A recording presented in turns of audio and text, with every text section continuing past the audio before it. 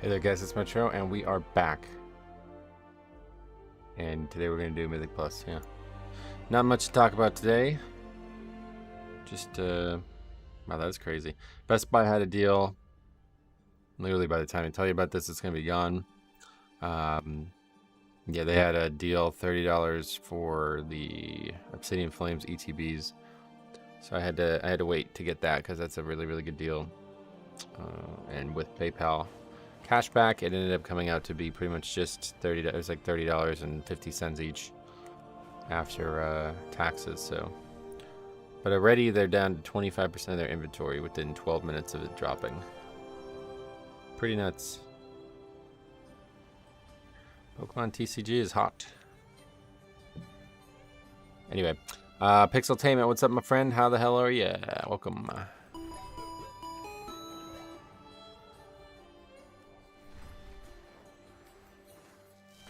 Steege, PD, and Showtax. What's up, my friends? How you guys doing today? So I think I got the. I just missed an alert. Damn. I think I got the Streamlabs thing figured out. If anybody wants to do make an alert happen, I can prove it. But let's. We'll wait. We don't need anybody to force it unless you got something that you want to force. But anyway, yeah. Let's see what we got out there. Tragically failed a very easy upgrade 12 yesterday because I DC'd. Brutal. Other than that, we had a lot of success yesterday. Well, not really, but it was an average day. Felt like we were having success. That's all that counts anymore, I guess. He did get a few points, is why I said that, but they were all in 11s. I forgot about that. So we're pretty close to 2800. All we need is any type of like upgraded key at this point, and we'll be 2800. I mean, people listen 13s. I guess we'd sign up. I don't know. Probably not invited to those. I mean, these guys listen 13s that don't even have 12s. That's just going to be comedy, I think. Not really worth signing up to unless we're looking for a laugh. At this point, I also need one more dungeon done to cap currency. If I can do that, I will do it naturally. If not, I'm going to have to do a lower key. I guess I can always just hop in an 8 if I really had to, but not a big fan of doing that.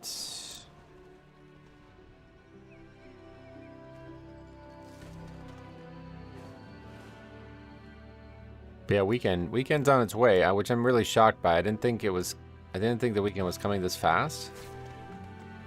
I guess it's a lot of people probably expected it, but yeah, I was a little shocked by that when I heard about that. So I guess there's that's a good thing for a lot of people. No real plans yet this weekend. Gotta make some videos.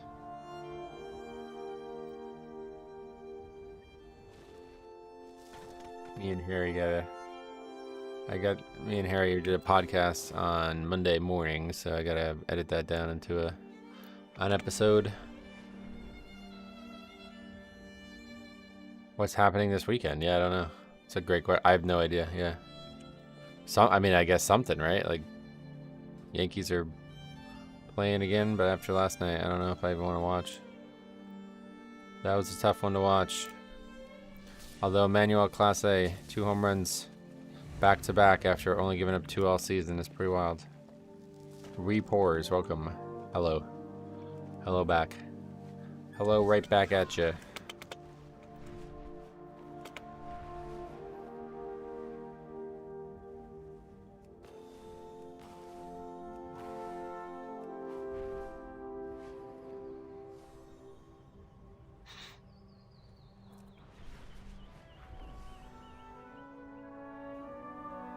Good morning, Metro. Watched the replay of yesterday's stream. I remember the Mario TV show. Yeah. I forgot about that. Let's look that up right now while we're sitting here not getting invites. Mario TV show. Let's see. Super Mario Brothers Super Show. This is it here.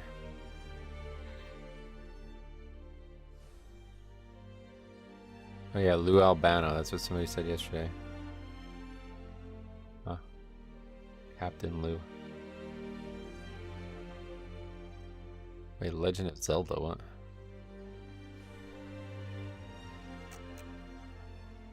Is this it? I don't think this is it. No, this is not it. I was definitely no real people in the show, was there? Huh. Yeah, that's definitely not it. I'll have to look more into it.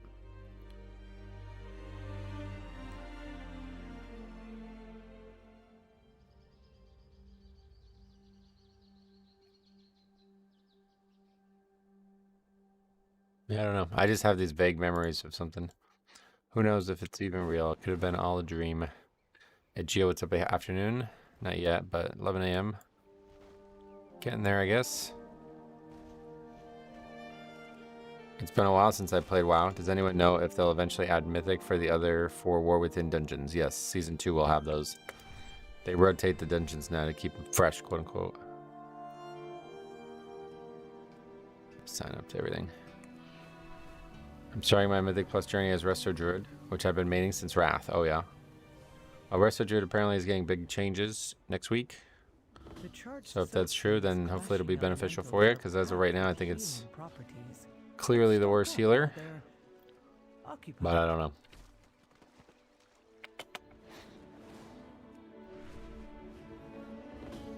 I love the music. Loving that music. Do you think they should expand the dungeon pool? No, 8's perfect. Me and Harry talked about this in the podcast. More than 8 makes it a lot harder to pug and progress. Like, look at how few keys there are right now, right? Now imagine if there was 2 more or 4 more in that pool. We'd be like waiting weeks to be able to do a single dungeon.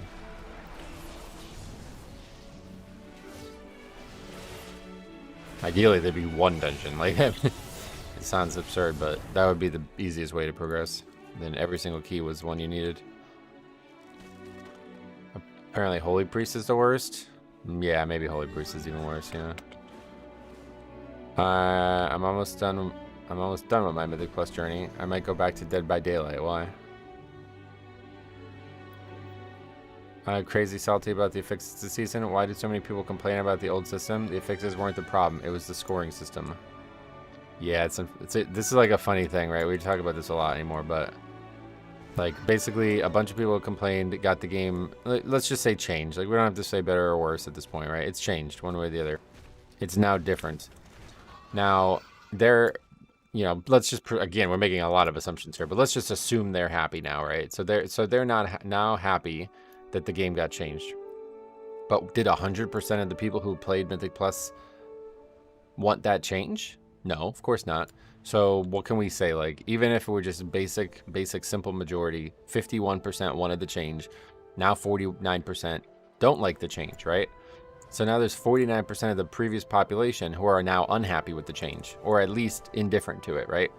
Now the growing consent among those people is going to continue to rise year after year until they get what they want.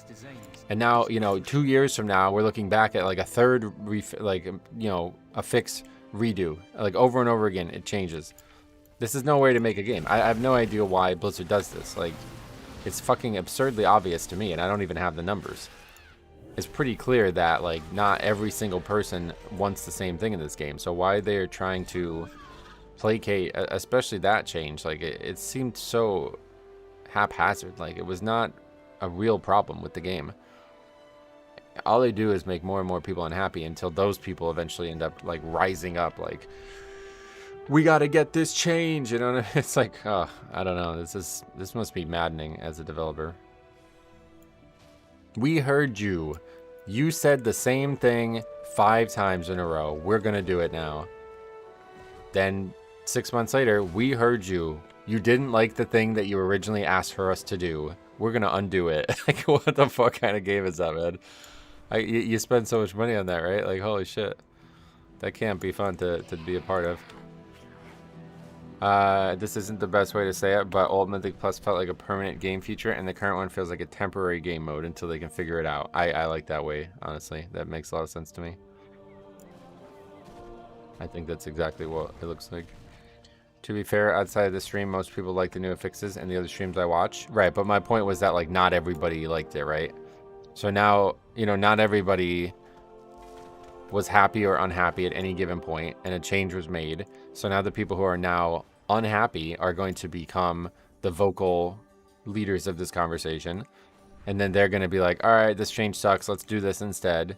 And then, like, you know, a year from now, it'll steamroll into a bigger group of people that eventually influences Blizzard.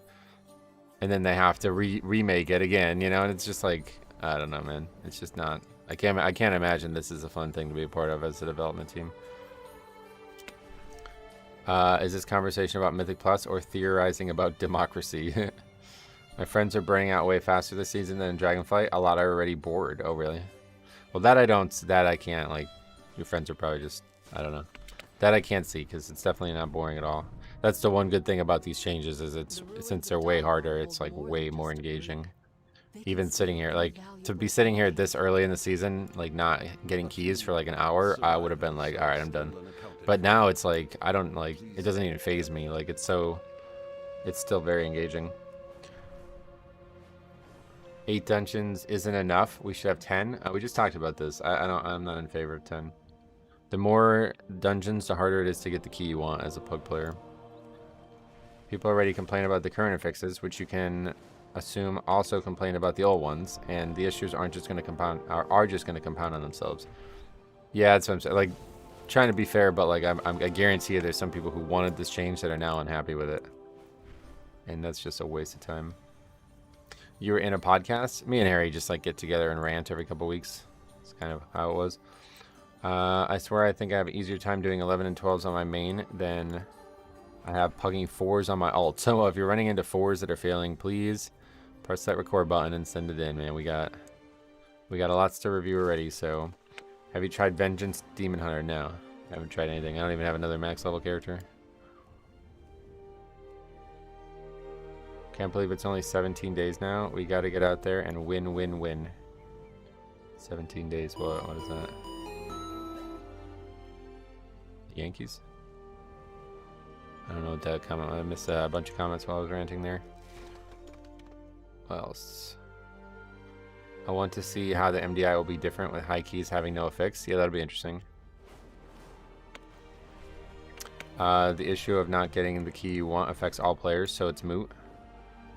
No, it's not moot. I want to do keys that give me score, and if there's more dungeons and it's harder to get the specific one you want, I don't really care what other players are having experience-wise.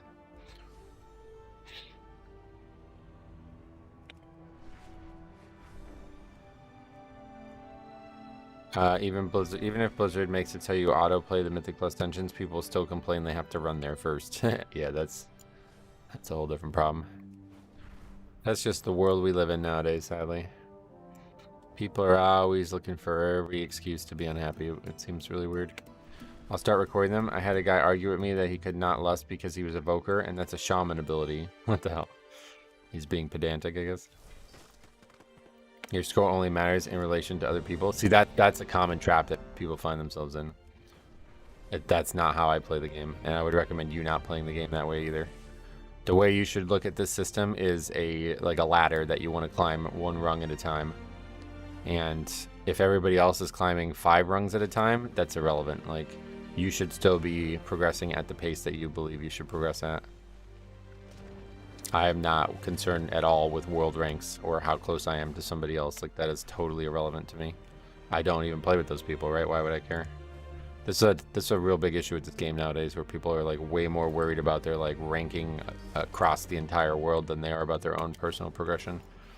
And it's a trap because it's causing you to play worse. Like, if I woke up one day and the guy I was tracking was like 100 points higher than me, all of a sudden I would be like, oh, I'm a failure. I got worse, right? It discourages you from improving.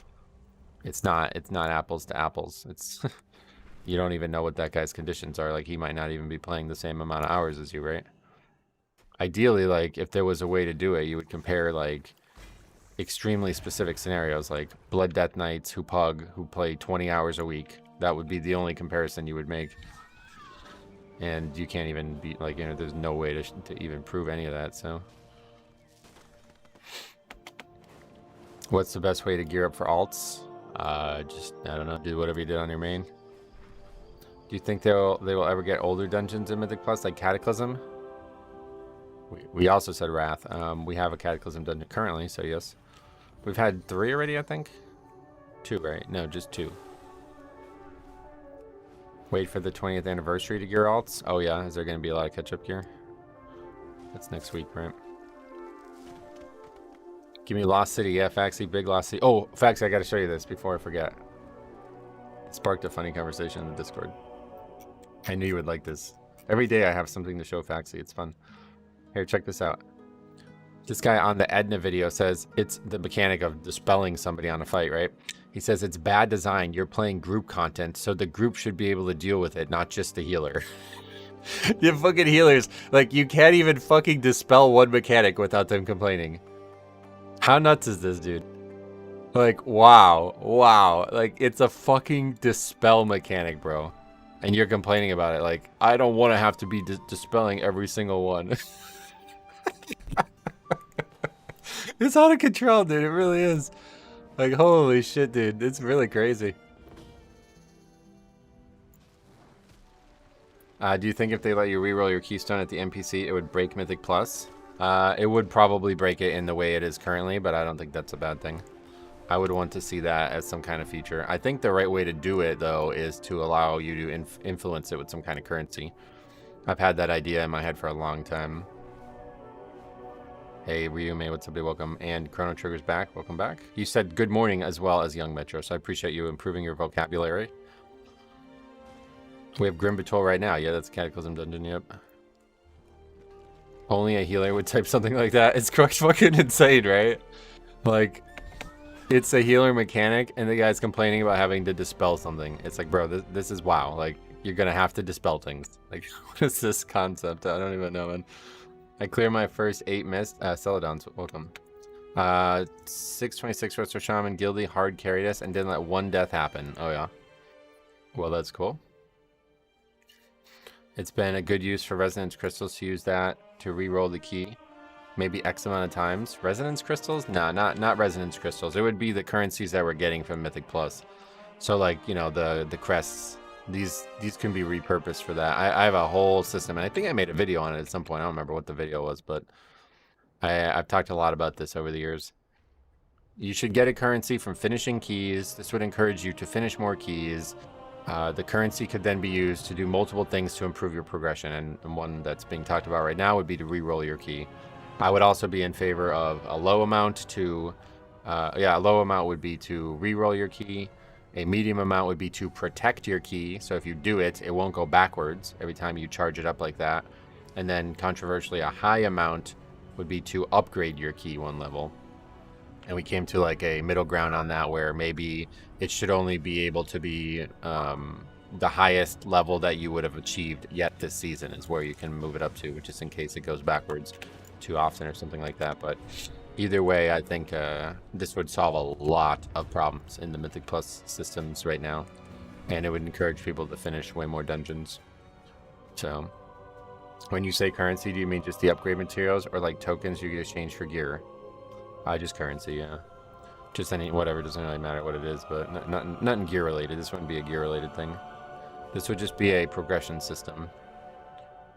You do look very much like a Death Knight in real life. Did this influence your decision to play the class? No. Hey, Size, what's up, buddy? Welcome. I had a healer and 0 rage at me for making a tanking mistake, probably, saying I should not queue up until I know what I'm doing. Wow, those are the ones you want to record. Record them, send them in, and we'll take a look and see what's going on. What about a currency to buy 1 weekly Mythic Plus chest reroll? Yeah, you can loop that in. I'm not a big fan of any more gearing. Like, we have enough gearing systems as it is. What key are we doing? Dawnbreaker, yeah. I like this idea as long as the upgrade currency was based off completions. Yeah, I mean, I would definitely be in favor of... I don't think it should give you more if you upgrade versus not, but either way. This is a system I've been thinking about and talking about since probably BFA. Cannoli, what's up, you big fan? Leave the gun, take the cannoli, famous line. Too famous, set off a career path for that fella that ended up ruining his own career. He believed he was bigger than the film. His wife urged him to hold out, and then he gets written out of the second film. Anyway, it's just very interesting how you look like Arthas. Just like slightly older and more frail. Yeah, out of all the classes you picked Death Knight. Do you not see how this is meant to be? No, I don't look anything like Arthas. Arthas was very broad-shouldered and very imposing. I am not. I look more like King Tyrannus. I like how in Dawnbreaker you can have different routes for percent. Yeah, that's true, but that's about it. I would love to see a Mythic Plus LFG tool like LFR with an MMR rating. I think they're gonna do that. I think they're gonna do a solo queue. Maybe I'll make a video on that at some point. I kind of made a video about it back in season 3 of Dragonflight, but it was not really like directly talking about solo queue. What level is your own key? 12 Necrotic Wake, which is one we do need, so not a big fan of doing my own key though.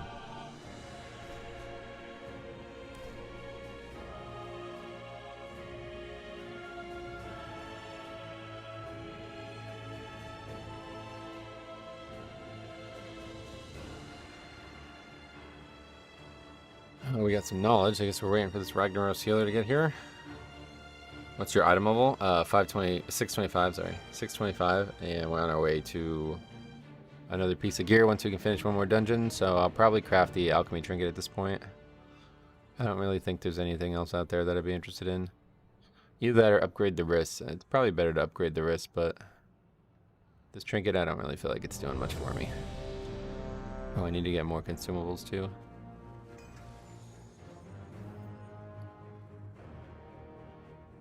Why you're not a fan of your own key? I just don't like the way people treat each other in dungeons, and it sucks when I see it happen at all. But when somebody does it to my own key, it really bothers me.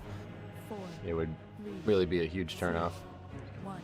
There's people who just like are simply not regarding the other people in their group as like actual human beings. If they treated my property like that, I would be very upset. So it makes me unhappy. I avoid it. Since the decimation with its complement of cannons, it can... Wait, who are those intruders?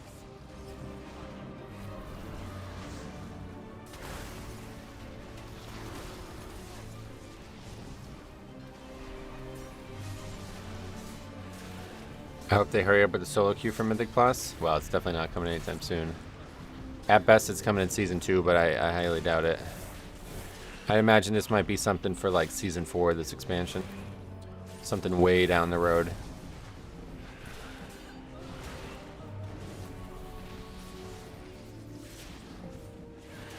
Yo, Metro, what's up, buddy? You pineapple pizza lovers. Welcome back, man. This affix is such a pain in the ass for pugs. Well, we're doing a 12. Oh, yeah. Why is it a pain? Running into an orb is too much, huh? See, we were just talking about this. Never gonna be happy. Affix, this Blizzard, has Blizzard mentioned anything about a solo queue for Mythic Plus? I don't know like how speculative it even is, but people were saying that there is a, there was a, what do you call them? A survey. There was a survey sent out to people asking about whether or not they would be interested in a solo queue for PvE as well.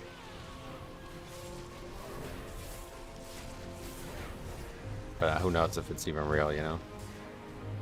I think they should do it though, because one way or the other, this rising tide of discontentment in Mythic Plus is not going to go away until they do something like this. It's the same reason they did it for PvP. What's your most valuable skill as a Death Knight tank for making a large pull go well? I'm not sure, to be honest. Interrupting and, yeah, I guess regular grip, yeah. I don't even have AoE grips now. Death grip, but depends too much on the pull to say. I had an account for well over a decade, never received a survey. Oh, really? Yeah, they're not very common. I've only ever received one. Solo queue for PvP, for PvE would need mega punishment for levers. Yep, it would definitely have it. How would solo queue for Mythic Plus work? We don't really know. But yeah, I would imagine I might make a whole video on it and brainstorm it, and if you guys want to brainstorm it too and communicate with that, that'd be cool. But I imagine it would be just like everything would scale, like the dungeon level, quote unquote, is based on the group that you're in, not your own personal progression, and you get score every time you succeed and you lose score every time you fail, no matter what the key or the dungeon is. Grain for thanks for sub. How's the healer already? Yeah, I don't know. Resto Shaman seems to have a big issue with this anymore. Solo, yeah, no, and I don't think solo queue would be like for 20s, you know? It would only go up to maybe 12, like whatever the pug levels are. Keep it the same as current Dungeon Finder. Have a minimum eye level for a +2. So the reason it won't really work, like the key system would need to be scrapped one way or the other for this, right?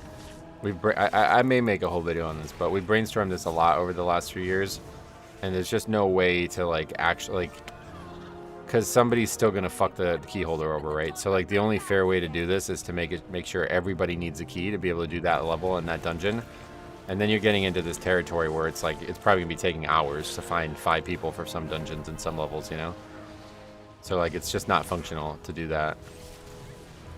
The key system needs to be overhauled for this to work.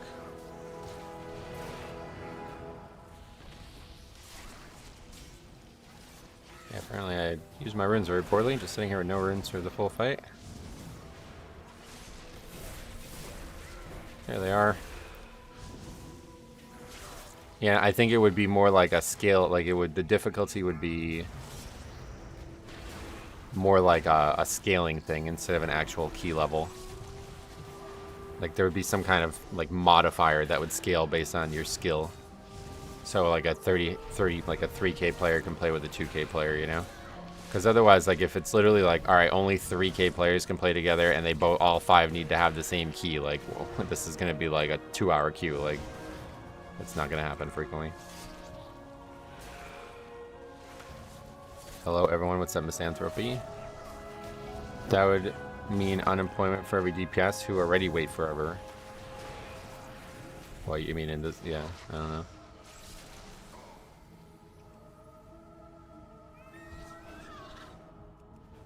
Not gonna lie, I don't wait forever at all. You just need IO to prove you're good. But yeah, either way. That's not really the conversation at hand.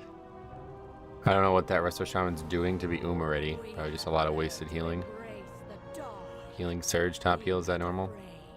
Let it embrace you. The night guides me, empowers me. Time my first 13 today. Oh, nice. Boosting would need to be banned, right? It would just be a solo queue, yeah. Like you can't group at all.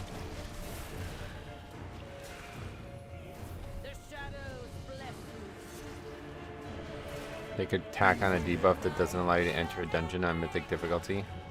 The system you suggested would bring new problems because people who simply don't belong at that level because they can't play it would be able to save their key. No, that's something. There would be no keys at all. That's what I'm saying. Oh, you're talking about the currency thing too. If so, then let's reread that.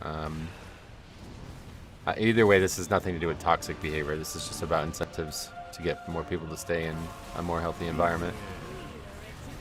There's always going to be toxic behavior, unfortunately. But what did you say? You said would bring new problems because people who simply don't belong at that level because they can't play it, just can't play it, would be able to save their key. That's not really an issue now. That's currently an issue right now, right? And it's not like it's going to get any worse with that system. What my system does is encouraging finishing keys and gives you more of an incentive to do your own key, which would like immediately double the, like, you have no idea how many of these problems that people have with Mythic Plus Pugging are just because nobody wants to do their own key.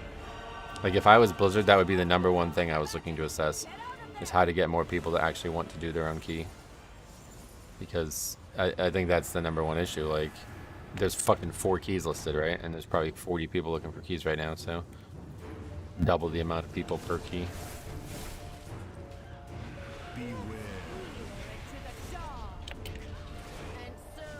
Cool. Tough spec.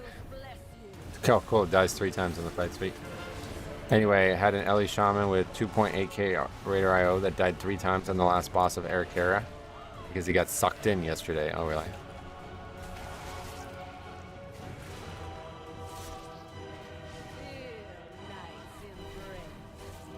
Talked about this yesterday, but I think solo queue will just put 3 Augs together.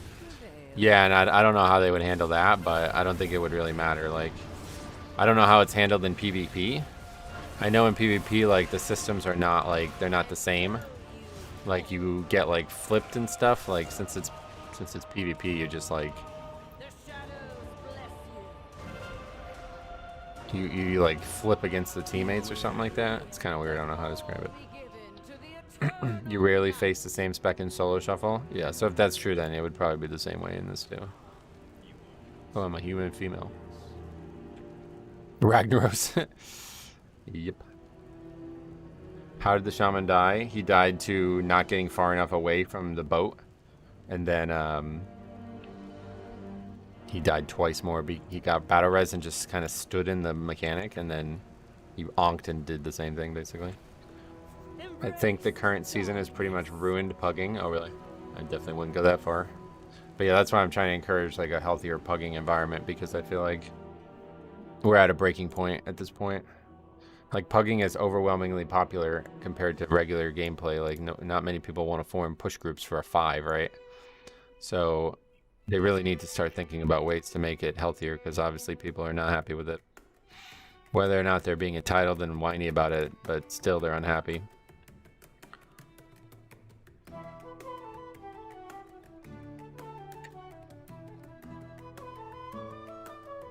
Like I said, make players wear the lever title. Yeah, see, that just doesn't work. Without a solo queue system, you can't have any leaving punishment, because there's no way to differentiate between people who actually leave when everybody wants to stop a key, or who leave selfishly when nobody wants to stop a key. That's like a social issue, right? So in order for there to be rules about ending the group, there would need to be rules about forming the group too. Like, when you sign up, you know that you have to finish this dungeon one way or the other. Right now, people are like, they are like, even yesterday on stream, right? Like, we had people arguing about the validity of finishing keys. That one guy was just going on and on about why it's not his priority to finish other people's keys. I even asked him, I'm like, yo, if I asked you for a favor, would you stay? And he was like, oh, bro, I mean, maybe, bro, maybe. But if there was one more mistake, I'd be out. It's like, holy fuck, dude. These people are just, you can't reach them.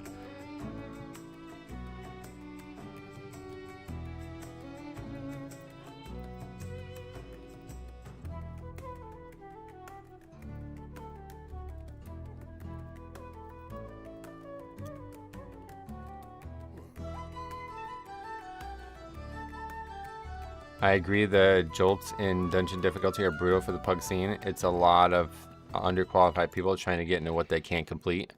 Yeah, I mean, no doubt, but that's how it's always working, to be honest. Anyone get banned today for leaving? I still haven't been banned yet, no. Not finishing a key should lower your credit score by an amount equal to the key level. That's what you mean, Mythic Plus score. That's probably what would happen in the new solo queue system, I would imagine. What's the purpose of keeping track of the groups in your sheets, so everybody has like a place to look for the information that they might want when they're talking about Mythic Plus? What else? At some point, leavers won't care about any punishment or titles, IMO. Well, in this system, they would have to. Like, if it was a solo queue, then they wouldn't be able to continue playing if they left, you know? So unless they plan on not playing for the rest of the day. Like, I imagine what they would do in the solo queue system would be that you would, you know, if you failed the key, you'd lose scores. So that's already insult. And then you add injury to it, where you can't even try another dungeon for a while now, you know? So I don't think anybody would reliably be leaving keys at that point. That would be like the ultimate end all to this conversation. Like, if you get like a scaling debuff, like the more you leave keys, that just prevents you from doing a full week of keys. Like, nobody's gonna leave, you know what I mean? Like, there's very easy ways to solve this with physical limitations. But as of right now, they don't work because there's no way to differentiate. What does the NPC in the raid do with the blue question mark? That's the guy that gives you the raid buff, says Faxi. There you go. It should say in the description, otherwise it's universally agreed that brick is GG. No, it's not. See, that's what I'm saying. Like, that's why this system is so fucked up. You should just ask the key holder, right? Like, why is there no... Why can't you just ask the guy who's actually losing the key? Does he want to finish? If so, then you stay. If not, then don't pug. Like, if you can't treat the other people in the group with respect and care about what they want, then you shouldn't be pugging. Like, that's so totally fucking selfish. It's out of control, really.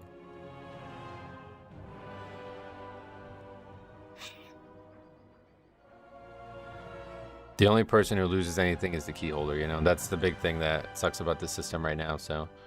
That person, at least. If you don't care about anybody else, you have to care about that person.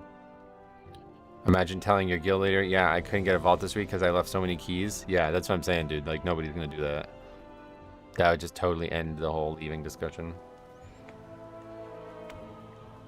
Is Mythic Plus solo queue a real feature Blizzard is working on? We don't know for sure, but we're speculating based on a potential conversation that revolved around a survey from a while ago. That's why people don't want to run their own keys. There's just so much risk to it. Yeah, that's what I was saying before, and that's why they need to start working on incentives for people to do their own key more frequently.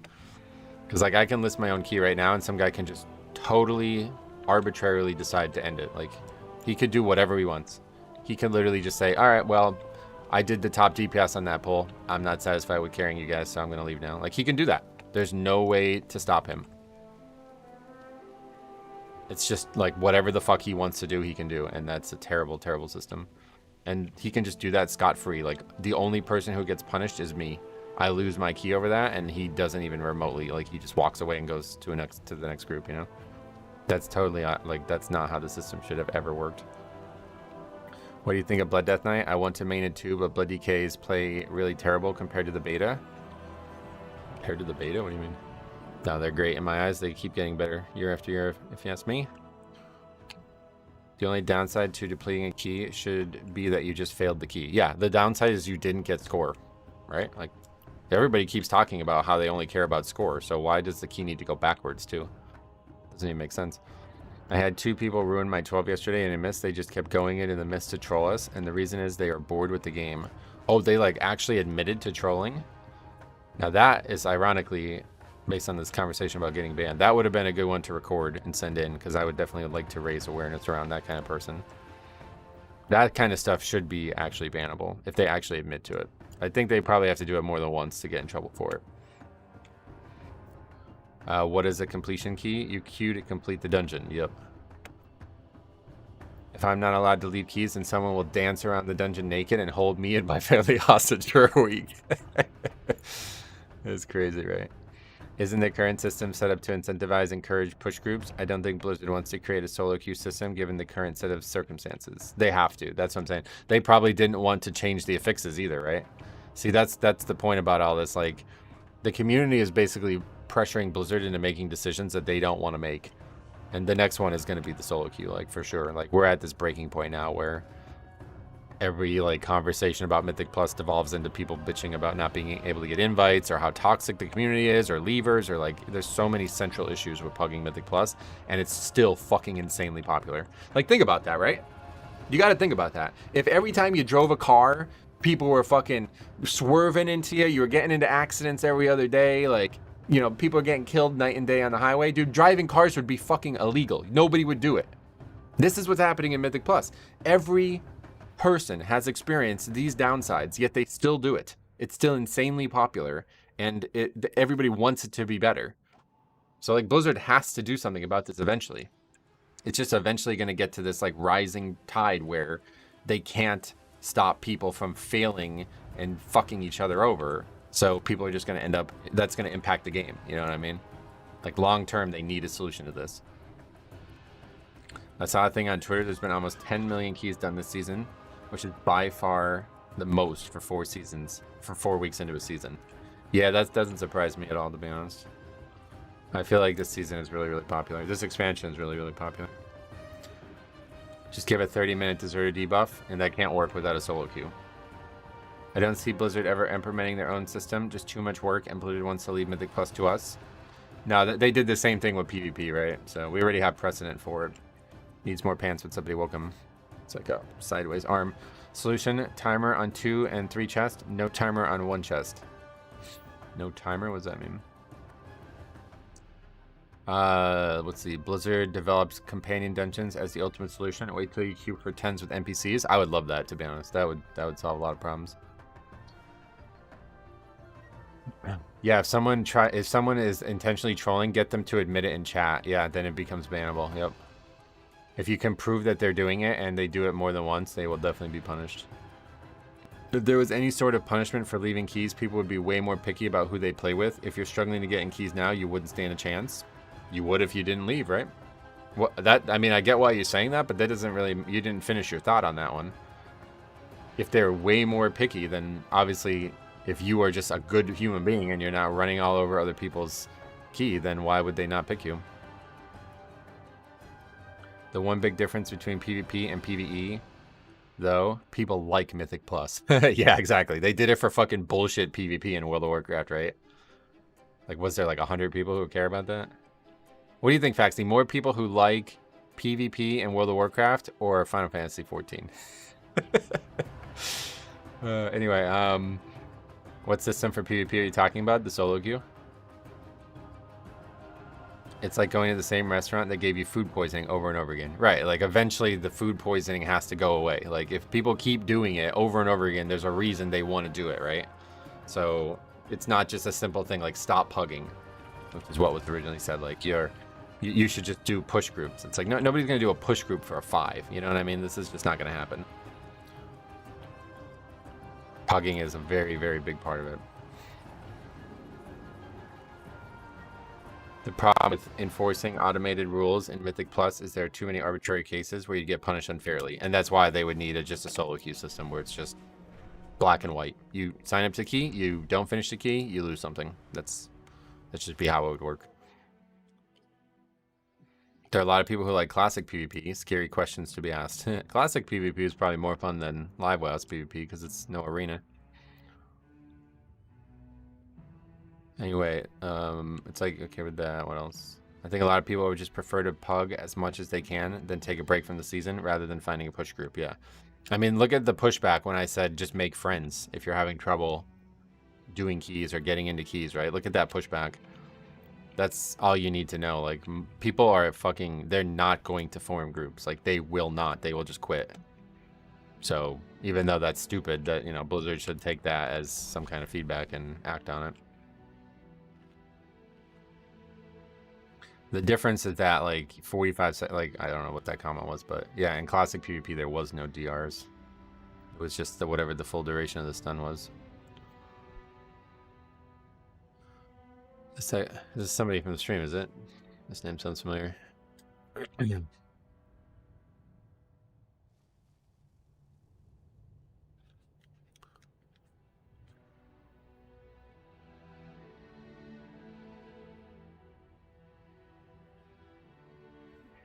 Anyway, what else? I probably missed a lot of comments.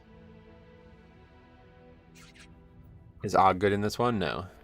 It's not good in anyone, if you ask me.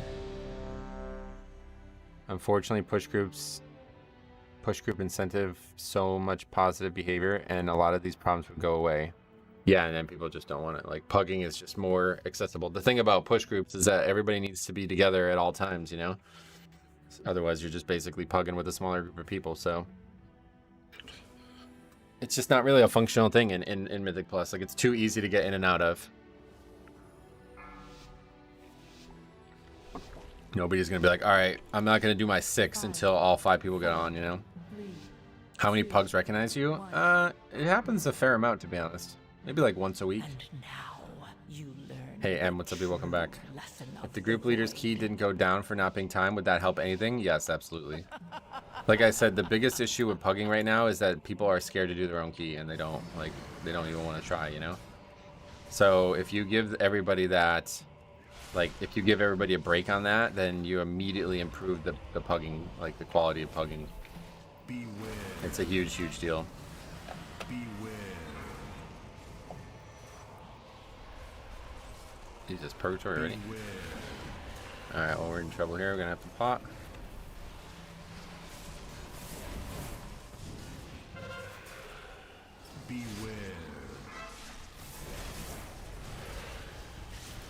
How do you get these Titan Dix fragments? I think it's like just from any world content. I think the world boss gives like 1 million.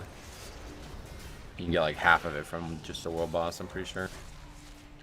I've pretty much given up with world content, but still good stuff out there. I really enjoyed it when it was interesting. Oh, big umbilicus there, 17 million, helps me out.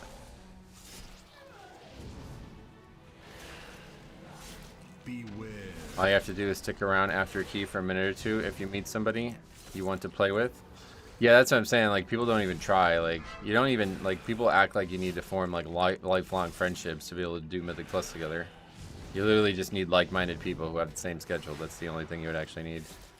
And people still won't do it, so. What pot did you use? The frontline potion? It's pretty much, like, it's seriously strong for defense.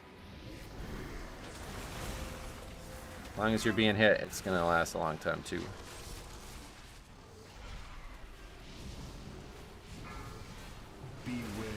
Delves, I'd rather scoop my eyes out. Oh, yeah. Dungeons also drop them. Huh. I'm sad that Mythic Plus doesn't drop stuff like that.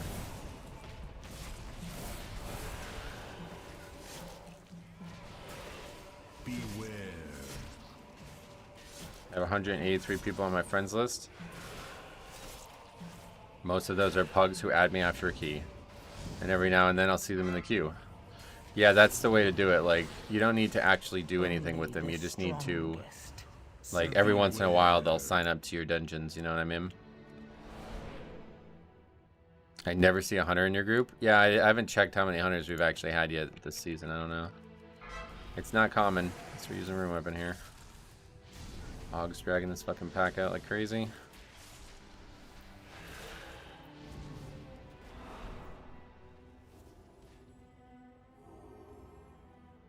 I emailed you a clip. Oh, bro, it's a video.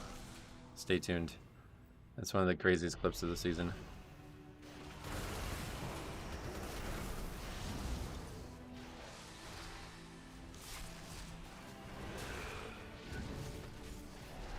Beware.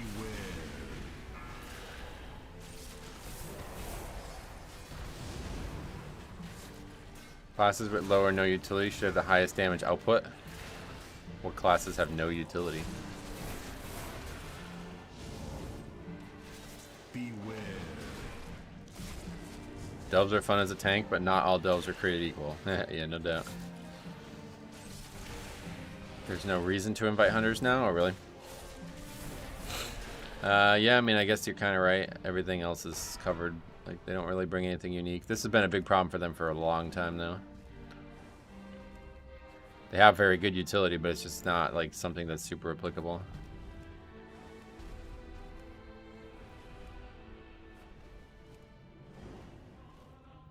Been farming SV for 2 and a brew weapon for 2 days now. Most healers still don't know how to heal the first boss, so really. Yeah, that's a sad thing. That boss is really causing a lot of problems. I'm sure it's still an issue for a lot of people.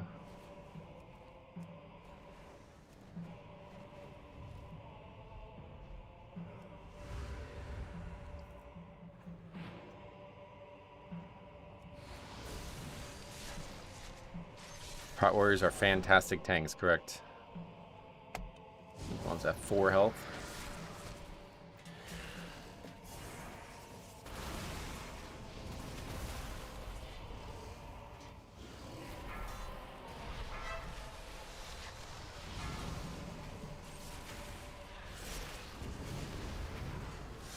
The idea of editing mechanics is kind of cool, but so binary. Oh yeah. Yeah, it's a good mechanic. I really like that. I like that it's like just enough damage that you should be severely challenged by it as a tank, but not like a total one-shot. So if the healer doesn't do it right, you can still actually survive it. That's a really well-designed fight. That's probably one of the best fights of the season. Especially now. It used to be so fucking hard on the beta. Hey Metro, what's up? Calvan, what's up buddy? Welcome. Which dungeon do you think has the worst tank destroying trash? This one, 100%. That's not even close. Look at this shit. And we got fucking garbage damage again. Got an Og, so I'm fighting this Overseer for like a minute and a half every time.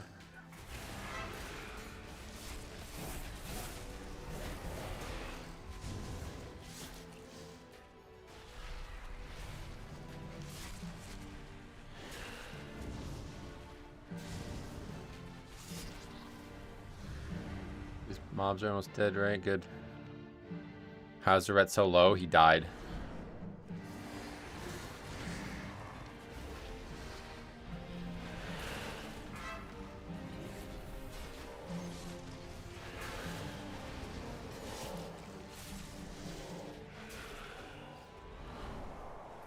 died to aggro? Technically. He died to being in the wrong place. Like, the mob just walked into him because he was on the wrong side of the pack. He should be behind the mob, so the mob walks to me first, not to him. I hate healing this trash on my shaman, not gonna lie. Worst trash in Mythic. Yeah, it's really bad. This is definitely the hardest trash, like, the whole dungeon in the whole game. I said this last week. Dorky said hunters just have a stigma from 3 expansions ago when they were squishy and brought nothing, and it's just not true anymore. Yeah, no, I agree. But what would you say is, like, their best utility piece right now? Like, what is the thing that you think, like, they should shine with? Because, like, I can't really come up with anything. Like, they've had a lot of small things that could be good over the years, but I don't really know of one that, like, dominates. It's like, oh, that's why you bring a hunter right there. DPS needs more utility nowadays. It's hard to keep up with some of the specs, yeah. If that's what you're saying, I agree with that. Some have so much. Hunters die less than mages, right? And mages definitely have a weird problem surviving, even though they have crazy good defensives. I mean, they may have less, but I mean, they could trank shot a lot of enrages in this, so they bring a little of something. Right, that's what I'm saying. Like, but there's a lot of classes that have a D enrage, right? Damage is number 1, but yeah, utility is lacking. They did give us a knock-up. Oh yeah, I forgot about that. They got a knock-up now. That's pretty good, actually. Afternoon, Chris. What's up? Be welcome. Also have an AoE D enrage. Oh, cool. I didn't know that. Hunter is probably the most mobile DPS spec. Yep, that's true. I started pugging on Demon Hunter yesterday in the 4 range, and doesn't this weekly affix feel terribly unintuitive for a lot of boss fights? Yeah, that's what I was trying to warn people about that in the beta when people are asking for new affixes. Like, they're adding these complicated affixes to all combat now, so bosses where you have to do certain mechanics are like very complicated compared to just regular old affixes that never impact the bosses at all. Beware. Brody, what's up, buddy? Welcome. How's it going, man? If a DPS class has no real utility, then you need to be like 2x the meters compared to the ones that do. That's debatable. I mean, it depends on what the utility we're talking about is, right? Like, there's a lot of specs that have mediocre utility that are still very valuable over the years, like Warlock, right? Warlock's utility is always very low, but their time is still very relevant in keys. Like, there was a time when they didn't even have a fucking interrupt. Like, Demo literally didn't have an interrupt, you know? And people still... Demo was still the first, like, in the first season of BFA, they were still one of the best specs in the game. A good group can work around, like, especially one DPS not having a great utility kit, but having 3 bad utility kit DPS is not going to work. Locks have Summoning Stone. We're talking about Mythic Plus, brother. Having a ranged interrupt is very nice. For what? For Hunter. Wait, does the Survival have a ranged interrupt too, or? Yeah, Hunter used to have a battle res too, right? It's crazy. I'm really liking my Bombkin and Mythic Plus right now. Insane AoE damage, but really good boss damage. Yeah, I've seen Bombkin do well. And they do have a good utility kit. You're breaking keys because people panic, trying to soak, and get one-shot by waves, swirlies, rot damage because of the affix you're meaning. I haven't necessarily encouraged, or I haven't necessarily encountered that myself, obviously, because I'm not really doing keys that low anymore, but... Yeah, I think it's pretty clear that these affixes are just harder for people than the old ones. You felt like that fight took forever?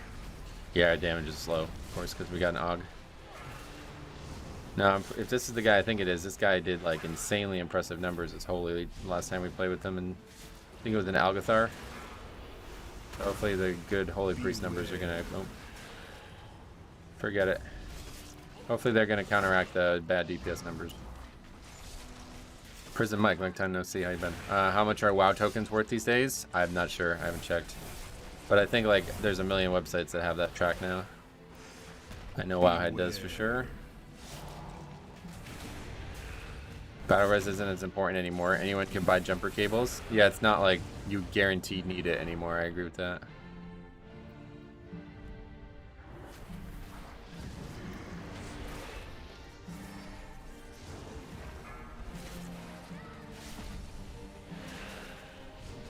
Beware.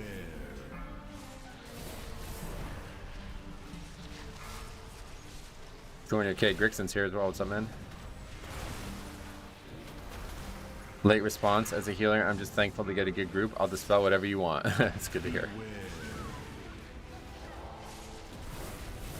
As a software engineer, I was wondering of maybe creating a web app with your spreadsheet. Would need both an add-on and Windows client, though. Can't do network calls from an add-on. Yeah, you're welcome to work on it, man, if you think you want to. I've had 3 different people now say they want to do it, and I never see like an actual finished product. So if you want to be the first to finish it, then let me know. I'm not really. What are your plans? Like, what would you do with it?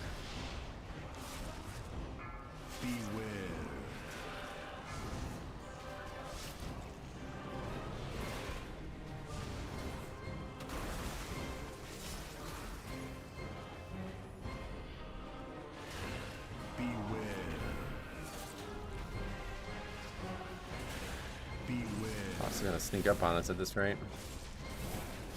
Just hit my first 2.1 million overall in necrotic. Oh, nice. And then holy, okay.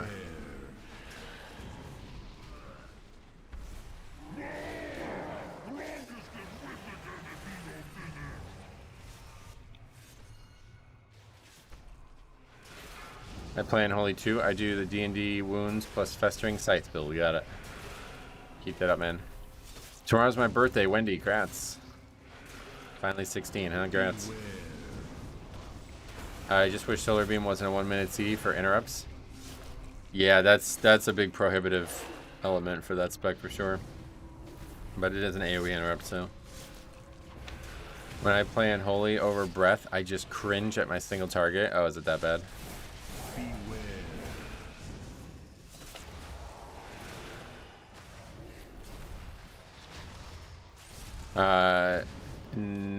It just got personal. Well, now it just got personal. It'd be fun to see the statistics at a broader scale, and the runs would be tracked automatically.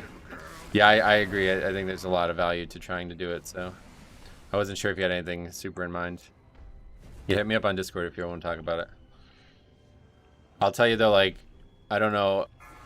Yeah, I mean, as long as you're doing it for like passion and you think it would be an improvement on what we have currently, I'm happy to see how it goes, but I'm probably not like, I'm not like looking for somebody to do this, so I think the spreadsheet works exactly as it should, so I think if everybody just used the biggest, this is what I always wanted, okay? So you don't have to do this, but this is what I've always wanted. If there was a website where all of the spreadsheets in the world were all uploaded and everybody could use the spreadsheet technology to search for every single dungeon that anybody does, this would be the best website ever for Mythic Plus. This is why I made the spreadsheet in the first place, and this is what I wanted to do. I actually wanted to make a website first, where it was like a library type website, where every streamer's VOD gets uploaded by a viewer of theirs, and there's like timestamps and stats added from each one. So like if Grawl's doing a Grimbatol 13, or whatever, I'm sure he's doing higher than that, whatever, somebody timestamps it, puts the VOD on the website, and then fills in all the tables like on my sheet. And then if everybody just does that every time he does a run, over the course of the season, we have like millions of runs added to this, And then at the end of the season, you can collect all the stats based on this. And this is just like a better Raider IO if you do this, I feel like. Because Raider IO is cool and all, but its stats are based on, first of all, finishing keys. And second of all, like there's no VOD automatically associated with it, which I'm sure a lot of people still care about. But like to me, if I can't see the run, I don't care that it even happened. Like it's not relevant to me. Like, you know what I mean? It's more of a ranking website than an actual learn anything from the website. So I think that would be the ultimate tool for Mythic Plus. And I actually paid a guy $550 to start on it, and he just took my money and never showed up again. But if there was a way to make that still, I would still think that would be a great tool. Beware.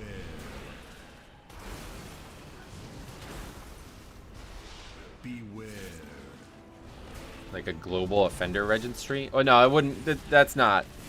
I'm not talking about like just the disband spreadsheet or something. I'm just talking about like all the different, like all the stats and everything that's on the spreadsheet. Imagine if everybody can just contribute to that as like a open source type thing. Like If you saw the run happen and there's visual proof of it happening, it can be put on this website and everybody can learn from it. And then all the statistics, you know what I mean? It would be like everybody just adding to my spreadsheet, but on an actual website database that you can just go to without having to go to some whack-a-many link, you know?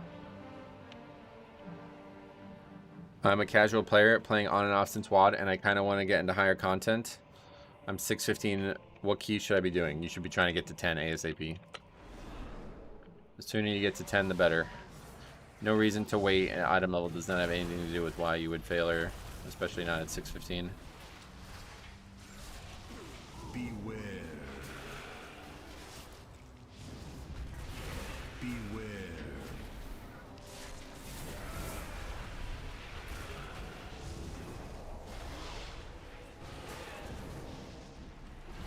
Beware.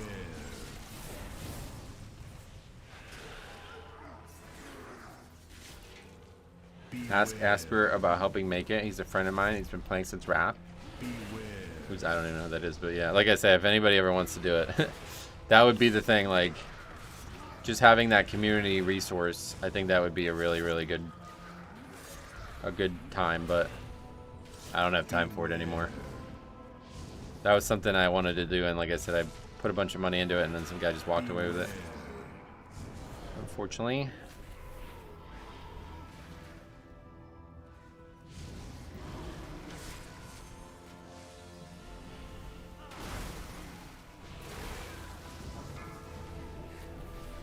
For me, I wouldn't want to see any run on there without a VOD, though. Like, the VOD is crucial.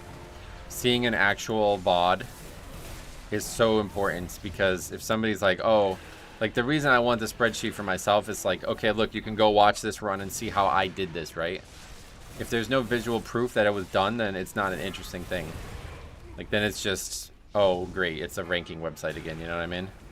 But I want to learn from it. I don't want to just know that it happened. I want to see that it happened and potentially view it and learn from it. What's your unit frames? This is just Blizzard default. This is Voodoo. I still use Voodoo.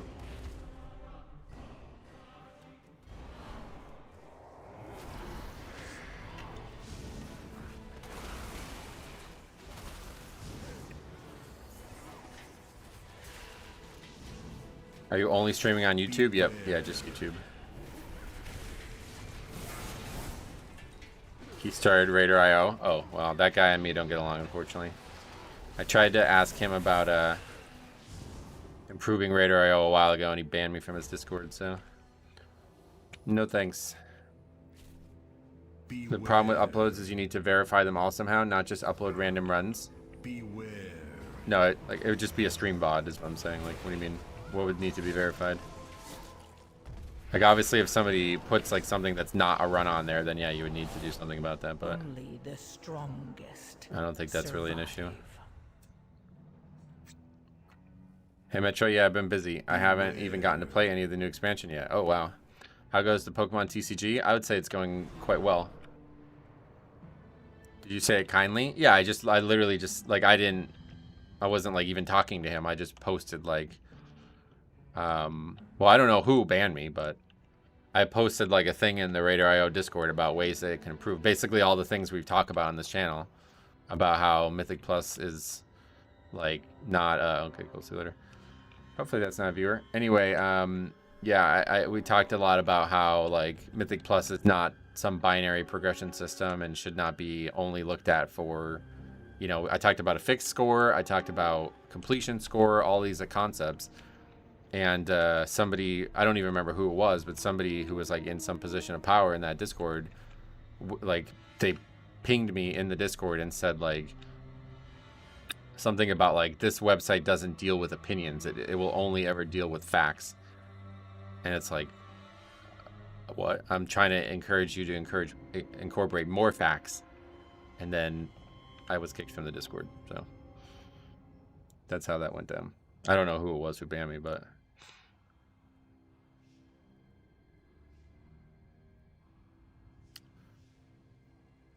Anyway, another Gribbon Toll.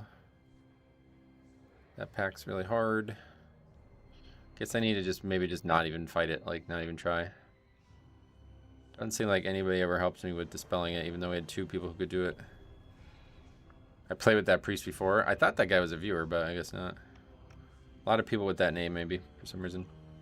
Interesting that they didn't take your feedback. Back before I.O., when they were all using Warcraft logs to check each other, I introduced Asphere to the high key community of early Legion. Oh, yeah. Yeah, I don't know who this guy actually is myself, so I don't know anything about him, but... all I know is the people at Raider.io are not very interested in improving their website. And I don't even think you need my anecdote to prove that, right? Like, the website has not renovated itself in the scoring department at any point. Like, it's been the exact same since Legion, which is kind of crazy, considering how much has changed over the years and the discourse of Mythic Plus. It's almost kind of sad that they don't, like, it's like they don't even care or something. It's really weird.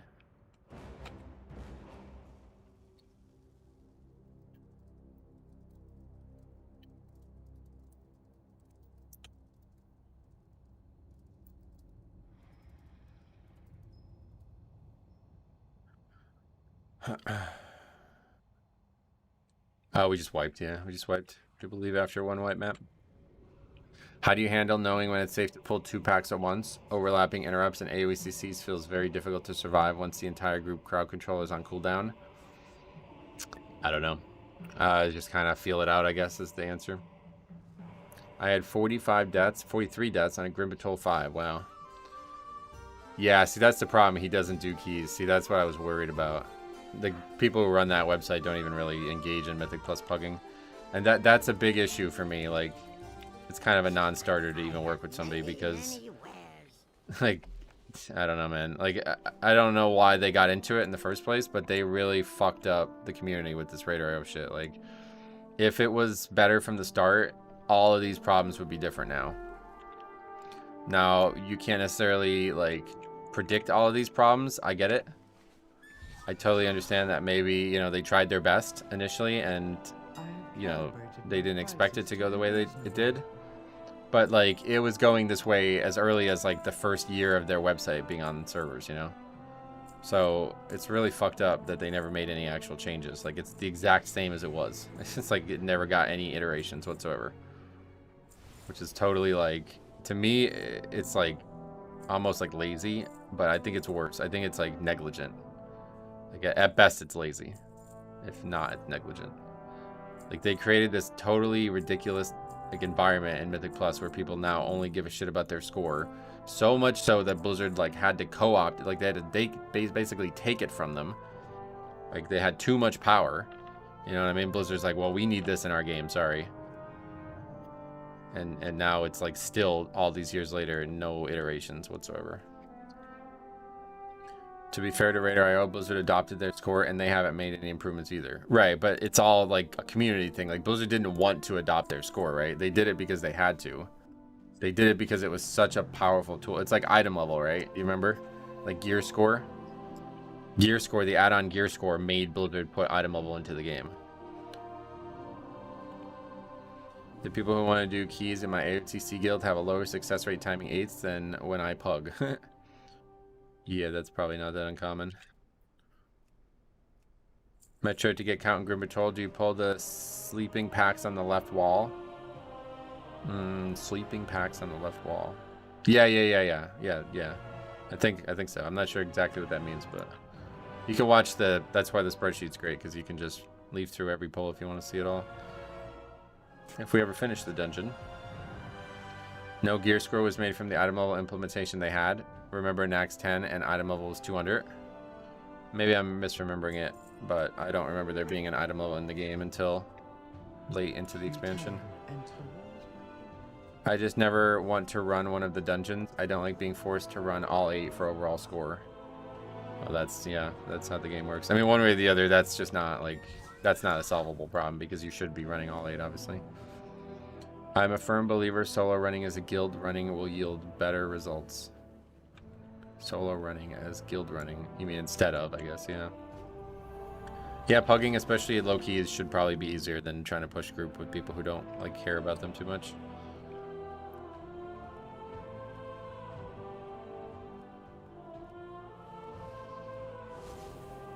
Members are good to help make sure you're grouping with similarly experienced people, whether it's item level or IO. Yeah, but unfortunately it doesn't tell, like, it's not even like half the story. That's what I'm saying. That's why I encourage them to improve their scoring systems, because like I said, like when you do, if you do one, like, right, imagine this, right? Imagine if one guy just did every key on 13 and that's the only dungeons he did all season. He'd have higher score than me, and it's clear that he bought a boost, right? Like, that has happened over the years. Not maybe that extreme, but I have seen people like that. The scoring system is setting up for failure there. Like, there should be extra scoring metrics. It's obvious. Like, doing a dungeon once does not mean you mastered it. So the fact that if I did it 20 times versus the guy with one upgrade of it, we have the same score, that's just fucking nonsense. Like, that should not be how it works at all. That's not how Mythic Plus works. That's like a raid approach. And that's why I think it's so failed, because I think this dude probably only raids and only knows anything about raids. So he was trying to look at it from a raiding perspective. Like, we killed the boss, that's it, check the box. But that's not how it works in Mythic Plus, especially not with the fixes, back when the fixes were a way bigger deal. It's just really hard to understand how that never got iterated on. There's time keys now, though. It would show one row of time keys at 13 and literally no others. Timed keys? What do you mean? Well, nobody's like... Does it even show that when I look at them? It does, yeah. That's better, at least. Good work on that, I guess. Metro, what do you think of a commendment system for Mythic Plus? Upvoting players who do play well? Currently, that would be very abusable, but I think if they do a solo queue, I would be in favor of that. Obviously, interrupting is everyone's responsibility, but how much responsibility do you place on yourself as a tank as opposed to others in the group? I would say like 50% of the interrupts should be through the tank. That's pretty normal. Like, you can take a look at that and see that just statistically. Where's that tracker, interrupt tracker thing? Interrupts overall. Wait, really? There's not a lot of dungeon interrupts in that one, I guess, but not a great example. But an example, well, and obviously we're talking about more than just actually interrupting too, but yeah, tanks have like a huge amount of, usually they lead the way. He's always been focused on raid. Used to run a WoW jutsu site. Is this like your IRL? How do you know this person? I don't mean to talk shit on him, but it's just kind of crazy that, like, to me, if I made a product that caused this much problems with the game, I would feel so bad. Like, I would never, like, it would consume me. Like, if I made my spreadsheet and I saw people using it in a way that I could obviously tell was harming the game's social fabric, I would feel like such a burden of that. Like, it would crush me. Like, it really would hurt me.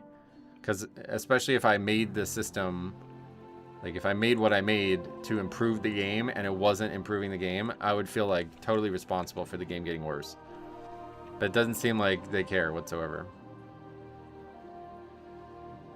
I raided with him from Wrath to Legion. Had several IRL meetups. Nice.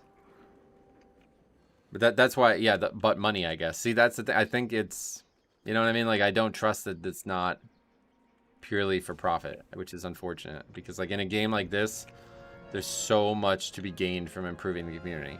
Like, unless you don't even play the game, everybody's best interest is served by improving the game through the community. Like, unless you're one of these people who just refuse to interact with anybody but people you already know are good people, you're going to run into people that you don't want to run into. So trying to rehabilitate them is in everybody's best interest. Like, if I logged on and every single key I did was finished, this would be great. Like, I would be such a better player. We would have such a clearer path to knowing when we can improve and when we can't. Like, there wouldn't be all these question marks. So all these systems that have set us up for failure are in my interest to brainstorm improvements on, you know? So it's like, I don't understand how you make that website. It clearly leads to, like, the degradation of the Pugging community. Like, fucking, like, it's 99% the problem. And they're just like, yeah, it's fine. No changes. For 8 years. Like, what the fuck, dude? That's ridiculous. It's on everyone to interrupt, assuming they have one. Definitely not just the DPS. Do you want to try a 14 Era Carrot when I get home? If you want me to, I mean, we can try, yeah. I don't expect people to want to see a tank in there who's never done a 13, let alone a 14, but What is this? Oh, the gift has arrived. Well, it's there, I guess, but... What other changes would you like to see? We talked about that before. I don't know if you missed it, but... Just a longer and more comprehensive scoring system. I play Ellie, and y'all don't stand a chance on the internet meters. Oh, yeah. I want to see more of that tank obsessed with Tettles. Yeah. Well, that's Ishranke's friend, so maybe you will. He was in the chat the other day. What else? But if everyone thought like that, there wouldn't be cigarettes and drugs, etc. Everyone thought like what? Just scooped a Poncho Pikachu, Charizard, and PSA 9 on eBay this morning. Whoa. How much was that? I don't care if we brick it. It would be interesting to see. I'm scared to try it. 13 is so hard for me to heal. Oh, okay. Well, yeah, as long as you're not expecting it to go well. I guess I just don't really know what comprehensive changes would give you a better idea of whether or not certain players were shitters or not. Time keys is a good metric in my eyes. No, it's really not. Like I said, there's literally, like, the proof positive is right there. You can literally buy a key. Like, that's it. The end of the conversation. Somebody could pay somebody else to get them score. That's it. Like, the story is over here. Like, the fact that that is allowed in the current system, it's like, it breaks all the, like, you can't argue for it anymore. Does it happen? Not really, no. But it doesn't really matter if it does or doesn't. Like, the fact that that loophole is open is all you need to know. That, like, Mythic Plus success rate is not, I did it once. That's not how it works. You have to be actually repeatably good at these dungeons, especially when there's affixes. Now, it's a little different nowadays, but back in BFA when we were talking about this heavily, the affixes were having a wild impact on keys. Like, a push week compared to a hard week was, like, multiple key levels different. So how the fuck could you say that, like, a fortified volcanic motherlode was the same amount of score as a tyrannical bolstering motherlode? You know what I mean? Like, it's fucking obviously not the same skill point. Like, not even fucking close. Like, multiple levels of difficulty different. And the fact that they never thought, like, there should be some kind of weekly score or some kind of a fixed score. It's just like, do you guys even look at who uses your, like, system? Like, are you even aware of how this is ruining this community? It's crazy. I must still be confused because you'd be able to see that with the time key rows. But that's not sufficient. We're talking about metrics that people actually care about. They want score, right? This like fixation on this imaginary number. This is far more important to people than this, whatever this bullshit is. Like, I'm glad that it's there, but it's not enough. It needs to go one step further. And it's all there now. So why can't you do it? You know what I mean? It'd actually be very easy to do. The way I drafted it up was you would get 1 point for each upgraded key, and it would be multiplied by the number. So if you did a 2, you'd only get 2 points. But if you did a 14, you get 14 or 28 points, you know, to encourage people to not just farm low keys over and over again. What is that one step further? I've literally been talking about this all day, man. So if you're new, I don't mind re-explaining it here and there, but we just got done talking about this. Even IO or ELO in games like Age of Empires have intricacies. Like, is this a person a one civilization Andy? Or does he just abuse one OP strat? Right. And that's obviously not, like, whatever. In PvP it's different, because PvP at the end of the day you have to win no matter what. But in PvE there's so many different ways and reasons that you could win or lose.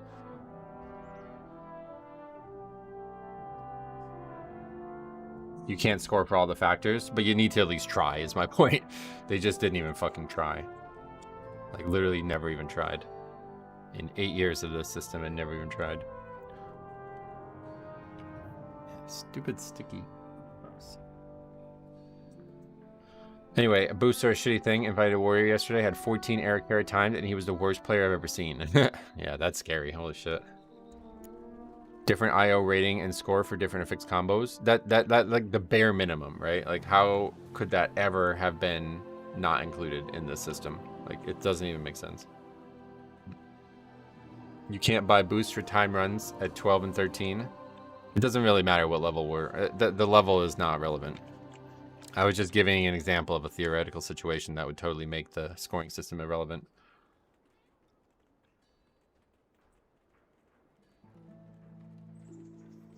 My guild has sold time 12s. Oh, really? Well, it doesn't really matter if you can or can't. It's just the fact that it can be done and you get the same score as somebody else. Don't ever invite BM hunters. Their DPS is piss low. You just learning that? I think they should be something that lasts cross seasons. Worst time pugging is early season. Oh yeah, I actually agree with that too. I never really like thought too much into that, but I do agree that like flavor of the month re-rolling should not be something that's reflected well in score.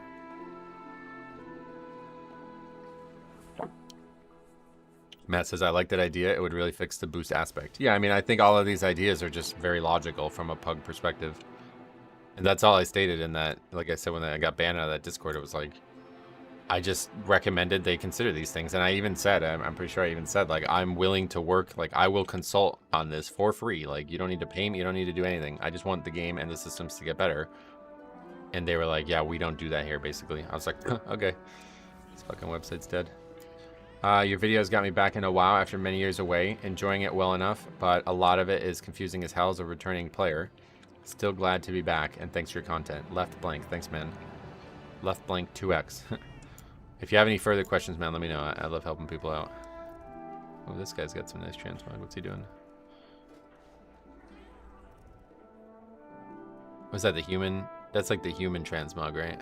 Some of it. And then the Paladin set, and then the Helm from Arathi.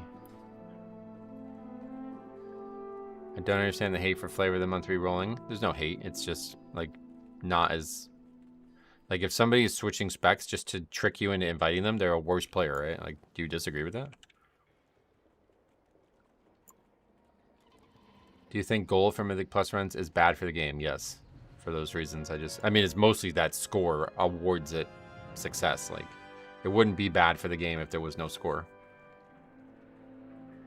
Hunters are supposed to be a lot better on the reset. Oh, really?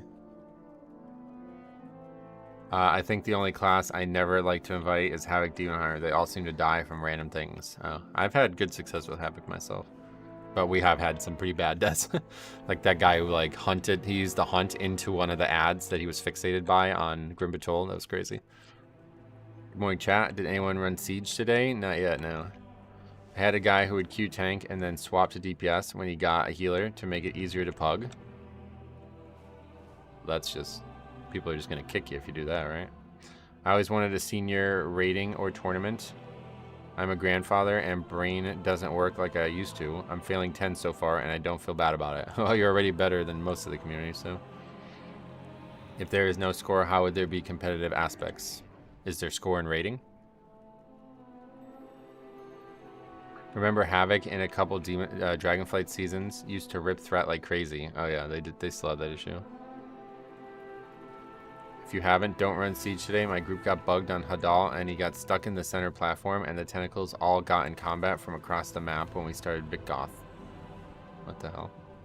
Well, we ran it yesterday with no issues, but yeah, hopefully we won't run into that. He was the group leader. Oh wow, that's really fucked up. I'm sure most people would just leave that group though. Is there anything in particular in the anniversary patch that you think will be strong? No. Do you feel the same from power leveling or any other type of content or just Mythic Plus? Yeah, gold, like you should not be able to buy. You should not be able to buy success in this game. One way or the other. Buying something from like an auction house, like a commodity, is as far as any type of purchases should be able to go. Paying for an achievement is like, it defeats the whole purpose of the game, and the fact that it's so readily done is encouraging mediocre players to not reach their heights. Genuinely think there should be incentives for more experienced players to do lower keys. Yeah, that's another thing that we've been brainstorming a lot, and that's why I suggest the currency system that I've always suggested. Yeah, we're doing City of Threads, right? Ban gold, let's just trade and barter like PoE. I didn't say that, but...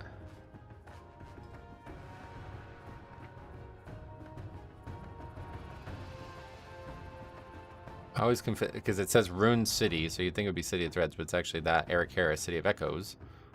For some reason, there's multiple cities within the one city. I've seen a geared BM100 do very high overall damage. It's getting a big rework with Dark Ranger. Nice. You mean like you saw them do good damage next week already, like on the PTR or something, or? ACC, what's up, buddy? What's up? Got any upgrades today? Not yet, no. What happened to that Riot game MMO they were supposed to release? I think they're still working on it, but yeah, it's not going well apparently. BM blows right now, so I call BS on that, yeah. Only people who do boosting are a third world country, people who have boosting in WoW or doing achievements, paying better than actual jobs because of the currency difference. That's a weird take, but I guess you're right. I mean, it's probably true. I played with one in Necrotic that did very high overall, really. Do you have a recording of that at all? Because I've heard like nothing positive about BM Hunter.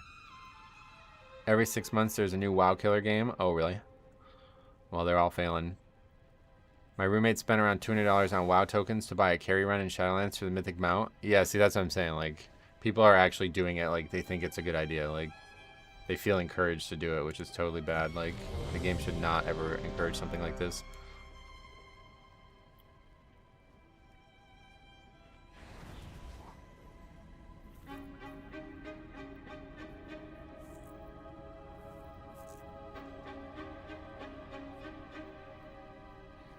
I don't think I've heard WoW Killer for at least a decade. Yeah, they all tried and failed, so. I think it's also because like people don't really look at WoW as like the preeminent game anymore. So there's no need to kill it. 200 goes a long way IRL. That's a month and a half of gas money. Oh, that's it. You learn the truth. Only WoW can kill WoW? Only the WoW community can kill WoW. I ran a 9 siege yesterday. Tank was in the water for too long somehow and got stuck in the grip.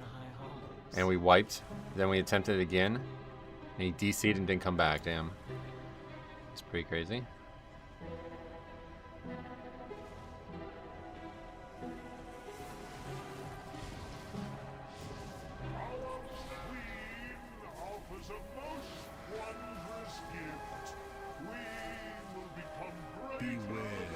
Not listening.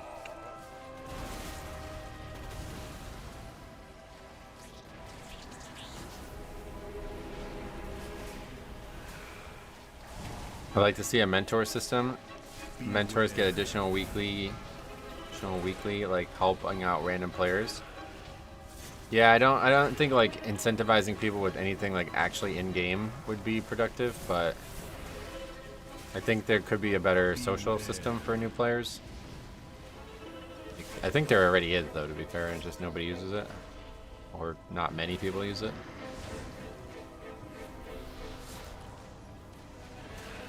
Not only is it bad, but how are you even going to convince yourself that what you just did was a good idea? Wait, what are we talking about? There's a bug in Siege. If you get knocked into the water from the dot, you can get a server disconnect. Oh, really?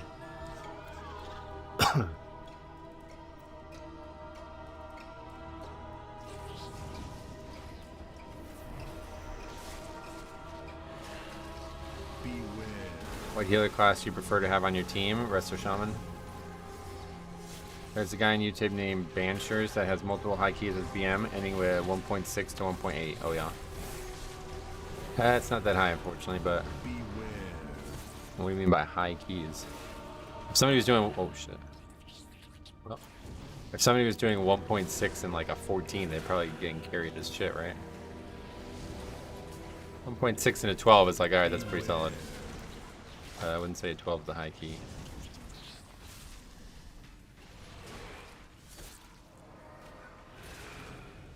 Bear seems good for pugging.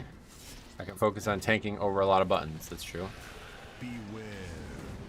That's Banshers. He's the best hunter in the world, highest rated hunter in all specs, and in those keys, he's a distant third. That's what it sounds like, yeah. The hunter in Squish Comp. What is that? Hey, Deco, what's up, buddy? Welcome back.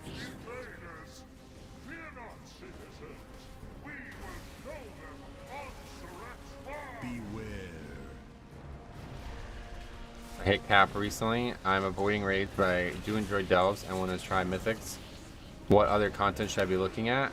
You just follow your nose. Like, let the game bring you places. Don't like go out of your way to do things you don't think are fun. If you think you enjoy delves, then go do them. If you think you enjoy Mythic Plus, then try them. And if you know they continue to be fun, then keep doing them. The biggest mistake I see like new players make in this game is they try to like do what everybody says they should do and they don't enjoy it, and that's like the path to burnout. Squish comp is Bear, Mistweaver, Rogue, Warrior, Hunter. Why? That mage is super hot or ice cold, no middle ground. Oh really? Oh, this guy. Yeah, what the hell is that damage? Oh shit.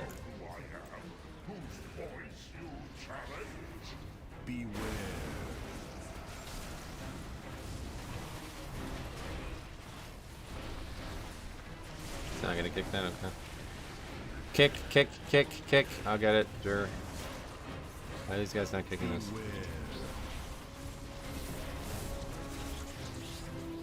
His keys are not 11 and 12. He's 31, 63. Right, so that's a damning statement then to be doing 1.6 million and a 14 and 15, right? That's really low. Not saying much about the spec, which is why it was originally brought up. Mage didn't ice block. I mean, I don't think he kicked either, which is what actually was the problem, wasn't it? Did he not die to the cast? I assumed he died to the cast.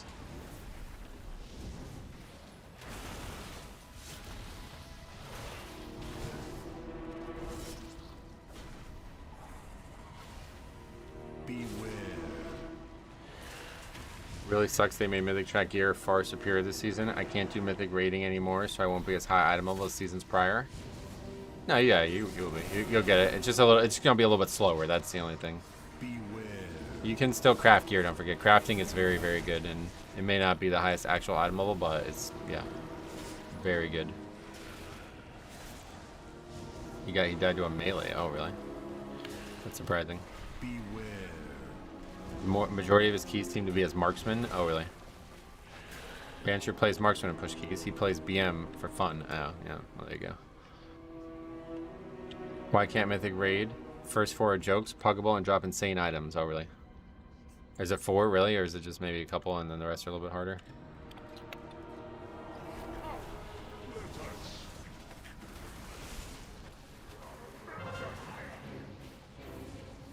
Third and fourth drop the super rares. Gotcha. Do they drop hyper rares? That's a Pokemon thing. Most pugs will be able to do 4 of 8 in 6 weeks. Oh, really? Well, yeah, because there's a buff, right? I heard about that too. Gotta repost, but stupid question. But as a healer, should I be tracking my Death Knight's runic power? No, at this point, you should just be letting the DKs solo, basically. If he is not able to keep himself alive, there's not really much you're going to do. What you should be doing, though, is giving him an external CD as often as you think he needs it. Instead of actually healing him and watching that, you should be watching like what trends might unfold for him at certain pulls and certain difficulties. At that point, you can do a lot with an external that might be able to reduce his damage, but it depends on what healer you're playing. Unfortunately, if everybody's playing Resto Shaman, then that kind of goes out of the window. If you're playing with an AUG and tank is pulling 4 packs at a time, sure. I don't think 1.6 million overall is bad depending on the dungeon. It's definitely, I mean, yeah, have you seen those hierarchies? Those guys are doing like well over 2 million every single one of them. 1.6 would be very bad for those. But apparently he's not even doing the hierarchies, so I don't know why we even brought this up.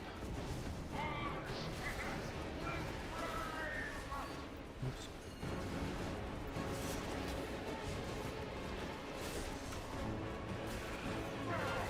He took the res and the poop? Yeah. That guy died. Overall, kind of depends on the tank pulling big, which they're going to do in a 12 or in a 14. Obviously.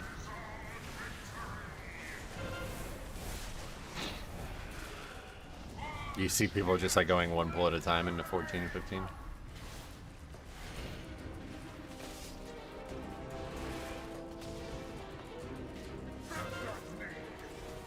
Whoa, what the fuck? Actually one-shot me. Damn.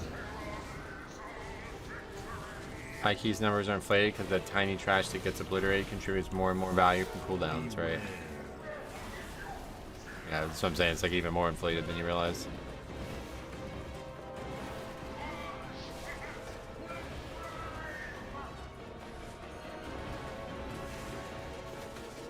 How'd the Demon Hunter die? The first time, I'm not really sure. Second time, he just rezzed right into the garbage. Beware. 1.6 million is bad, but it's because of the lizards. You can do so much damage, like target cap and that BS. Beware. Well, either way, it's just about comparing. Like, it's not about whether or not the number itself is good or bad. It's just comparison to other things that are happening. Guess we're going this way. Fucking fight's gonna probably doom the key here.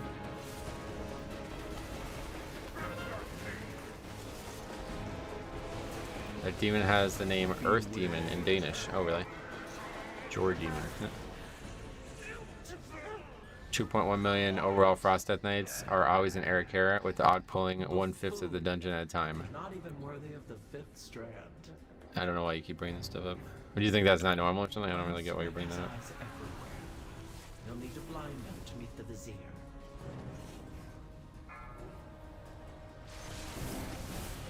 Frost DK is amazing because they do high damage and lower target counts too, right? Yeah. They're really good all around right now.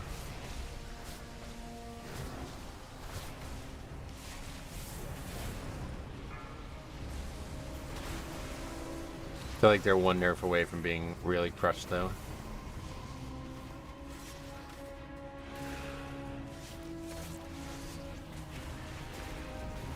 I need to encourage my team to do more combined pulls. I think they go too slow too often. Oh yeah.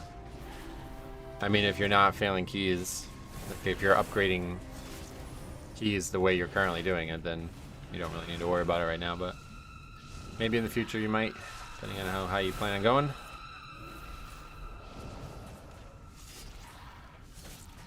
Good thing about having an actual group is that you say you can learn at your own pace thing, you know? It's not as big of a deal as it is in Pugging. So you can wait until the problems actually arise. I was in a key, so couldn't say it, but 1.6 million isn't good when the other DPS are doing 2.4. That's what I'm saying, yeah. Like, I've seen a few of these top runs and everybody's doing like well over 2 million overall. Like, nobody would be anywhere close to 1.6.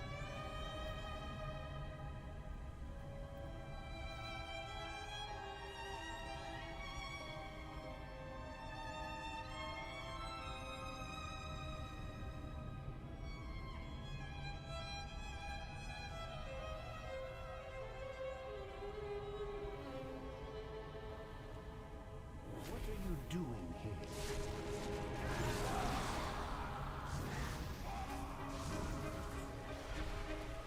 People are in such a fucking rush to give up, man. It's so crazy. We're not even a fourth of the way through the dungeon. Like, bro, okay, you don't think we can improve?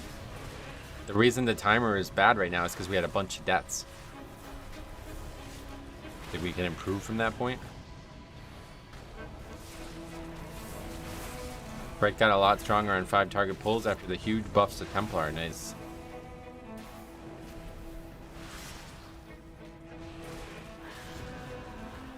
I haven't been having a lot of fun on my rat. I have been having a lot of fun on my rat. Just consistent, strong DPS in all packs. I know that's why they're so good for Pug World too. Yeah, and this is one of the more lenient timers too. Know what's funny? Frosty Kane and Hand Shaman both get buffed Tuesday. Oh wow, really? Why does Frost get buffed? That's surprising. Problem with Arcane is good players will absolutely wreck charts. Can we jump up here? I don't know how to do it. I've seen people do it. Answer is no one knows. Like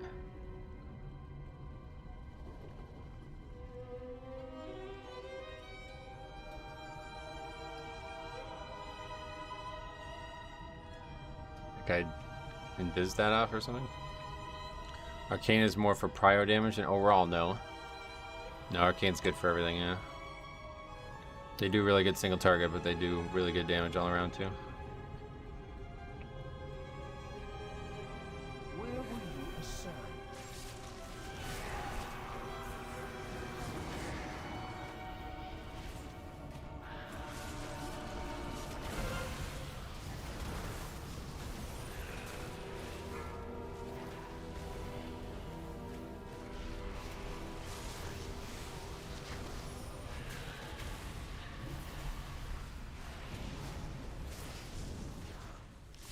Poor Warlock only getting a small nerf. Underwhelming for a big patch. It's just a... Yeah, I wouldn't call it a big patch, but... Warlock's in a pretty good place right now, I think. How are the keys so far? Yeah, not too bad. I mean, same as always. We'll be lucky to get one key finished so we can get currency today. That's pretty much how I look at it. If this distressing trip continues, we will run out of spies.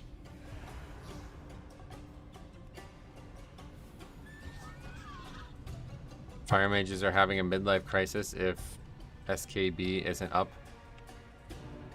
Completely reworking some classes mid-season seems dumb though. Yeah, that's unfortunately how it's been going because of the 0.5 patch is becoming more and more popular.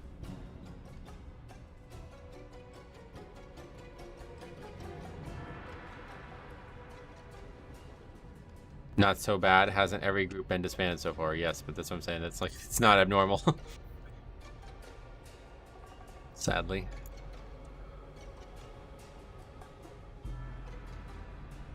Fire Mage doesn't even run SKB. Oh, that's gonna be really distressing for them then.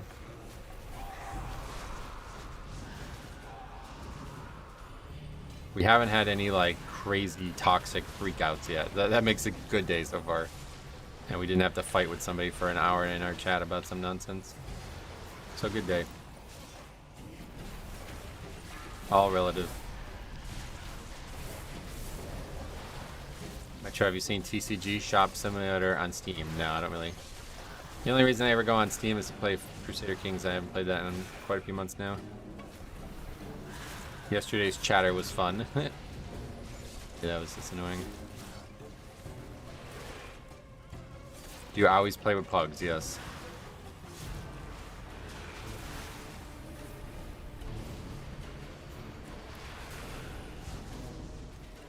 Fire's been so bad all season, and now they're getting something like a 5% flat nerf. Fire's really good right now. Fire's actually really good right now. We've seen a lot of good fire mages, which is crazy. I love Crusader Kings. Oh yeah, yeah. I made a huge mod for Crusader Kings 2. Put a lot of work into it. Really enjoy it. I wish I had more time for these projects. Or I guess I should say I wish I had more ways to like potentially earn income from doing it, because if I could do that, then I would have more time for it. But obviously modding a game is not really something anybody would want to watch stream. This guy is like really in some rush to leave, huh?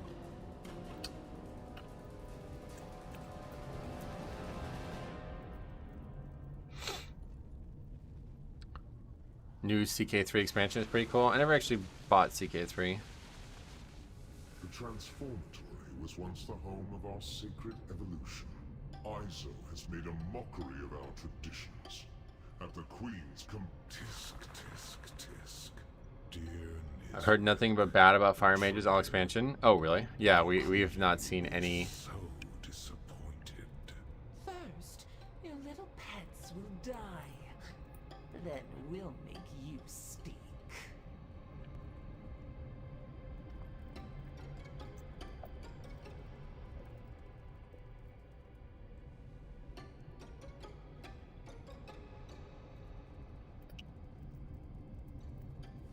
Pugging is selfish. At least he admits it.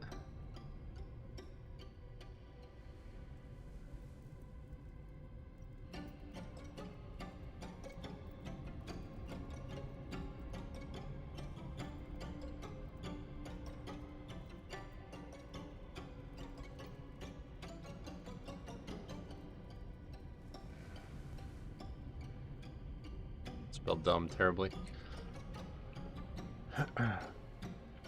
Is this timeable? I don't know. I mean, I think we had a shot at it before everybody gave up.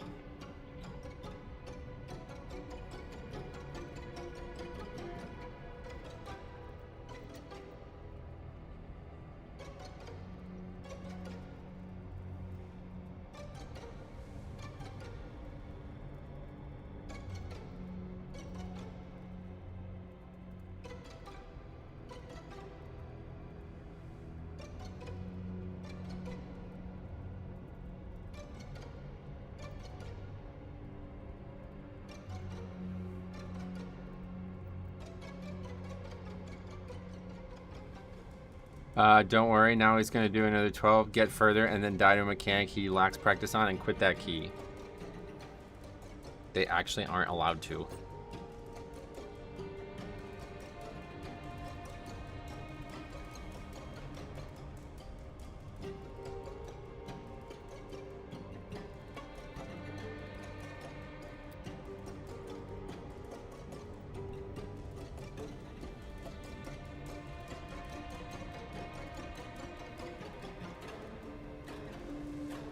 Here's the content. He also would have had 4 minutes for last boss. Yeah, I think that was definitely, like, he was totally wrong on that, but I haven't done this dungeon a lot, so I'm not even sure. You've been finding the warlocks doing well in your 12s? Yeah, they've seemed solid.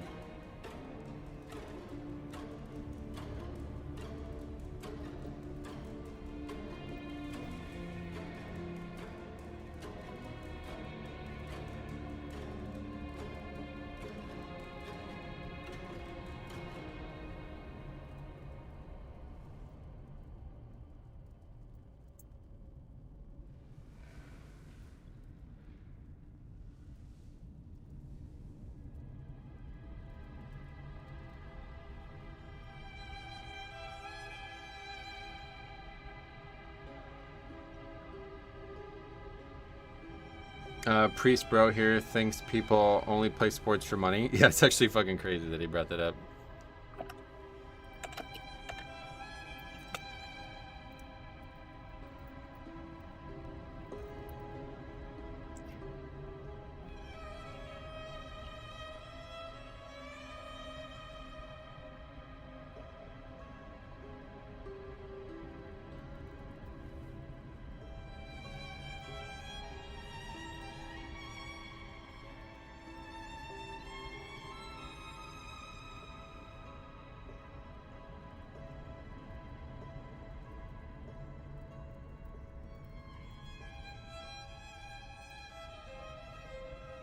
Using IQ to measure intelligence is certainly something.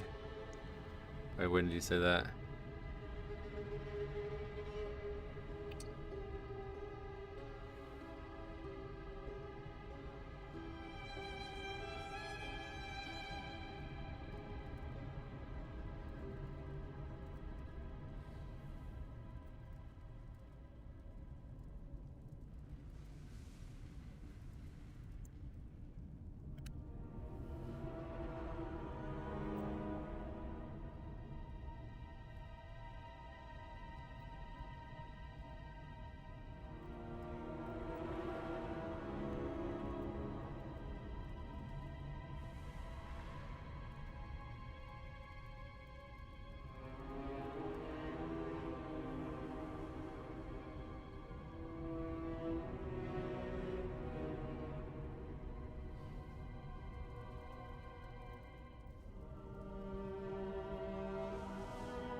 He's the cop mind reader. He can predict the future.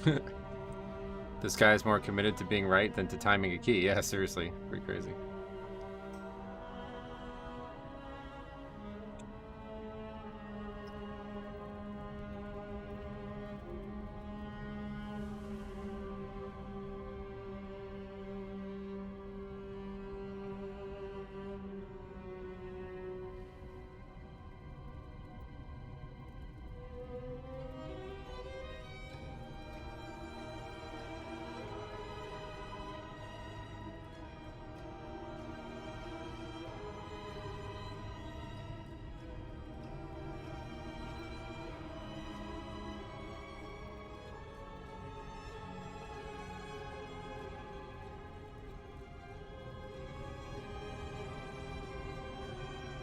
I can't wait to leave the key. Can't wait to leave the key, but it's fine to chat for 20 minutes. Americans are wild. All you need to see right there. Yep.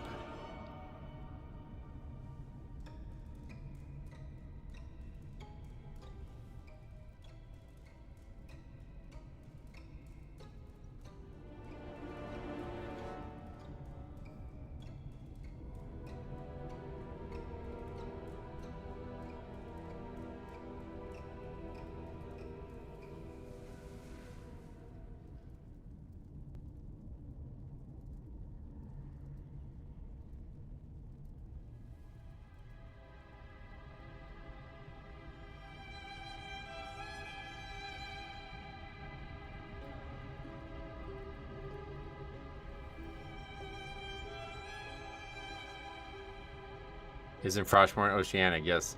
My friend, why don't you just keep pugging and let this poor soul go on with his day? Because we need to make sure that he understands that what he did was not okay.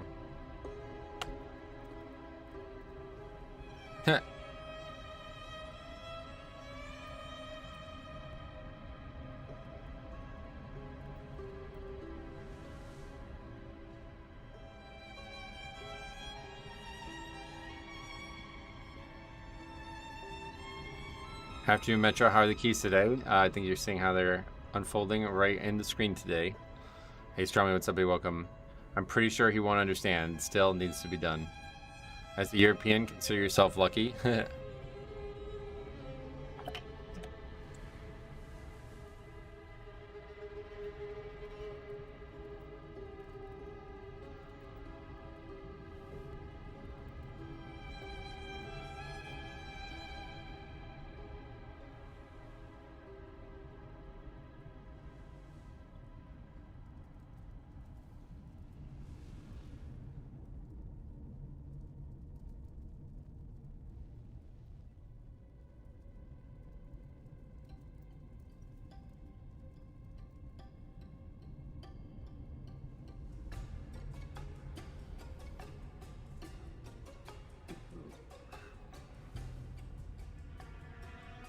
Look, Dad, I saw it on TV. 18 minutes left. We can't do it. That's what it feels like, right? Just let Key Jesus enlighten thee. Uh-oh.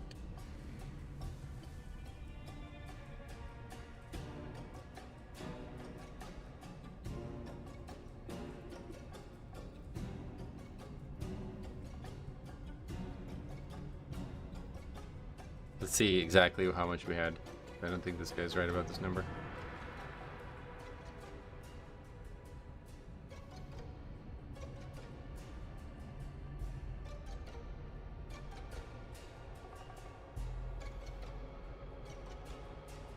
Where were we at the end of the first boss when he was going on about this?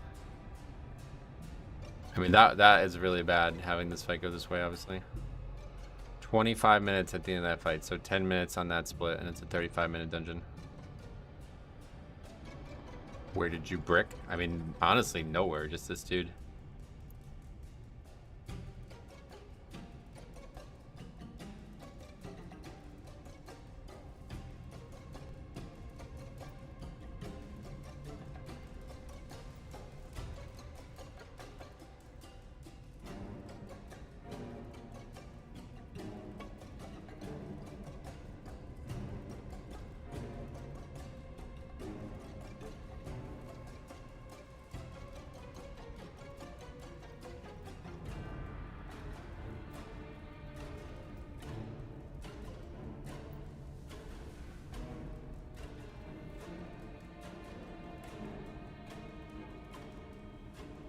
Where did he say you brick? Pretty much like after the first boss, yeah. If this was just a one-off, that's something, but I watch this happen all day long. It's very discouraging to try to push keys without a known group. Yeah, I agree.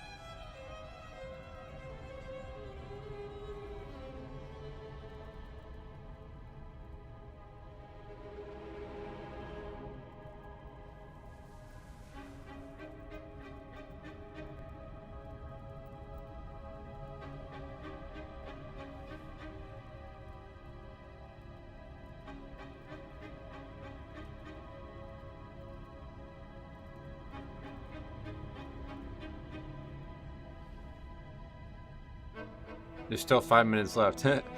It's honestly a little sad because you know his mindset will never improve. No, I mean just the way he's being so combative with these like basic lines of argument.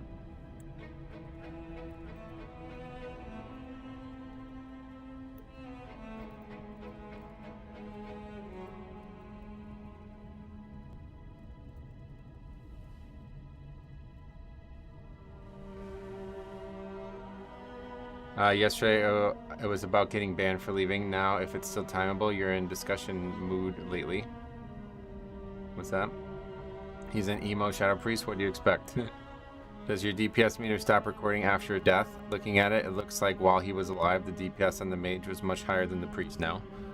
Yeah, I think it does actually do that, yeah. I mean, the mage is not doing very good. He's right about that, but that was never really the point.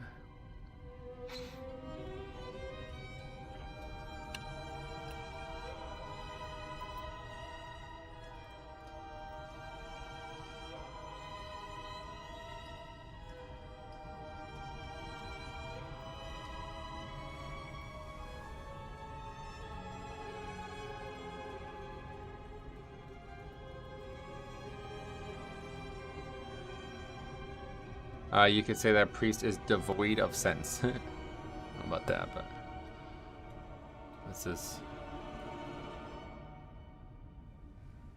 Oh, okay, that's Steven.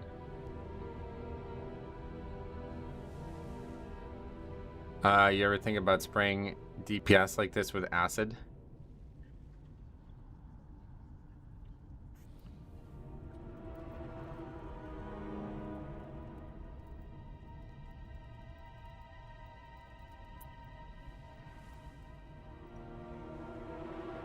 I just got back. What's wrong with the priest? Just your typical elite, like, Lieber attitude that we're trying to cure him of.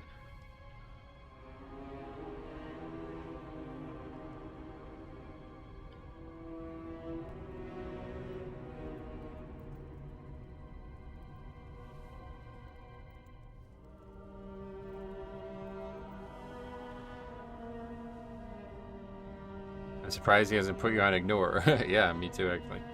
I know pugging is your thing, but have you done any keys content before in a pre-made? Not since like Legion.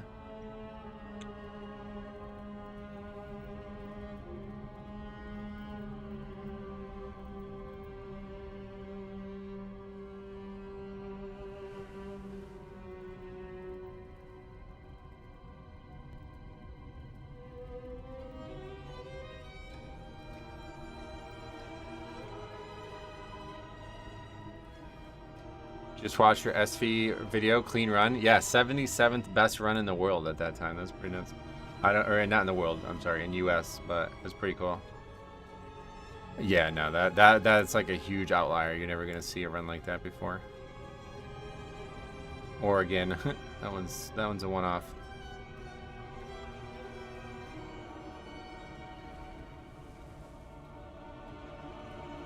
Metro's the key vigilante. Yep.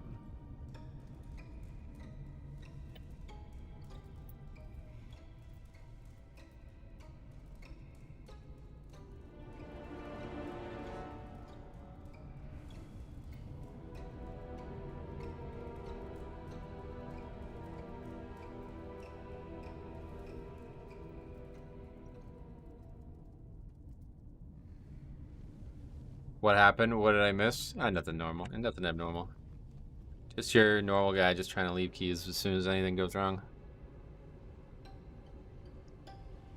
Now he won't put me on ignore, so I'm like trying to get my last word in here. Did the guy from yesterday come in Discord? No. That dude's a coward. He's not doing that.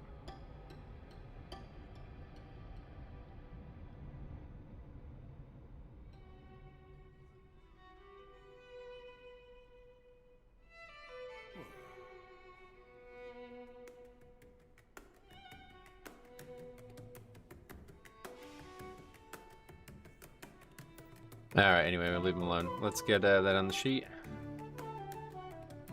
And that'll be that. On to the next one.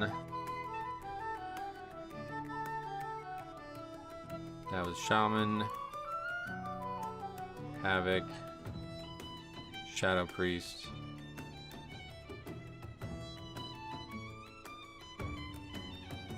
know where there's a shadow there. And Arcane.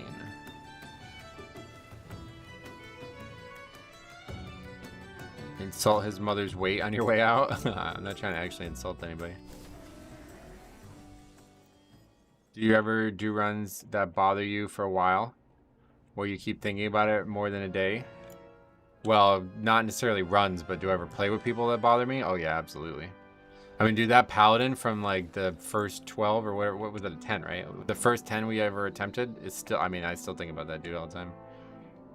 That guy who like actually admitted to not caring about the other people in the group and just using them for their key is like, that, I still think about that constantly because, and I checked him out multiple times too.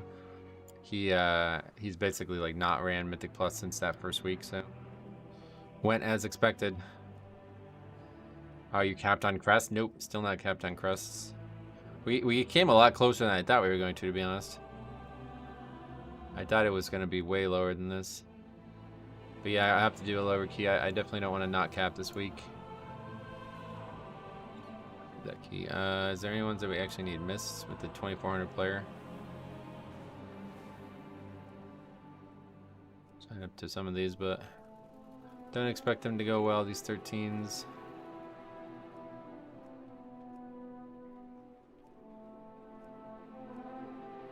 You must brick a lot if you're not capped, or is it because it increased this week? Yeah, no, it's like mostly disbands, yeah. Obviously, almost no upgrades. I think we only have like 2 upgrades in 12s this week. If I could have a superpower, it would be to slap people through monitors. Moduki says, do you have a Blood Death Knight guide? No, I don't really make guides. Do you think that Resto Shaman being this much better in high keys than everything else is a design failure? No, I don't believe that it is that much better, to be honest. I think it's mostly a community perception thing.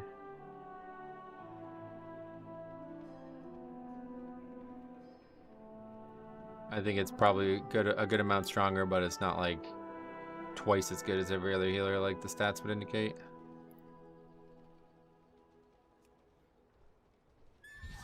There's no real guide out there that does it justice. It's only a Wowhead coppers. You should really do one. Yeah, I used to do them, and then all those people who would like cause all these problems in the first place would just like brigade my content, so I'm not dealing with it anymore.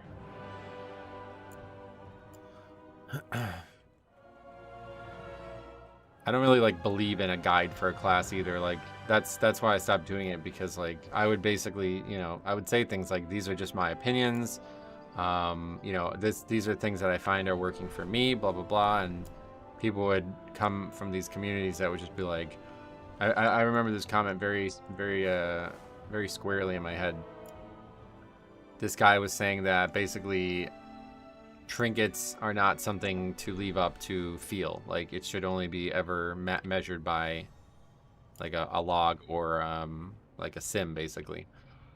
And you know, the way I feel about that is that you can't measure a Mythic Plus pug in a sim no matter what. Like you can't make a model that's going to indicate whether or not somebody died on a pack, you know what I mean? Like that's not how the game works. So that was always my thought about it. Like I'm a very feel player, but like people would insult me for saying that, like that it's not a matter of feel, it's a matter of numbers only. And I would be a lot more likely to believe that if there was actually good models out there for Mythic Plus pugging, but obviously there are. I don't even think there's any that even attempt it. Like I don't think there's a single model out there that even tries to model an actual dungeon. Like, is there even one that even tries? I don't even think so. So to say that like math is all that you ever need to make a decision is just, I mean, yeah, maybe in a raid, but definitely not in a pug Mythic Plus. That's very true of tanks, right? Well, that's what I'm saying. Like as a tank, like you can't just be making a decision based on a theoretical perfection standpoint. Like that's never gonna happen in a pug. I saw Blood DK with Wowhead's build trying Necrotic 10. He got one shot in the first pack. I don't know if that's the build's fault, but I took the advice you gave about the 25% physical damage buff talent, moved it to Umbilicus, and it's been doing a fair bit. Yeah, that talent's totally, like, there's no question about that in my mind. That one, like, I don't know how anybody could believe that's a good talent for Mythic Plus right now. I'm either missing something crazy or it's just total DPS hand-wringing. Like, there's no way that talent is doing any significant improvement to your success rate. We're doing Eric Gara right now. I played both builds, and wow, her build is actually so squishy, it's insane. Yeah, to not have Fall Bulwark and Umbilicus is like, you're giving up enormous amounts of defense. So unless you're like actually just either doing low keys or playing your spec like perfectly, like to the global, yeah, I don't know why you would even think that that was a good option. Solo queue system for keys, how do we get back on that? For me, it's pretty simple. The tankiest build and the build with the most survivability is the best. There's no reason to buff your attack if you die and wipe. Right, like I think you can easily make a case for defense succeeding more than offense in every situation. Like, unless you're not, like, unless you're in a group with everybody playing absolutely perfectly and you know exactly where the danger is going to come from, you'll never be perfect enough to be maximizing your offense above your defense. Sup drama queens, what does that mean? Raiding as a tank, you mostly there for utility and buffs for specific jobs. Trinkets for tank and raid aren't as important as Mythic Plus. We're talking about offense versus defense. Like in a offensive, like in a raid, you don't have any reason to be worried about defense. I swapped Bloodshot for Fall Bulwark and Crusader for Stone Skin Gargoyle, but I don't run Umbilicus. Oh yeah, I like Stone Skin Gargoyle too. I'm using that currently. I know that that one's like numerically inferior over the course of a dungeon, but just having that extra health and armor and stuff on the pull is like it's so nice. Whereas it's not always you're not guaranteed to proc Fallen Crusader on the pull. Lorenzo, how the keys going? About the same as normal, yeah. What else? I do like Heartbreaker though for more death strikes. Nice. Umbilicus was the big thing with the Legion legendaries, if I remember correctly. Yeah, that chest piece. Yep. Silver Usurper. What's up, buddy? Welcome. As a tank main, I prefer to run more defensive trinkets than a DPS one. Yeah, it just seems more likely to give you some success, right? Like if you're in a key where everything's perfect and you have 0 deaths and you're not timing keys, then yeah, I could see that. But your mage didn't play Frostfire yet, it seems. I don't know what that means. I mean, if you're super good that you don't need to use these defensive, sure, take the extra damage, but for me it's worth it more to just stay alive and be able to pull bigger, saves a lot more time. Yeah, and I think that's why Umbilicus shines so well, and why, see, I don't even remember the name of the spell. Why Bloodshot is so bad, because the more aggressively you pull, the less value it's going to get. Like, Bloodshot is really only good on a single target. On an AoE, it's like almost no value, and especially in dangerous AoE where you're constantly worried about Bone Shield maintenance and blood shields. You know what I mean? Like, it's getting clipped instantly. 4, 3, 2, 1. Is it too late to get into War Within? No, it just started. And now you Why spend so much time going back and forth with every single person that opposes you? Seems like a waste of your time. I enjoy it to some degree, but because I'm committed to helping this community improve. That one was a bit of an outlier. Normally people block me, so it was honestly like, I expected the block, so when it didn't come, I was like, well, I guess the conversation's just not over. Usually don't go on for that long.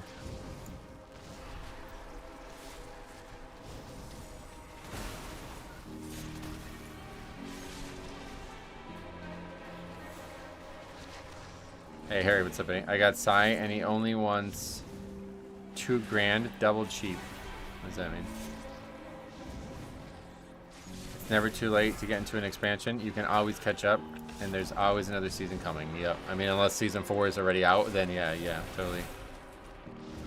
For the podcast, he wants you to pay him. Is that what you're saying?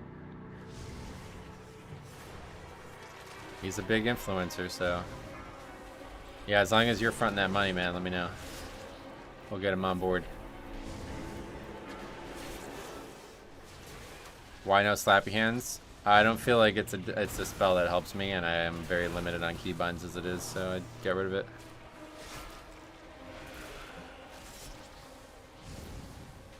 I told him you would cover it? Ooh, yeah, sorry, bro. I just spent 600 bucks on Pokemon cards. There's no paying anybody to make content, that's for sure. Not this Monday, but next. Alright, I should be alright next Monday. I think, I have a dentist appointment, but it doesn't matter. I'm sure it's not going to be... Well, I don't know. Yeah, I'll get back to you on that, but it should be alright. I just don't know what time Tyler actually wants to go to bed, so it might be... I might have to be 100% sure. This Monday probably... I mean, I don't know. I still haven't edited the previous video, so... I think you're fighting toxic behavior, being toxic yourself. No, I'm not being toxic at all. I went way out of my way to not like insult anybody there. That's not being toxic. Whispering somebody and having a conversation with them is not toxic.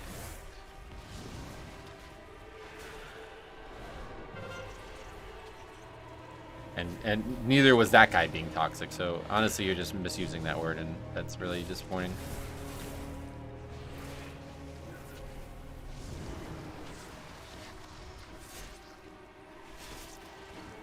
What happened? Nothing. Just your basic, like, guy wants to leave a key the second it doesn't look like it's going to be a perfect run. As someone who has watched Metro for a few years, he's been extremely chill this season for what he's put up with. Thank you for saying that. It's gotten worse every year, so yeah, honestly, I think if you put yourself in my shoes, you would be shocked at how little tolerance you would have for some of the stuff we've seen.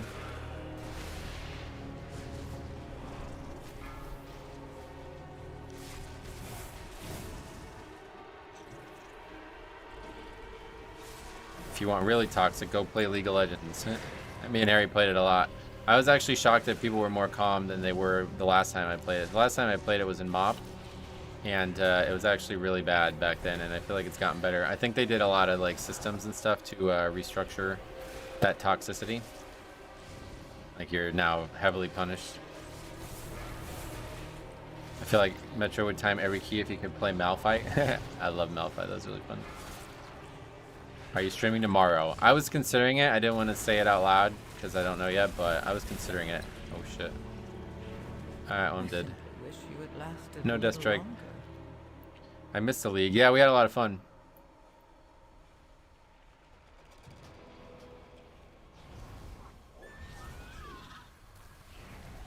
A rare me die and nobody else. It's out of combat death is a blood death night.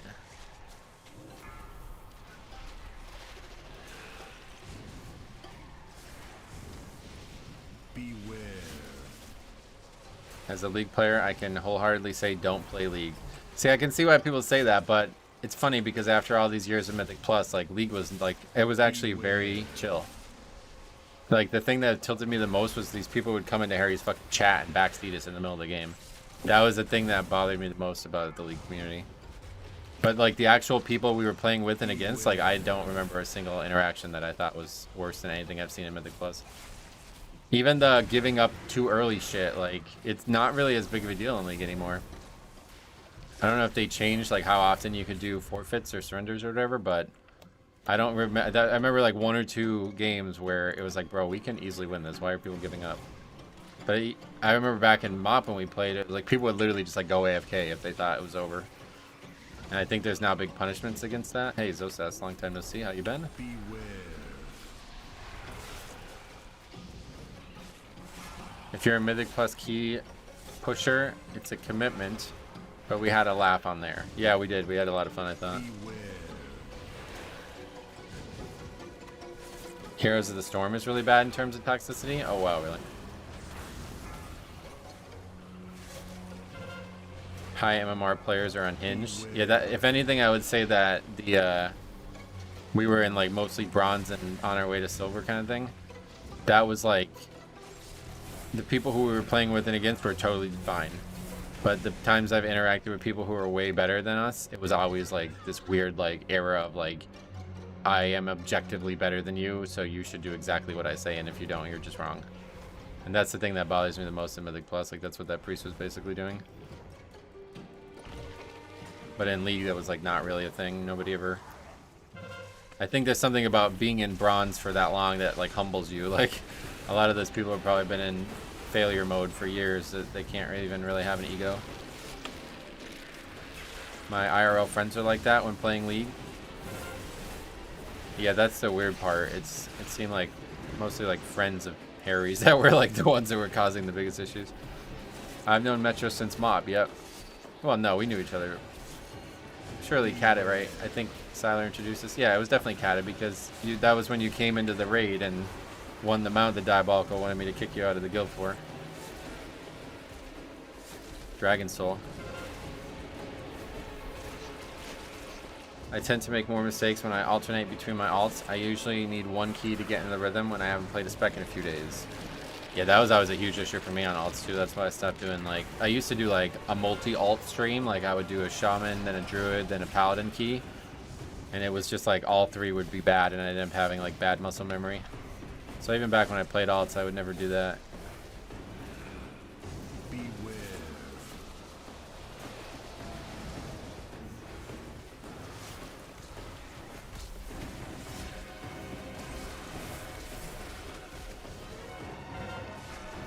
Next week I'm leveling a priest on US. Nice. Yeah, I'm excited to have you, man. I think what makes it so bad in WoW is that it feels fairly rare to see an accomplished player act the way the priest did. Yeah, it's always somebody like, and then he's like, well, I'm higher score than you, so I know more than you, you know? It's like, bro, we're doing the same key level. Like, what are you talking about? You're in the same key as I am. We're obviously the same progression. Like, but you're slightly ahead. Okay, great. That makes you so much better.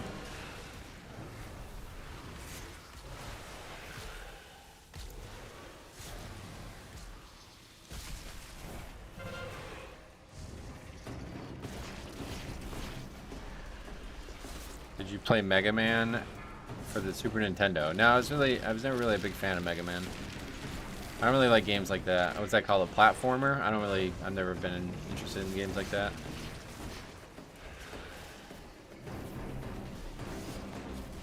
Right now I feel like Blood DK is playing easy mode, except on the first pull of Necrotic Wake and Stone Vault, you're sweating your ass off. Yeah. Any pull where there's going to be, any dungeon where there's going to be two really hard pulls back to back, that's when Blood DK is at its hardest, because you have to prioritize not only CDs on that pack, but being alive on the next pack too. I stopped doing Mythic Plus because healer life is so hard. Everyone blames the healer nowadays. The amount of flame I got is just not fun. Oh, really? I actually have seen the complete opposite. I don't think I've ever seen a healer blamed when they weren't clearly like we saw that healer who was like 580 item level doing a 12 or whatever that was that one time. But other than that, like, I never see a healer blamed for anything anymore. It's always tanks. The wrong way.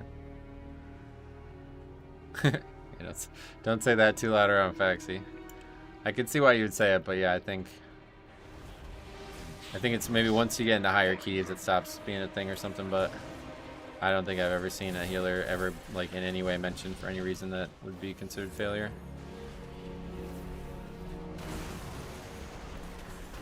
Outside of like, yeah, like just clearly like this healer is not doing what he needs to be doing kind of thing. Meanwhile, I get blamed all the time for like random things that would barely affect the key. I see DPS. DPS actually probably get blamed more than anything. Like DPS on DPS crime is really high right now. Yeah, the consumables are gonna fall off in the middle of the dungeon. I should have refreshed them. Yeah, like wait till you see the video that's coming on Monday, guys. Wait till you see this fucking video that's coming on Monday, dude. It's gonna really, yeah, it's gonna be a crazy one. Stay tuned. If you want to see tanks getting blamed for shit, wait till you see what happens on Monday's stream, or Monday's video. Are you marking those with Moon? No, it's an auto marker, yeah. Playing and reading chat at the same time is impressive. I appreciate you saying that. A lot of practice. I'm getting worse at it because there's more and more chat now. It's hard to keep up. Oh shit. I got an extra pack there. That's not ideal. Any sneak peek of the video? It's gonna be this dungeon, yeah. Oh no. It's City of Threads. City of Threads. But it doesn't really have anything to do with the dungeon at all. I played Stone Vault. Got blamed for people dying to Edna because I didn't pick AMZ. Yeah, exactly. See shit like that more than anything. I can say one of the few streamers I watch, Metro, you interact with most of the chat. The most with the chat. And try to get everyone. Very impressive. Yeah, I try my best to get everyone, but fortunately, as the chat has been so active, Yeah, it's a hard pull. That's definitely not what we want to do there. Because this big guy makes everything take way less damage, so. Classic tank question mark? Yeah, that's seen that many times over the years. Nice job on that pull, thanks. Barely lived through it.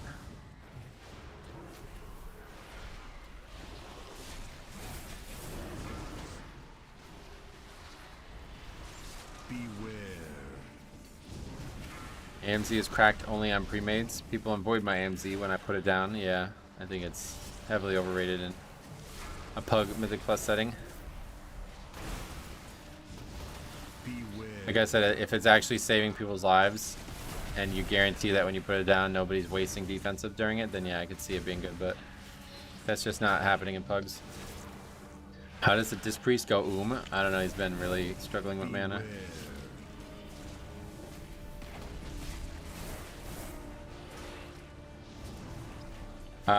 What else? Prayer of Healing spam? Is that a lot of mana? Why does it say Heroic Leap? I have no idea. Some stupid thing on Plater. I'm not sure why it even says that. I tried to figure out how to change it and I can't figure it out. But at the end of the day, the name of it doesn't really matter. As long as it's obvious. My favorite is I got flamed for not doing the route the DPS warrior does in a Dawnbreaker. Yeah, that's you hear that all the time. That happened just the other day. I think it was maybe Tuesday. Somebody was like, the route is wrong and you're tanking the boss wrong. It's like, I literally already upgraded this key on 12, bro.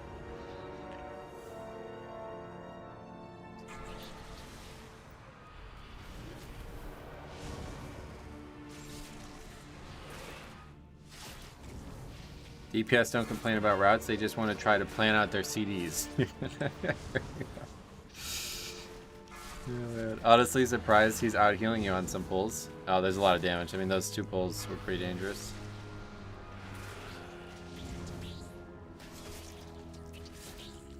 All DPS just want good pulls when CDs are up. Yeah, unfortunately, that's not how the game works. You're gonna have to use them on cooldown unless you want to just sit on them for a long time.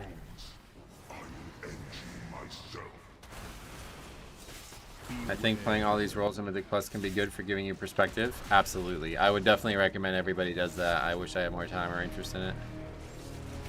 It can be very beneficial to play a healer too if you want to see how tanks go out.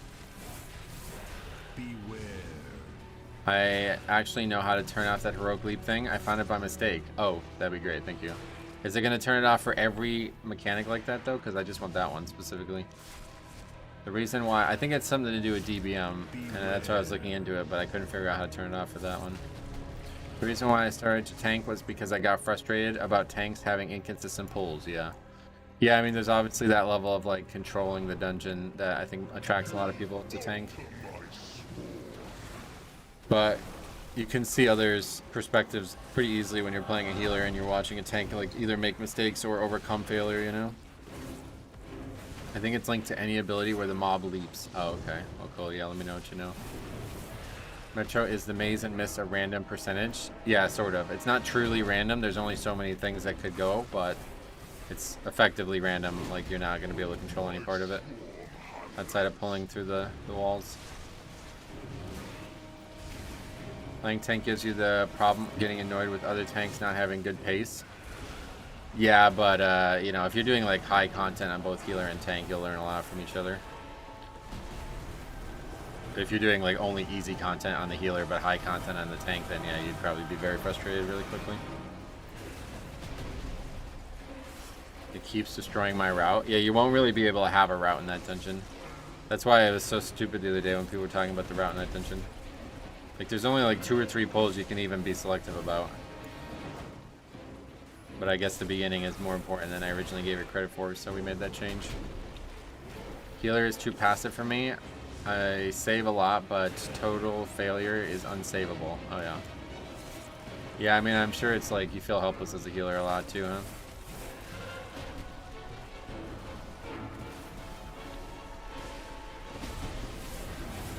Tanking is more fun. You have almighty power.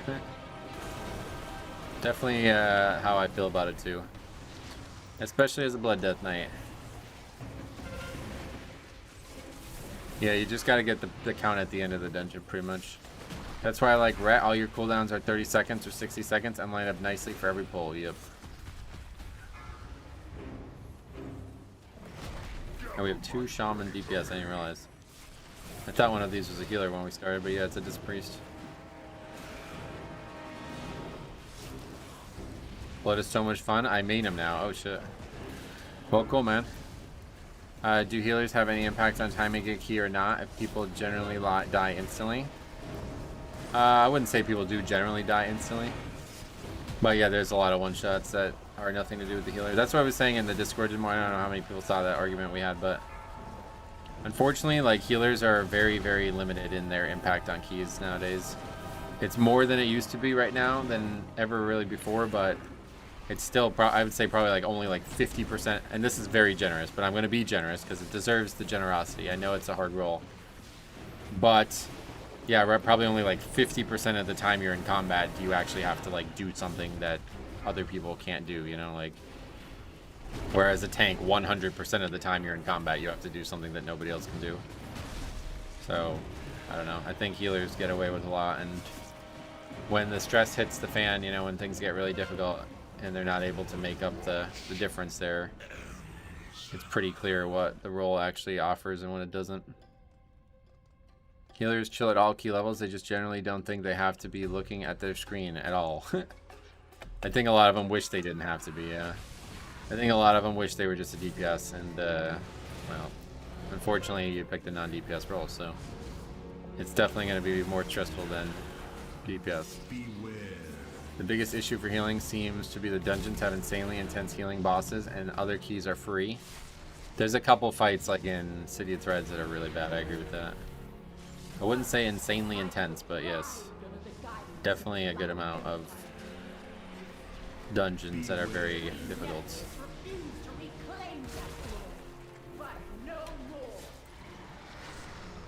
Ret was flavor of the month in Dragonflight, not anymore. Playing Ret skillfully is just not doing damage. What does that mean? It's /plater and in the scripting tab on the left. Can you remind me after the key? Because I'll probably forget, but I'll definitely be eager to check it out. Healers don't chill at low keys because the people are usually bad and stand in everything. Yeah, it's usually harder to heal a low key, honestly, you know. Timer's looking good. Yeah, this one's super easy. Should be our like 3rd or 4th time upgrading this one now.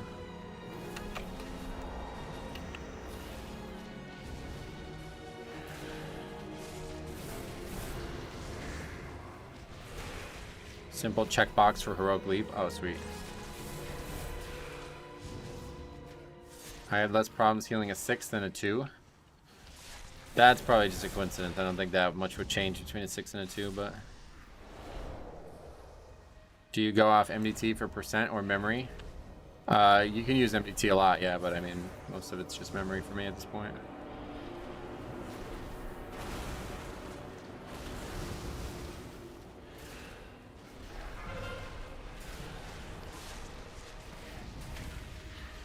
MDT is good for planning when you don't have a plan, but once you have a plan, then you just iterate from that plan is usually how I end up doing it.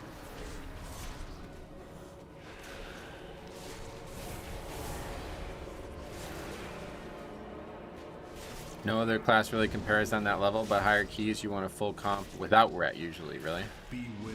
I like Ret. I would take a Ret in every dungeon we did.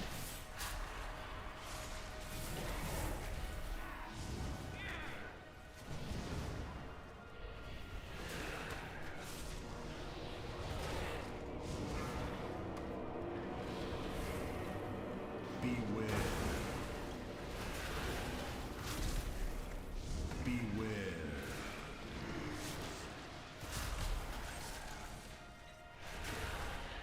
I accidentally wiped my friends in this on 8. Because I brain farted and used A-bomb limb and the black bloods were up. Oh, yeah, that's not good. People don't really care about the route. They want to see if the tank is sane or not. And that's a big problem because everybody's got different opinions on what the tank should be doing. Playing Red skillfully is more than doing damage. It's using your class tools quickly. Oh, that's true too. I agree with that for sure. Red is mostly consistent damage in my eyes. Yeah, that's the good thing about red. It's very easy to play, and it's got a really high uptime. So in a pug setting, it's going to be like the easiest thing to play. Access to damage is like the #1 value of a DPS in a pug world, because of what we've been talking about with like routes and stuff. Like, things are going to go wrong, so you better be able to do good damage as often as possible. Otherwise, it's going to get way more complicated. Ret's the best class to invite in a low key. Every ret equals 1 million DPS. Yeah, it's very easy to output good numbers as well. Like, you don't even have to press that many buttons. You're honestly kind of like a melee BM hunter, like in terms of that, like very little to do. Brand new players can come in and do 1 million. Can't tell me otherwise. Red is BM hunter. Yeah, did you say that before I said that? Because totally agree. You probably did say that before I said that. That's cool. Yeah, I totally agree with that one way or the other. It's become the melee BM. Red is the second class I play. I was out DPSing a 612 Warlock while being 590. Yep. Yeah, you're going to see that a lot, I'm sure. The healer is chilling, 150k HPS. Yeah, there's nothing to heal on that pack. That's what I'm saying, like, that guy's AFK that pack, right? Like, how could you say that the role is stressful? Like, probably 50% of the time you're in combat or way lower. You don't even really need to be there. You could heal somebody, but it's just totally incidental. Like, nobody's going to die in that pack from a lack of healing. The healer could be dead, and we kill that pack without them without any concern. And so this is something that I think a lot of healers don't recognize when they're having these conversations. Like, you're really only there for a few moments. And that should be something that you celebrate. Like, you should like that about the role. I loved that about Holy Pally. Making that big play as a Holy Pally was why I fell in love with it. I'll never forget, in OS +3 back in Wrath, I tried to make like a game-saving play. I ended up failing to do it. I ended up getting hit by a lava wall. But I did feel like that was like the best part of that spec, was just giving somebody a clutch lay on hands. You know, something huge that could save the dungeon or key or raid or whatever at the time. You should cherish those moments. Like, those are why healers are fun. If you don't like that playstyle, then definitely don't play healer. People dying. What is happening right now?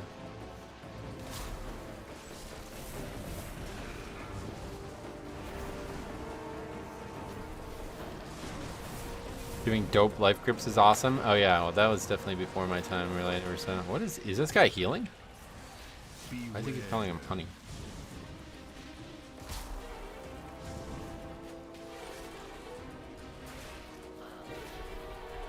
Setting up and timing Decurse Vesper Totem on that boss in Halt was always super satisfying. Oh yeah. I don't know, I don't remember that much, but...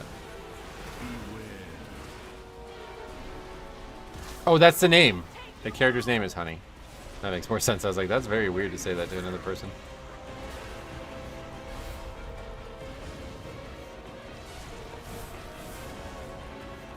Death gripping mobs does feel awesome, I agree with that.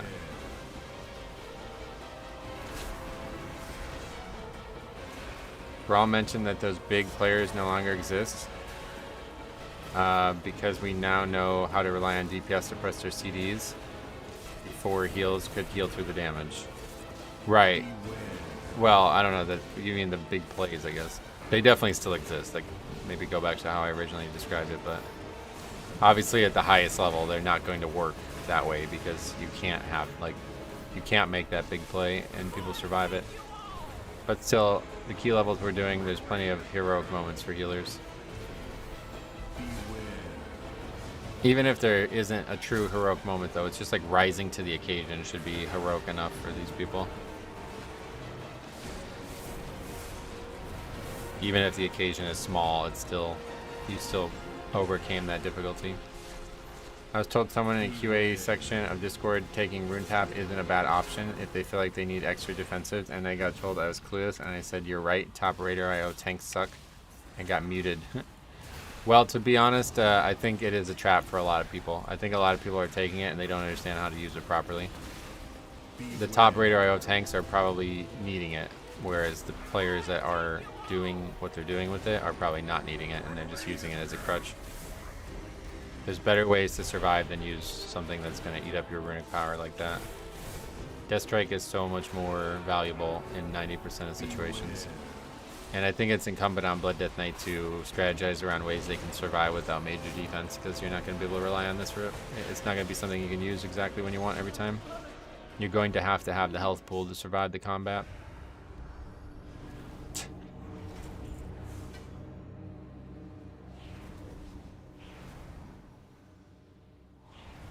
Oh, we upgraded at least. Finally done currency cap. Rune tap is good when you pick consumption. Yeah, it sounds like maybe that's a big part of the conversation. I don't really know. I've never tried consumption alongside rune tap, but the problem is Grawl is doing keys that require defensives to be pressed, or someone is going to die. People doing 9s take what he says and apply it to his key and say they shouldn't need to heal. Yeah, that's kind of what we were talking about. Is it weird to do a 12 and then get a hero track item? No, this is how it's always worked, sadly.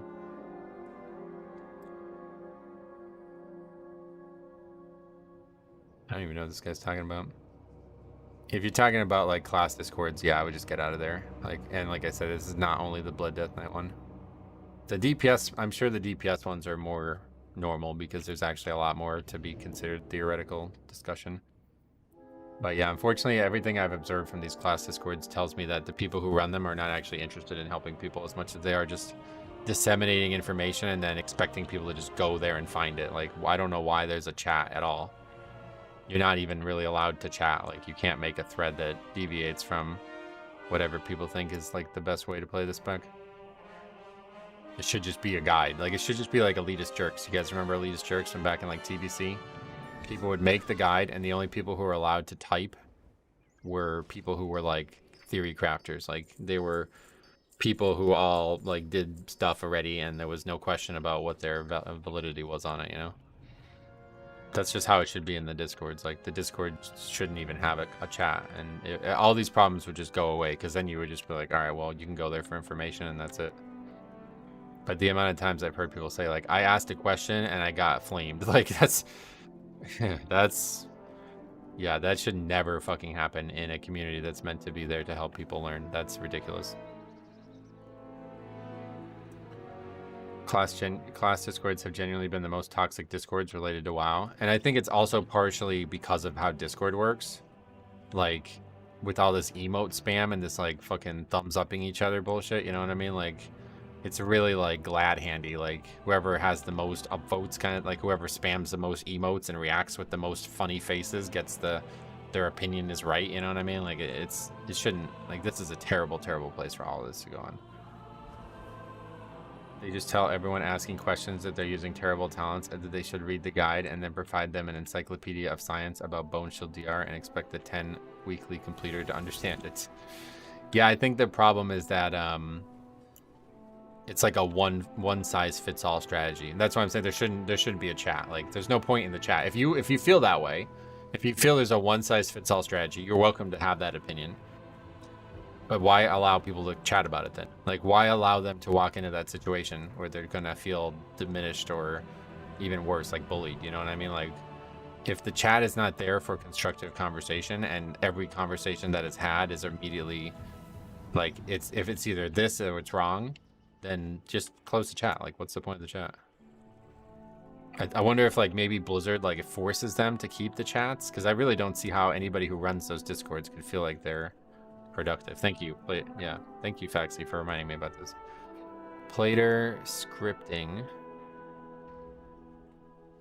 Left side. Oh, and then what the name of it?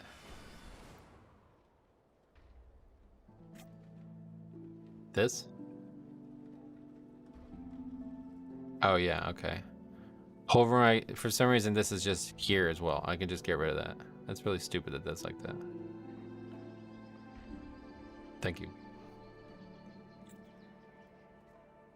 Posted my damage breakdown from details and just asked, does this look somewhat right? Got refused any opinions or help because I provided a full log of my run. Unless I provided a full log of my run. Oh yeah. Well, I don't know anything about what happened in there, but all I could say is that I wouldn't even bother trying to chat in those discords. Just if you want to go in there and learn, then do it. Look at the pinned comments and try to learn what you can from it. But otherwise, don't even bother asking for clarification. It seems like it's never going to happen. A lot of the best theory crafters for classes have usually separated themselves from the class discords. Right, and I know that to be true from what I can tell from a lot of the class discords. Like, certainly, maybe, like, I think there's this weird thing about theory crafters where, when the conversations I've had with people involved in this in the past, they seem to think that, like, there's such a thing as theory crafting. You know what I mean? Like, it's like, it's a skill, like, to be able to make mathematical models out of content that doesn't have mathematical value, you know? It's like, this is not a skill. This is you just confusing people into thinking it matters. I could see why they think that, though, because from, like, a DPS or even, like, a raid perspective, it's more modelable. But if we're talking about Mythic plus Pugging, it's like, bro, you cannot model this this is not possible. Like, you're never going to make an accurate mathematical model for this.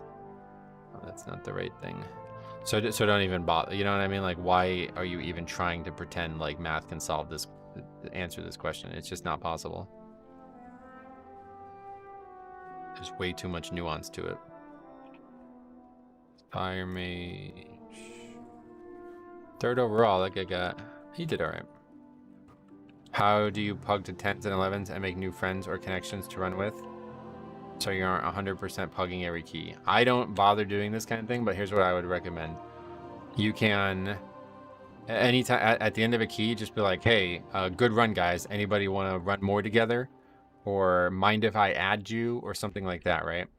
And you don't necessarily need to communicate with these people at all after that. Once they're on your friends list and you join a key, they will see that. It will pop up on their screen and they may just join you.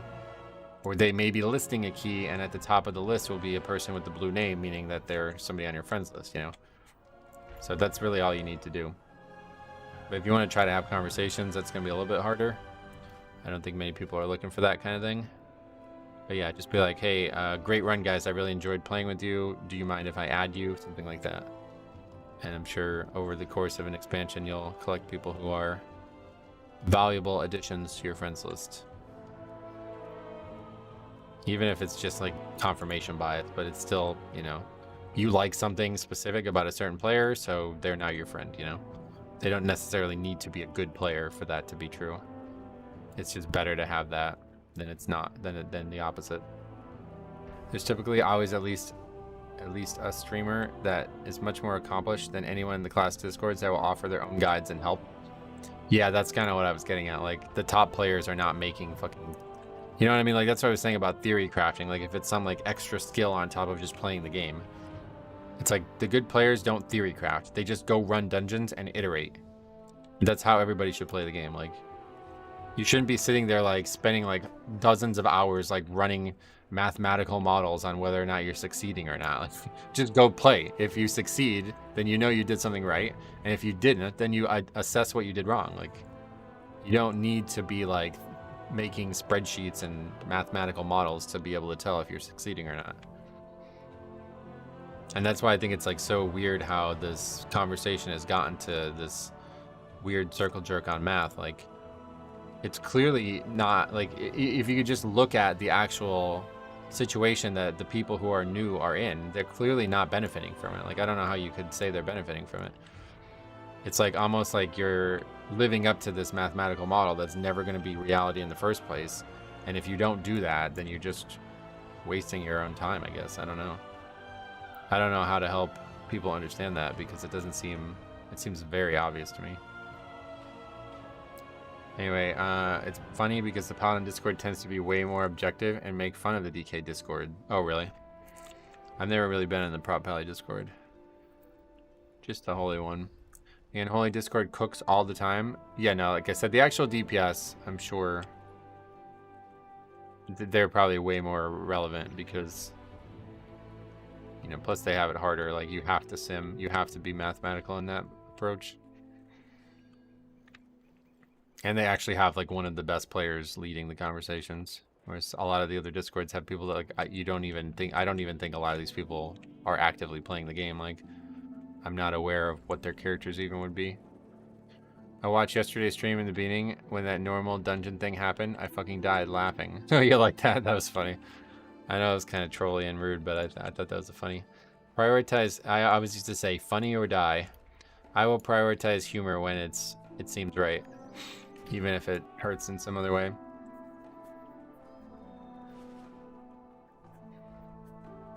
I was talking about the Festering Scythe build, but I am personally a VC enjoyer.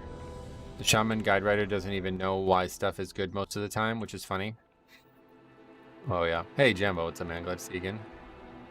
How you been? I checked the Raider IO of some of the guys that's a high roll in the Blood DK channel emoting at my questions and saying all I do is complain when I told him to sim. And he's only done 9s, but he's telling me all my opinions are wrong. And I think that's another problem that happens with those Discords is they get this like army of sycophants. And that's why I was talking about them like looking at like theory crafting as like a skill that's valuable in this game. Like those people, again, no, not specific to just the Blood Death Knight Discord or anything, but people who are in that boat of consciousness are saying like, we don't need opinions, we only need math. And if you don't actually understand why that's wrong, you just believe it. You know what I mean? So if somebody who actually understands why it's right and wrong says that, and then other people start drinking it and believing it, then it's like really hard to argue with. It's actually really weird how it plays out. Like, you can't win an argument against that because they think they're arguing facts against opinions. But in reality, it's like you're applying math to something that's not relevant. Like, this is not how the game plays out. You can't mathematically model something that is totally off the rails at times. It's like your opinion that facts matter in this case, right? And you can't say that to anybody and be taken serious, but that's just the truth of it. Like, there's a lot of factors here that can't be math. Right, that they did the math. Yeah, that's what I'm saying. And so, like, it gets this army of sycophants where they're like, well, bro, they did the math and you didn't. Like, feely craft, like, bullshit. You know what I mean? It's like, it's not a situation where doing the math helps the conversation. Like, you're confusing yourself. You've tricked yourself into thinking this matters, when in reality, it almost doesn't matter at all. Like, in a Mythic Plus Pug setting, it almost doesn't matter at all. Like, you cannot reliably model anything from a mathematical system. You don't even have the same fucking affixes, you know what I mean? Like, now at least the affixes are a little bit different, but trying to say like what the best build is for an entire Mythic Plus dungeon doesn't even just depend. It depends on the dungeon, it depends on the affixes, it depends on the comp, it depends on the level. Like, there's literally like 10 or 11 different reasons that it might differ, and it's just not binary at all. Icy Vein guides are actually kind of terrible compared to Wowhead. I feel bad for that website. I don't really have anything negative to say about that website, but yeah, they should probably just shut down at this point. There's some interesting articles posted there, but it's mostly just barely able to compete. To touch on the math for DPS, it reminds me of Treacherous Transmitter Trinket. It sims so high, but it's a pain to use, so most players, not robots, will be better value out of easier trinkets. Yes, sim traps are definitely a real thing too for DPS as well. This isn't really what we were talking about, but yeah, I totally agree with that. This was like this in the corruption system pretty heavily. Yeah, I've heard really good things about that trinket, yeah.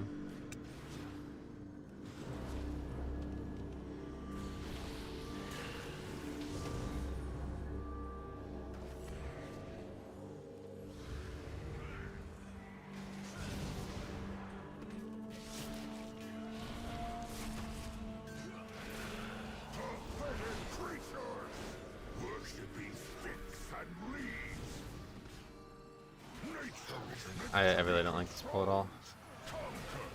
Beware.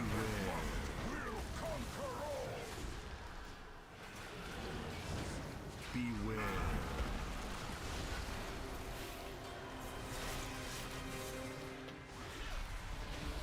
Beware.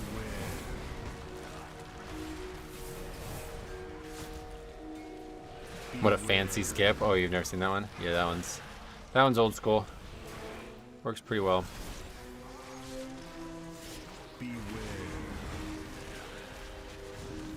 It's like that trinket from Sepulchre that gave 9,000 verse on 5-minute CD.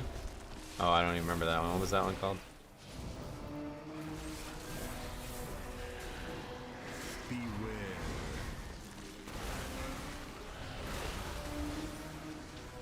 Yeah, obviously, like, that's why I said, like, the mathematical models require you to play to the mathematical model's perfection, which nobody's gonna do, and certainly nobody who's like, hey, I need help, can you help me, right?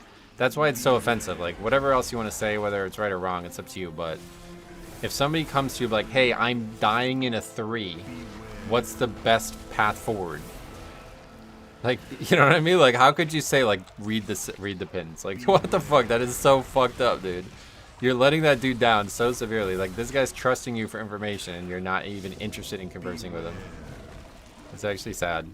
People just treat, like the person, like, is just... He just needs to read a book, and all of his problems get solved. Go to school. Why don't I know anything about this? Just go to school. Like, what? That's crazy.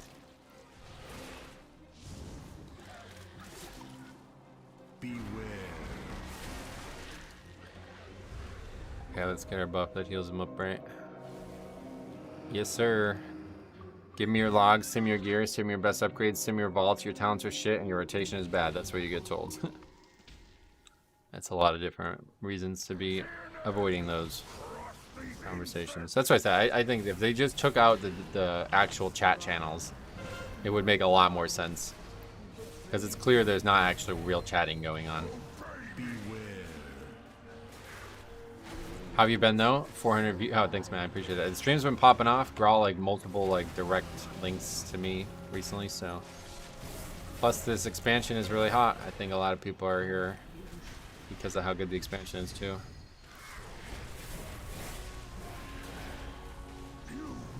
Meanwhile, on Holy Chat, we're sharing new talents and cooking together and reporting back with our opinions. So it's good to hear that. Glad to hear that it's at least happening. Grawl has plugged you randomly in a stream. I've heard him talk about you a lot. Yeah, he even did it on their podcast recently. Although that time was just referencing it, but... what is he doing? Why is there so much shit on the floor here? We're all spread out in this fight, that's why.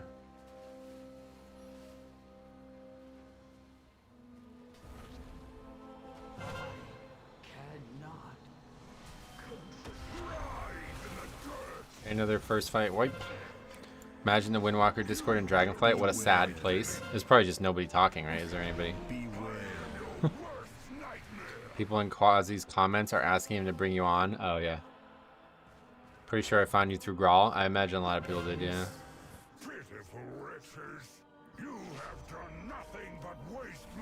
Need to kick, yeah, that's our biggest issue. Choosing trinkets blindly based on a sim can often yield bad results, especially as a tank. Yes, definitely. No shot that I would ever imagine that would work out. Everybody's mad that they have to play the worst talents. Sad DPS monks.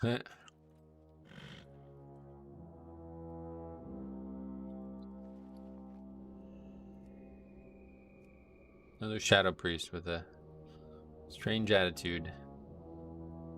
I tried asking in the Druid one. I was having trouble healing 20s, and the only response I got was, you must be using the wrong spells. Druid is easy. Well, that's probably just somebody fucking around.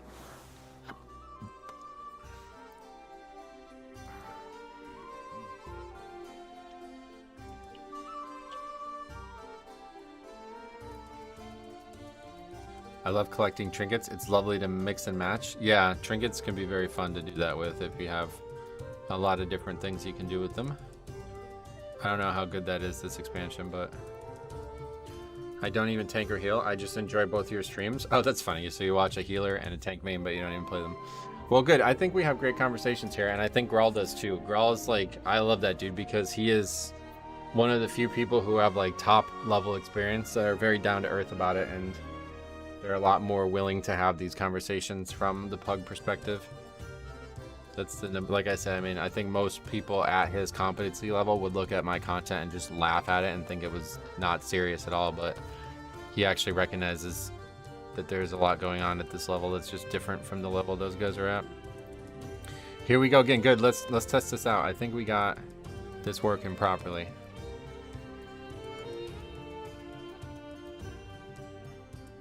Five gifted members yet again, though. 3 days in a row. You're insane.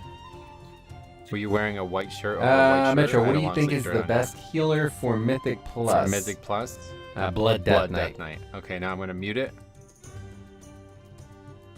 It's gonna play again, right? The real option, what the fuck? Somebody made an account, that's funny. Somebody just changed their account name, probably. Yes, it's working, right? You guys can't hear that? I think this is working now. Confirm to me that you can't hear that, right?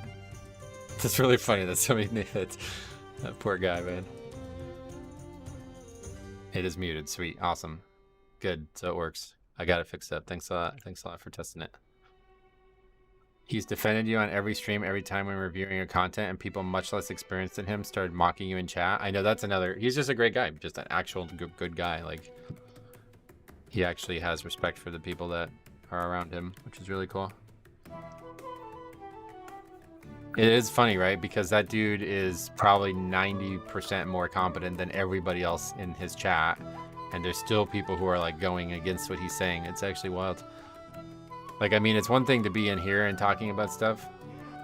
I get it. I'm not the best player, but in a dude like that's chat, it's like, what the hell?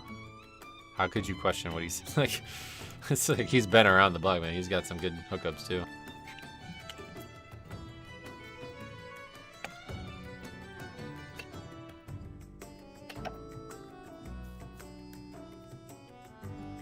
Issue I'm having is people don't respect that I am new to tanking and just pull what they think they can handle.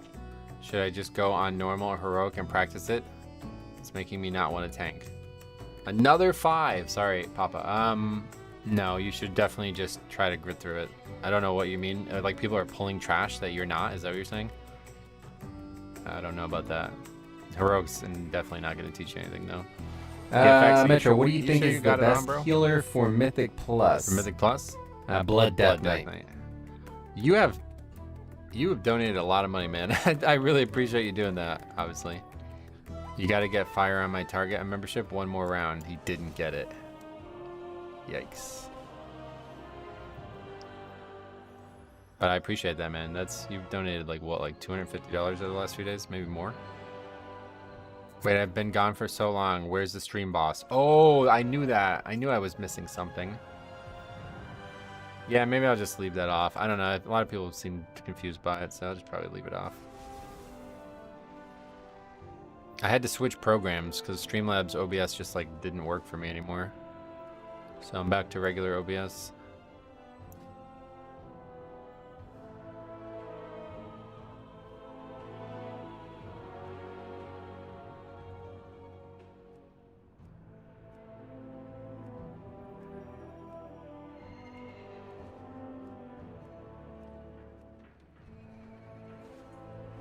Thoughts on Moonguard players? Nope. Like, I let them know that I'm new and will be taking it slow. Then while I'm in the middle of a pull, they pull trash to get through it faster. And this is happening reliably. I guess at the best case scenario here is that you should probably just record your runs, and if you have a representative example of this happening, send it to me. I don't know why this would be happening reliably, but I will give you one tip. Do not tell people that you're new. They're going to take advantage of you and blame you for things that aren't your fault when things go wrong. Did you see my message about the podcast? No, probably not. What, like earlier today, you mean, in the chat? Just posted. The chat is like, it's hard to keep up with anymore. People pulling for you is annoying as a tank, but take it as a small challenge to get better. I think at this point, it's probably better to just analyze why they're pulling, right? Instead of assuming that they're doing something detrimental. But either way, yeah, just get some footage of that and I'll take a look at it for you. What did you think of the podcast, by the way? That was what I was trying to get you on as a guest. I didn't actually watch the whole thing or anything like that. It was 2 hours. Somebody just told me that he was commenting on stuff I do in his podcast. So I just watched like 5 minutes of that. To me, it sounds, I mean, my initial concerns with it are exactly, like, it's exactly going as I expected. They're talking over each other, and I mean, he doesn't even have a webcam on. Like, I mean, I know that's his thing and all, but it just, I don't like that kind of thing. Especially with more than 2 people. Maybe 2 people works. Me and Harry have been messing around, and I think it's all right. We don't really. I just basically, if he's talking, I don't speak, just to make sure we don't talk over each other.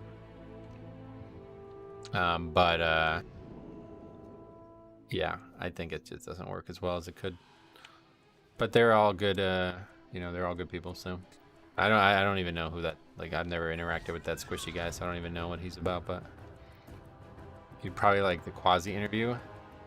That guy is an insane host, oh, is he? I don't have a lot of good opinions on that guy just because he basically dipped on the game when it was at its worst to go to Final Fantasy and then just came crawling back afterwards, but that's my only knowledge of that guy, so I probably won't ever do any actual, like, I'm not really somebody who has that kind of interest in going on these shows or whatever.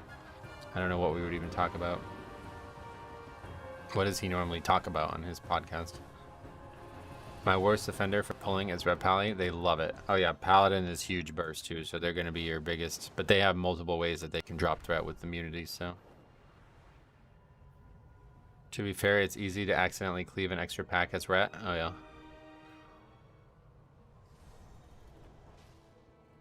He does do a lot for the WoW community. He did before leaving, and now he's back. He's back to providing a lot for the WoW community. Good. Well, I'm glad that you guys like his stuff. He asked about you as the person for most part, and your place in the game and how you interact with it. Gotcha. He dipped from the game because 9.1 was atrocious? No, he didn't do that. He did that because of the BlizzCon scandal bullshit. And he saw views and money elsewhere. How's it been, Jix? Long time no see, though, man. Feels like it's been a while. What have you been up to, Mim? He tailors questions around your answers. Well, that's good. He's actually interested in having a conversation. That's good. True lesson of the void. That's crazy that you think like that's like something to note, right? Like he tailors questions around your answers. That's not common. Oh boy, the landscape is weird out there, I guess.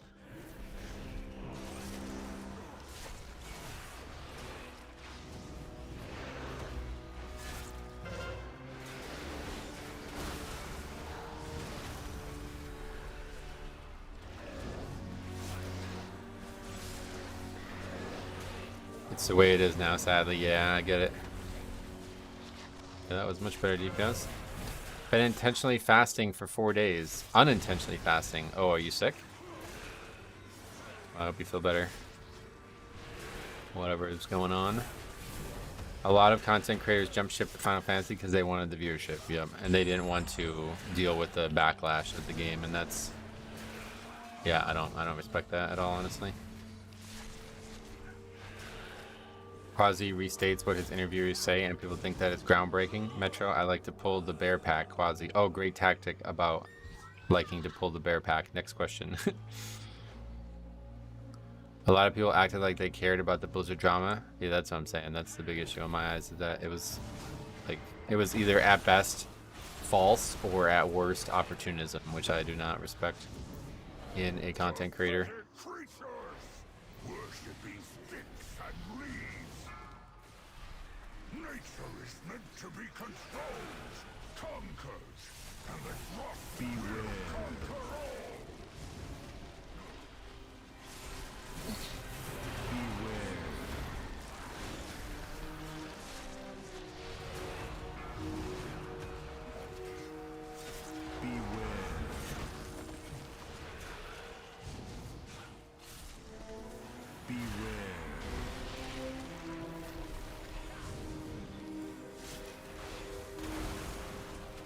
Playing with the pre-made, even when playing lower keys, it is so much more enjoyable. Oh yeah. I'm sure it's like a different level of enjoyment too, right? Like you have the ability to actually communicate and do things that you wouldn't normally be able to do. Whenever I did, the last time I really did any type of pre-made keys was in Shadowlands, and it was definitely a lot different.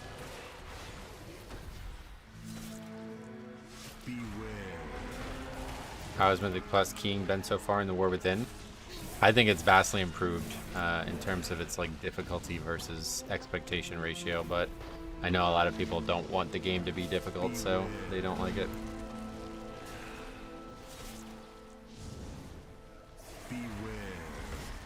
My problem was with the whole thing was people were getting criticized for still playing the game after. Right, oh, that's something, I mean, yeah, the whole thing was stupid.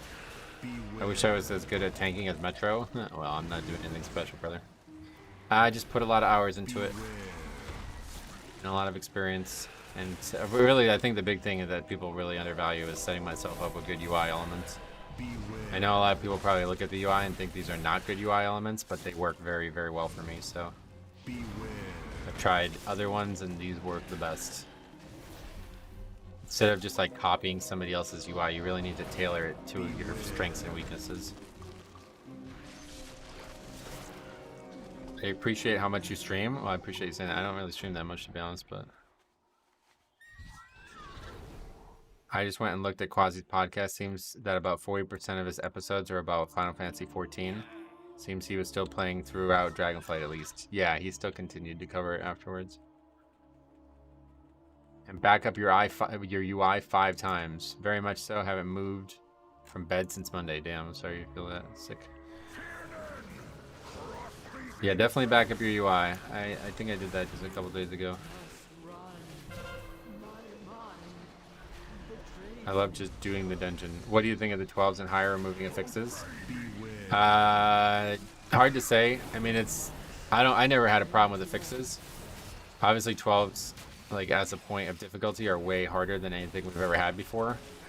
So if it was truly just no change, like yeah, it might be more fun, but they're so hard that it's hard to really, like, I would take the old system over this system every day of the week, just because it wasn't so stonewall-y, you know, like where you hit this, like, can barely even finish most 12s, you know? That never really happened in the old system.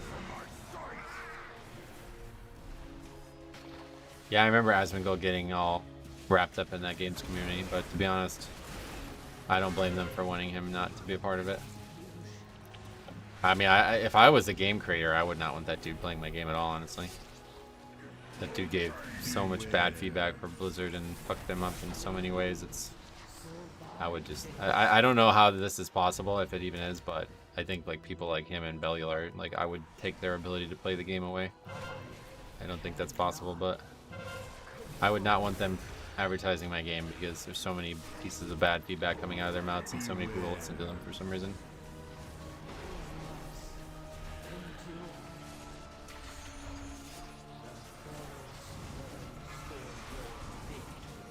I'm in the total opposite. I feel like the great cognitive load is lessened by having no fixes and can add more via trash pulls.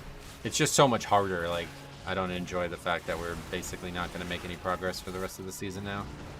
Like, we hit this level of 12s are all I need after 4 weeks, and now we're pretty much at this point where we're going to have like a 90% disband rate for the rest of the season. That's not very fun. I would take the old system no matter what it had, just because that didn't really happen. That Unholy, what is he doing? Why did he not do a lot? He was waiting maybe for the burn or something.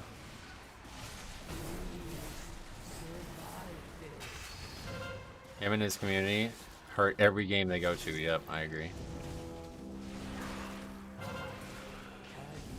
The only thing I ever heard Asmongold say about the War Within is there's nothing new in the expansion, so I just closed the clip, right? So I'm saying, like that. I don't know what he even has to say about the game anymore, but last time I heard him talk about it, it was like just coming from an incredibly uninformed opinion, and he was like criticizing Blizzard for not taking action on the things he was saying. It's really weird. Like, it's one thing to just say like, I don't like the game anymore, man. Like, that's the answer to the question. Why don't you play WoW? I don't like the game anymore. Not because they did all these things wrong and they never listened to me, which is effectively what was said every time it ever got brought up from what I heard.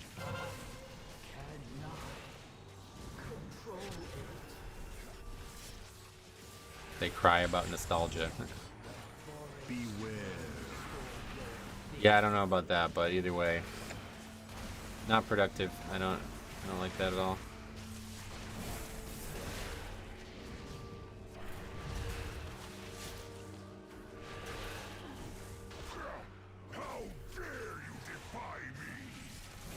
Why talk about actual things wrong with the game when you can call it woke? That's a great point. Need to be on this boss.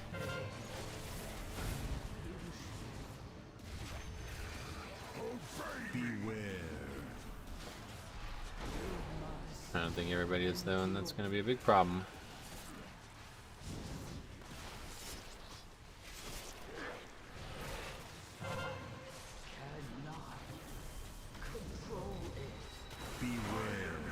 Like under 100 million is very comfortable. Should be looking to burn not kill the Droman again. No. Now we gotta do like, it's only 12 million luckily.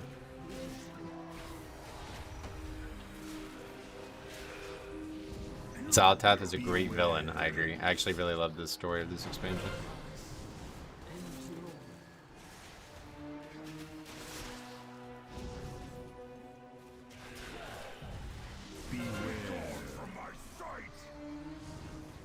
Well, another 5-minute fight.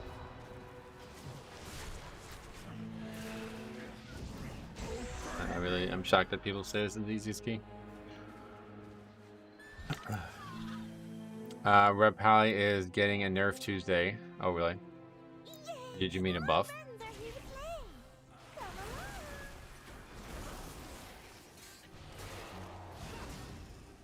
I had to AFK real quick, but heard someone say Xal'atath is cool. Yeah, the War Within is sick. That initial quest line, oh, it's so good, right? Yeah, the story in this expansion is the real deal. What else? Feels like either DPS is low on bosses or the season boss HP is overtuned. I wouldn't say the latter is true, so I think bosses are just a lot harder in general in terms of content, and people they don't respect them as much. They come in here looking to do like big AoE numbers, and that's all they prioritize. Whereas if everybody just focused on doing the best boss damage possible and then just did the best they could outside of that on AoE, we would probably have way more success. There's a story where the Earthen lost his memory. Oh, that I literally cried. Yeah, because I have a very traumatic experience IRL that's similar to that. But yeah, I did that on the alpha, and I got really emotional from it. How quickly Classic, Sod, and Hardcore died shows how nostalgia only works for so long. To be fair, those things are, I mean, calling them dead is a bit disingenuous, but I think there was definitely a lot of people that would be considered a niche group that were only interested in nostalgia, but I do not think that those products are invalid because of that. Classic is actually an excellent game, and it's something that I'm glad Blizzard is supporting. Unfortunately, the people who play Classic are just insufferable. Like, you just can't play alongside them, so not much that Blizzard's doing wrong on that front. They lost a media streamer hype. Oh yeah. I mean, that's not surprising, because I'm sure a lot of people just aren't happy with the case of them, but I think Classic is still an excellent game, and it's very, very fun to play as just a casual thing. Like, you should play that. It's like the best casual game going, if you ask me, in terms of like any type of MMO. You guys are still arguing about nonsense. Sod most likely has more bots than players. Does it? I don't know about that. A lot of bots, I'm sure. I'm super interested in Ascension and other custom WoW servers like that.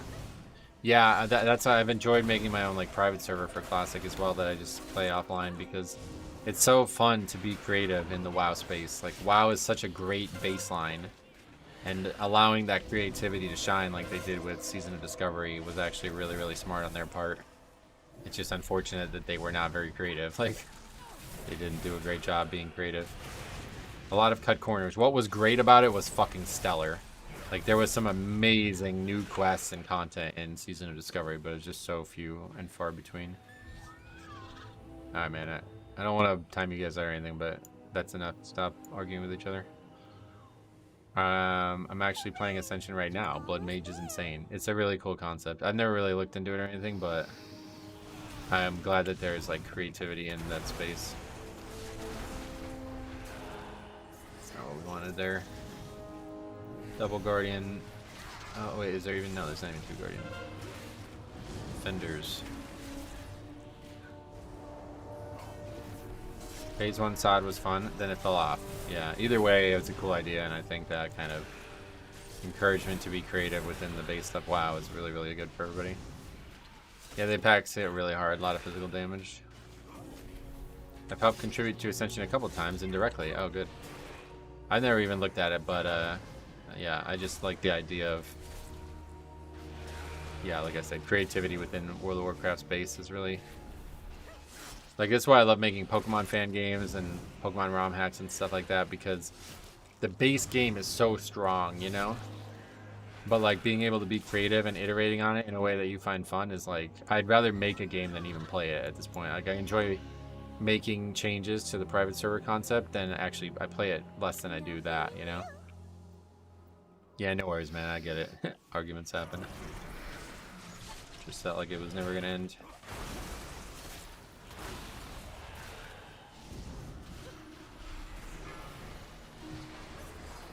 Tech-wise, it's a little messy, but very ahead compared to almost any other private server. I really enjoy the technical aspects. Yeah, I know you've always enjoyed that, huh? That's not something I know anything about, but I can see why you would like it.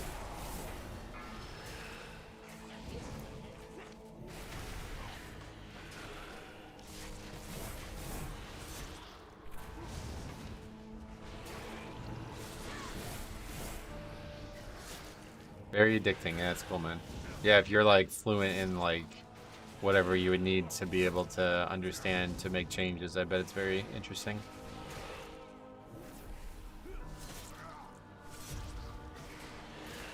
I tried to make changes to my server. I tried to talk to that wall guy. He had some advice, but I think that's just like classic. It's just limited. I should have gotten into it with Wrath, but I just don't like Wrath and a lot of the game stuff. Sod Phase 1 was brilliant. 3 months. 1v5ing in Hillsbrad PvP was epic. Oh yeah. I never actually played it. But like I said, they did a lot of really like, there was Paladin quest lines that is like, fuck man, that's some of the coolest shit that's ever been in the game. And then there's quest lines, there's like runes that it's like, go kill a mob. Like, wow, man. You shouldn't have added these things if you didn't have badass ways to get them. It's pretty sad.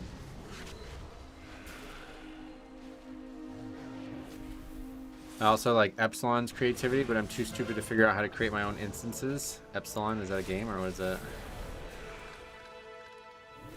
Beware.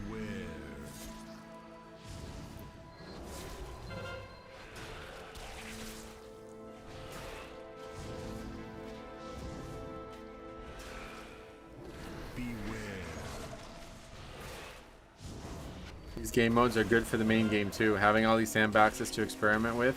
Yeah, that's what I'd say. Like, I think, you know, Blizzard took a lot of influence from Ascension, to be honest. It just, unfortunately, they didn't have the resources or the creativity to turn it into what it could have been. It's a WoW server, adds a ton of customizations to races. Oh, that's cool.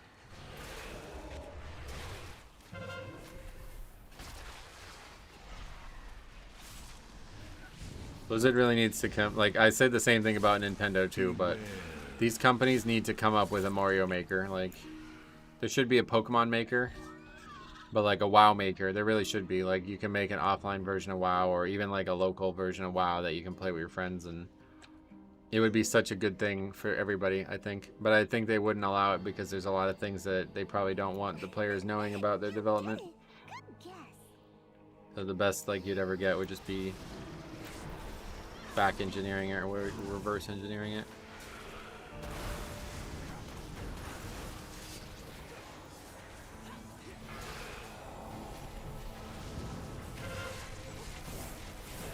WoW needs proper Mana Storm, not just Delve. Wait, what is Mana Storm? Oh, that's Summon Ascension.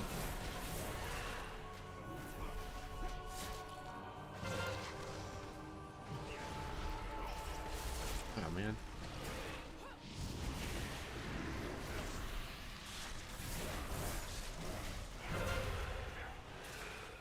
Blizzard has some strange spaghetti code in place. Might even cause vulnerabilities, yeah.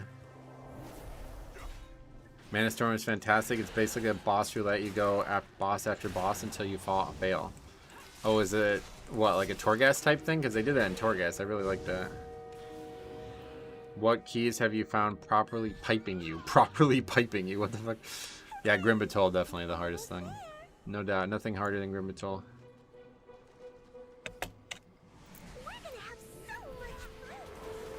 That sounds like the Jailer's Gauntlet, yeah.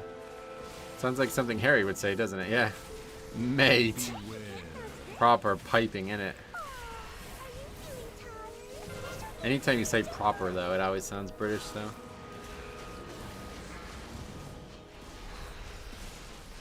There's Harry. Mate.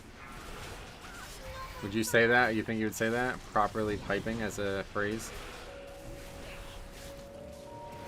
Mate, I'm brown bread. Instead of dead. I like that one. I love Grim Patrol. A lot of casters that need to be interrupted, though. Oh, yeah. It's not really that. To be honest, there's a lot of things that can be interrupted, but it's not... Not a lot of things that need to be interrupted. I say proper in every sentence. Holy shit, really. So... Beware.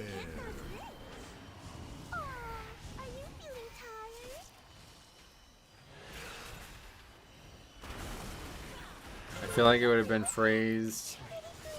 it would be better phrased at what keys are giving you the proper pipe. Yeah. Beware.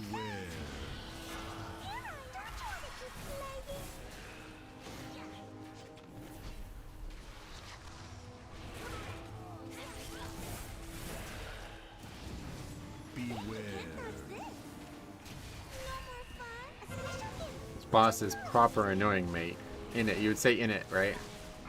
You would say, mate, this boss is proper annoying, in it. That was a double proper piping. Bear proper, yeah. I agree, Grim Patrol second boss area's prop heli feels stupid. Oh, okay.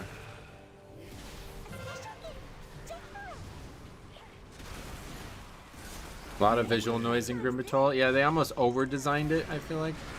The second boss area in Pugs, I'm just screaming, please kill the giant, because there are scenarios where the third and fourth pink debuff hit me. Oh yeah, that's actually a lot of damage. We looked at that in a key yesterday, I believe. It's an enormous amount of damage. And it's all magic.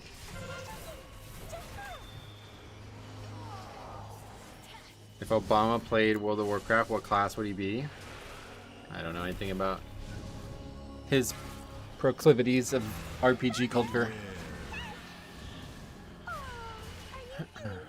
What rating do you think Tempered Hero will end up with? Oh, I have no idea. I don't even think about stuff like that. I don't even know what would be like, what would be the score of doing all 15s right now, so. If I had to guess, it would be all 15s, but I don't know. Depends how long the season lasts too, right? Obama already plays WoW. He's Barack Oshama. Oh wait, is it really? That's like a YouTuber, isn't it? That's not actually him. That's just a fan of his, I think.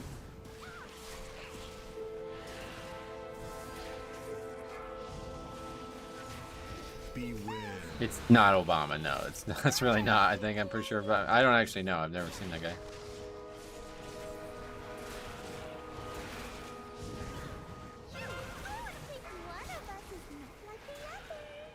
You can't lie on the internet. Oh, really? Beware.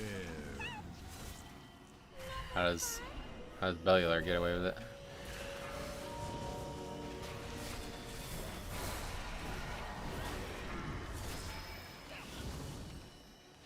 Beware.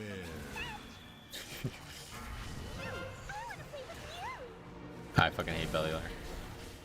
There's one guy that like, you know, I've had my differences with different things about different people making content, but like, I don't really give a shit. Like, if I ever had a conversation with these people, it would totally be fine.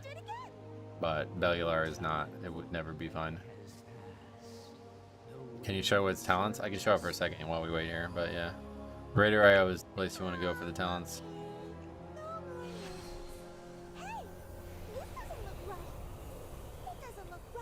You can what? Mind soothe it? Oh, we're not even going close to upgrading this key. Balance must be restored.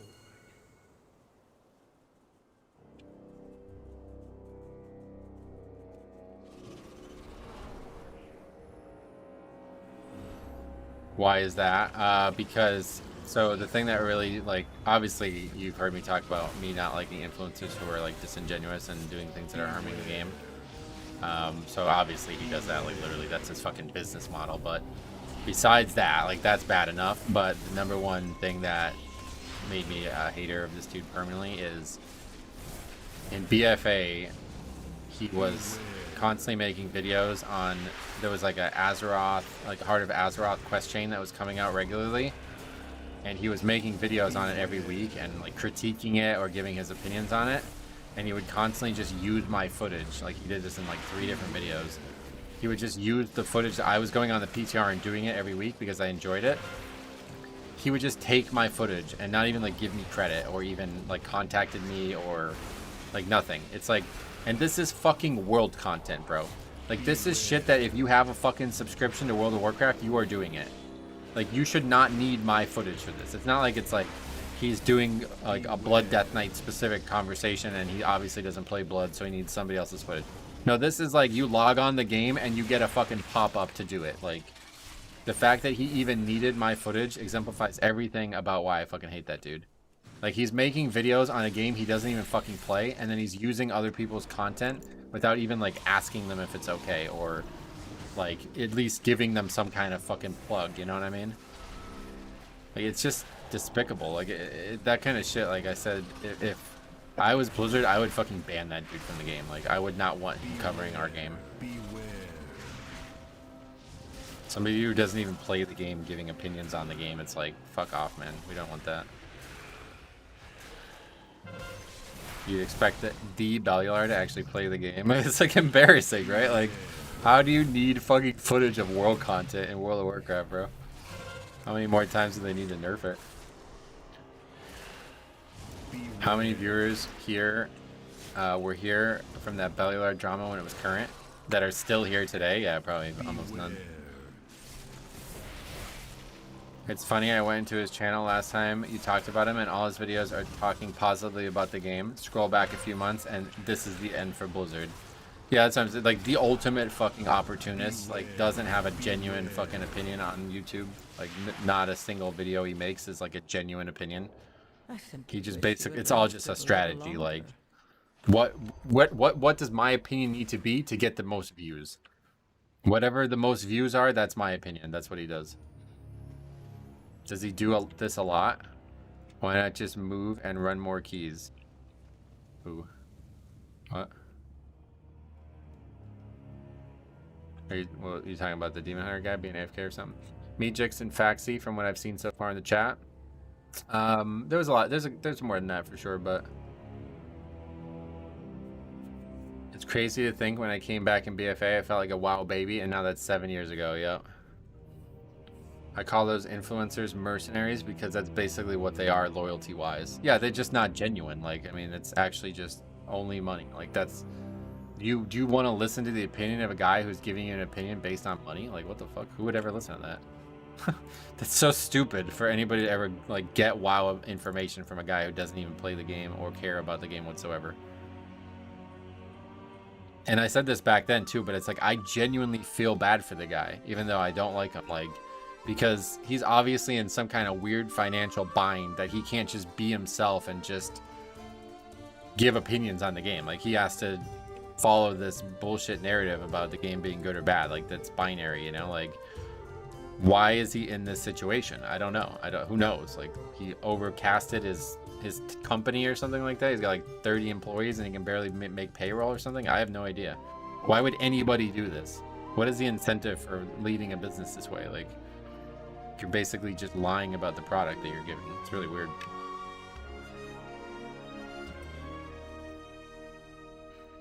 Ellie Shaman, Unholy, and Havoc. What happened? I looked away for a second. Yeah, just people leave when the timer's over, pretty much.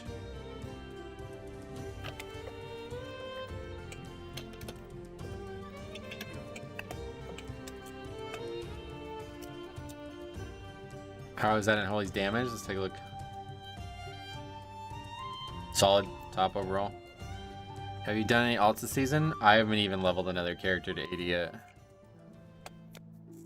He's a game developer also. He has a game on Steam, and that should scare everybody. Because that means that he probably was doing that the whole time as some kind of strategy. Like, he was there only to fuel his potential endeavors that he had planned from the get-go. What's the best motivator for YouTube Plus? The money bag? What's that? They could have at least completed that dungeon. Yeah, no. It's too much to ask for. Timer's over like fucking... When you fight a boss for 5 minutes, you're not upgrading the key, right? Like, let's get serious. So if you're like that, you should just leave after the first boss. He loves to talk about how he's right because he's a game developer. Yeah, that's what I'm saying. It was all like a long-term strategy. Oh, I see. I get it now. What's the best motivator for Mythic Plus for YouTube Plus? The money bag. I get it. Metro, could you please elaborate on the Bellular thing? I just did it. Did you not? I mean, we didn't really cross paths now. He just stole my content and didn't even like, literally, I mean, like, to do it like that and not even put like a link to my channel in the description, it's like, wow, you're a fucking piece of shit. Like, that's unbelievably low. The only reason I even knew about it was because somebody said in the comments of his video about me, and then I got like tagged about that. Like, I didn't even know that he was been doing it for weeks. Somebody was like, oh, they put my like at YouTube handle, and that gives me a message whenever anybody does that on YouTube. And I was like, why is somebody talking about me in a Bellular video? And then I click on the video and I see my Death Knight running around. I'm like, what the fuck? And then I look back and there's like 3 videos like this on the channel. I'm like, are you fucking kidding me, bro? This is literally something you just log on and do. Like, every fucking character in the game has access to this content. And he did it. I did it on the PTR months before, and now he's using it while it's coming out. So it's like, what? There's probably footage of people doing it right now too. Like, why are you taking my footage from the PTR on this? It was so weird. It just didn't make any sense. And then I tried to like issue a copyright strike, and he disputed it. And in order to continue with my, like, basically YouTube was like, well, he's disputing it, so you sure you want to continue? I was like, I guess so, I think, right? I should. And they're like, all right, well, if you want to dispute it, you're going to have to prove that it's you. So you need a driver's license, birth certificate, all this bullshit. It was like jump through 10 hoops just to get the valid copyright strike sent in. So I just gave up. But yeah, it was really wacky. I still don't understand why he did that. And how he had the balls to just not even like, you can't even put me in the description. Like, dude, fucking, like, that's the least you can do, right? Like, how do you not do that?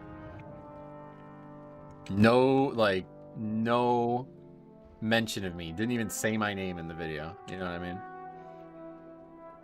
Did you message him and ask why he didn't even credit you? Yeah, I sent an email to him and I never got a response as well.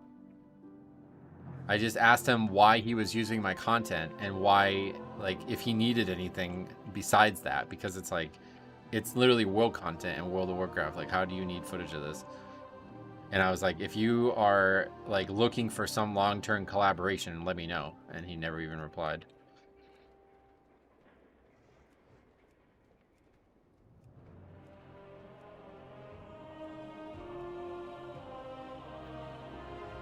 How much of a scumbag do you have to be to dispute an obvious copyright? Yeah, that's what I'm saying. Like, he knew he was going to get away with it. He knows that he can get away with that, so he just does it and doesn't even care about the person he does it to. Any opinion about Preach, who does Race to World First? Wait, what's Preach's involvement in the Race to World First? Is that what that word is? RTWF? I used to dislike Preach too for other reasons, but they're just so invalid at this point that I don't even really care. But he was another one who basically was just like, as soon as the game didn't look good, he'd be on the hate train, and it's just so, I hate that, but it's just pointless. Like, nothing against Preach anymore. He was a caster. Oh, interesting. I remember he and his dopey looking friend were talking about how awful Pugging is and how they will never interact with random players outside their guild. Who? Talking about Preach? Or extra insult with the fact that he disputed it knowing he stole it. Yeah, like I said, he just knew he can get away with it and he doesn't want to lose money. Are you talking about Bellular? I didn't even know he had friends. Preach was the first to jump ship? Yeah, he was, yep.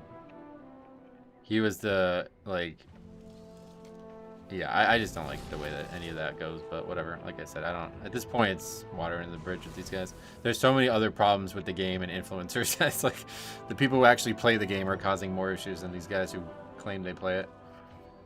What's the easiest key to time as a 10? Eric Hera, for sure. I don't buy into the guild runs only thing. Guild doesn't mean anything anymore. Yeah, I agree with that. Pugging is definitely more more viable than people realize it. This guy's best key is a 10, by the way. What are we doing? Dawnbreaker? A couple people in Hollowfall. Preach was really aggressively shitting on the game too. It wasn't like, yeah, no, that's what I'm saying. Like, he really fucked. Yeah, I don't know. Whatever, man. Like I said, I don't really care about this dude anymore, but anybody who does that is zero. I have zero respect for that person. So once you do that as an influencer, like, you know, and I have to say, like, unfortunately, I don't think Jesse really went this far, but like now that he's like just totally like against WoW, like a Final Fantasy team, it's just really disappointing to me because like I remember where I came up. Like I'll never, this game will never be something that I don't respect. Even if somehow I became like a fucking million sub YouTuber and I'm making like $1 million a year playing a different game, this is where it started. To not respect this is just totally fucked. Like, you have no credibility in my eyes after you do something like that. To shit talk the game that got you the platform that you now have is irredeemable. Like, this is unacceptable from a content creator. You can just say you don't like it. You know, if I stopped liking WoW and I went on to something else and I became popular with it, I would just be like, I just stopped enjoying the game. That's all there is to it. Blizzard didn't do anything wrong. Nothing about their practices made me dislike the game. It's just I don't like it anymore. That's the answer, right? That's all you need to do. But taking the time to take your pot shots at the game, especially like Preach and Bellular have done, when it's already down, on its luck, that's fucked. That's really rude and shows that you do not have a healthy respect for that platform that they got you. Because let's be serious, like, no matter how influential you are, the game is what makes you that. Like, nobody's gonna go to these people's opinions on shit that they, like, you know what I mean? Like, nobody's asking this dude how they feel about financial advice and shit, you know what I mean? Like, they're there to watch WoW. And then they become attached to the opinions of the person after a long period of time, and they grow to like them. But without the game as the baseline, you won't have anything. You won't have anything. Nobody's gonna go to you just because you're making videos on nothing. There always has to be a topic. Preach jumped ship early because he didn't want his kids thinking he supported what he saw Blizzard getting accused of. Yeah, I mean, you could justify it however you like. I mean, one way or the other, he took the time to shit on the company publicly, and that's absolutely zero. I have no respect, like negative respect for that. Negativity equals views. This is the issue with so many YouTubers. They chase money and don't care about who or what they trash in the process to get it. Right, and that's like, yeah, that's what I'm saying. Like, anybody who does that is not somebody I'm ever going to be able to respect. Preach was blasting Shadowlands before all of that went down anyway. Yeah, I don't follow the guy, but all I know is what I've seen. I think they took a gamble on Final Fantasy overtaking WoW and becoming the top MMO and lost. Yeah, and you know what's funny about this? Final Fantasy was actually lying. They basically like this. I don't know how there's not a lawsuit here, to be honest. Because Final Fantasy was telling its influencers, they were paying people like Asmongold to play their game and perpetuate this lie that the game had more actual players than World of Warcraft. And it's like, this is false. Like, how are they getting away? Like, and now we know it's false. Blizzard knew it was false the whole time. And it's like, wow, looking back on that, it's like, holy shit, that is a fucking low-ass move from another company. Like, you don't see McDonald's and Burger King feuding publicly, right? Like, you have to have some kind of level of respect for your competitor. But to actually be paying influencers, lying about paying influencers, and then lying about the game that you're telling them to stop supporting, that's something. I wouldn't look at a company that way. Like, I still play games for the game and not the company, but if I was going to care about a company more than a game, that would make me not care about that game. The people you mentioned are not WoW influencers, though. The WoW influencers are people who actually play the game and mainly stream it, like Grawl, Dorky, Max, Peekaboo, Zaryu, Automatic Jack, Dr. J. And those people can have proper grievances about WoW because they literally play the game. Right, that was my problem the whole time. Like those, like Bellular, most extreme example. Preach, you know, he actually did play the game, but I think he really rode this coattails of I used to be very good at the game for way too long. But yeah, regardless, that kind of shit is just, I don't know how many more ways I gotta say it. Good luck on the rest of the runs this week. Thanks. Yeah, we unfortunately don't have many left, but at least we got our currency capped. To be fair, Wendy's take shots at everyone. They do so in like a joking way, though, right? I don't. That was a bad example. I shouldn't have brought that up, but I love when my healer's PC gets freezed. Got freeze. Always a good sign. Oh, his PC got freeze. What the fuck? Holy shit, dude. That's pretty funny. Preach was still cutting edge raider up until Shadowlands. Yeah, but if you look at what he was actually producing in those guilds he was in, yeah, I mean he was pretty much getting carried because of who he was. Jesse Cox was a cutting edge raider too at one point. We carried Jesse Cox to a full clear Dragon Soul. And that dude was pretty much 24-manned every fight that we did with him. Nothing against Jesse, I love Jesse still, but yeah. You'd be surprised at how easy it is to be successful when a bunch of people want your autograph.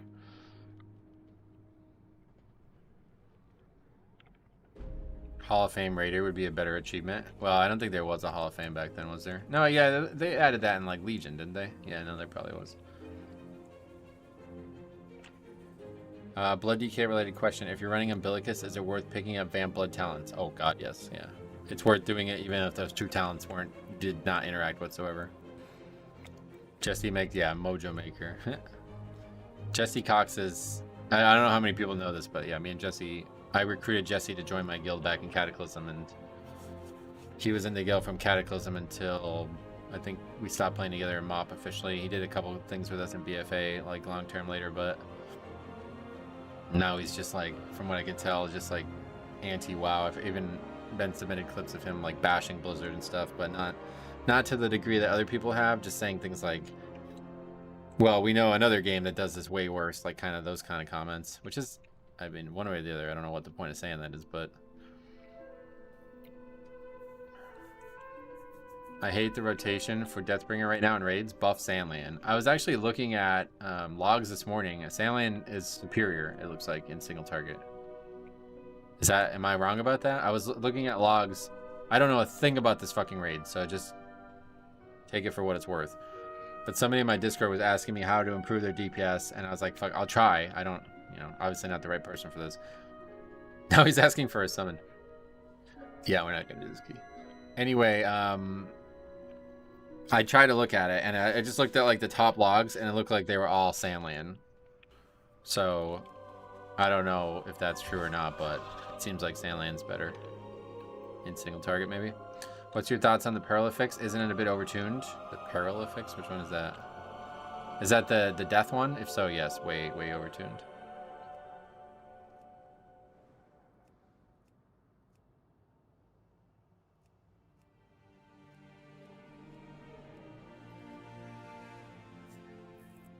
It does more damage, but takes more damage. Yeah, so that sounds like a raid thing, huh? I thought Sandland just does more DPS than Deathbringer. That's what I've gathered from watching Yoda. Oh, really? Maybe. Yeah, maybe even in AoE. Sandland would be great fun if Blood Beast was on a 45-second GCD. You mean just cooldown, probably like Reaper's Mark. A Savage just leaving? Bro, if somebody goes AFK, if their computer's crashing, and the first thing they say when they get back is not, hey, my bad, I'm on my way, then I'm leaving that key. Like, what the fuck? The first thing that dude comes, he comes back, he's like, I need a summon. It's like, are you fucking joking? We just waited for you for like 10 minutes. Isn't Sandlane very RNG with procs? I think in an AoE setting it probably would be, yeah. But if you look at like the logs that I looked at this morning, the top damage was that Vampiric Strike, not the Blood Beast at all. Like, I don't think it does that much single target.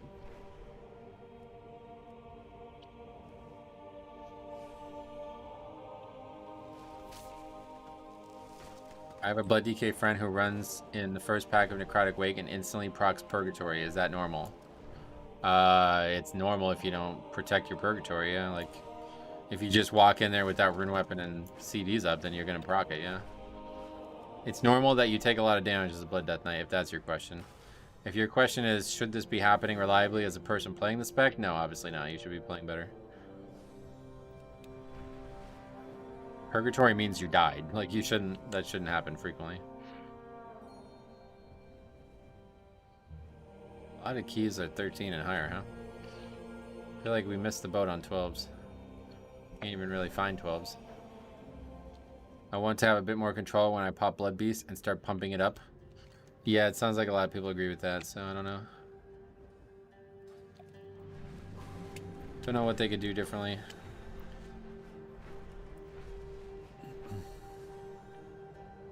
When running Umbilicus, the only way to get the second point in Red Thirst is to drop Iron Heart, Purgatory, or Bone Storm. Is it worth it? Wait, what was the question? You talking about this talent? I have both, and I still have Iron Heart, Purgatory, and Bone Storm.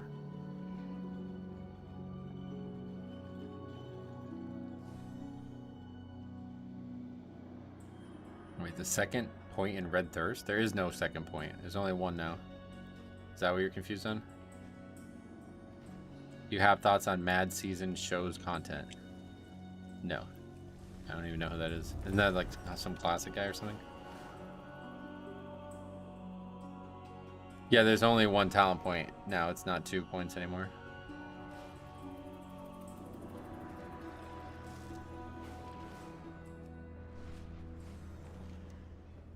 I want to turn this in while we're here.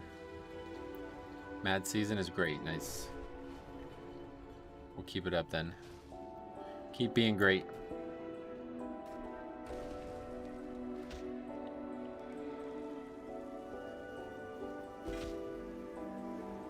I'm sorry if this has been asked before, but have you tried out the raid yet? No, I'm not going to be doing the raid at all. He's a classic guy, but he does more like informational WoW videos.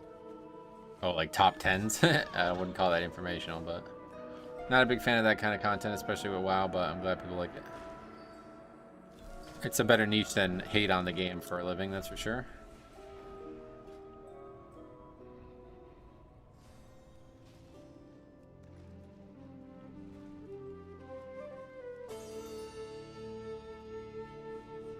But yeah, just because you asked before and I didn't get to elaborate on it. I had a long sleeve white shirt on that was just there for warmth, and now that it's warmer out, I didn't need it on anymore. This must be quite a common question, sorry. Do you feel significantly limited by not having Mythic Raid gear? No, not at all. But I don't have anything to compare it to, so I don't know how limited I actually am, I guess.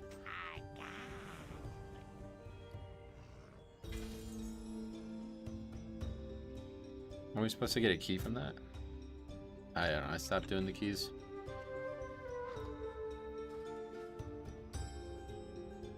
I thought you were just spawning shirts. I thought you guys were always exaggerating about low keys. I healed my first Mythic Plus on an alt and it was wild. You gotta record it, man. Yep, they're wild right now. Just did 12 Dawnbreaker and we actually lusted first phase of P1.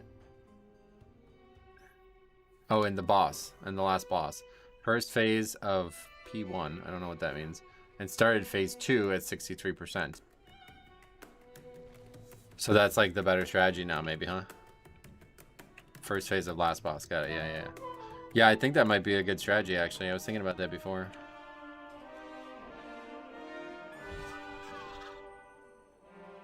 Should we go get a transmog quick? I don't want to make him wait. What is this key? On the city, so I don't know. If Dick Cheney says something is wild, you know it's bad. Yeah, dude. That's a great point. Interesting, although you will not lose DPS when people have to run barrels. Yeah, but I think it's better because the last phase is so hard. It's siege. Okay, thank you. Seems like you lose too much uptime moving bombs, though. I mean, if the healer can do it, it doesn't really, like, yeah, it doesn't, it's not ideal. Like, it's not great to lust there. It's not going to be the best lust that you do all dungeon. Let's put it that way. But are you ever going to wipe to the first phase? Like, never, right? So you want to maximize your damage in that phase against all odds. Like, you want to do everything you can to make phase 2 shorter. So what people were doing earlier before they changed how it worked and then changed it back, I guess, is they were like waiting to use the last bomb until as long as humanly possible, which is still probably the right strategy, but you know, to actually make that happen is harder than it sounds. Phase 2, you got more people running out webs, even more moving in Phase 2. Right, yeah, there's lots of movement on both phases of the fight, for sure. I think that's the right choice. We'll drive this scum from the city before high tide.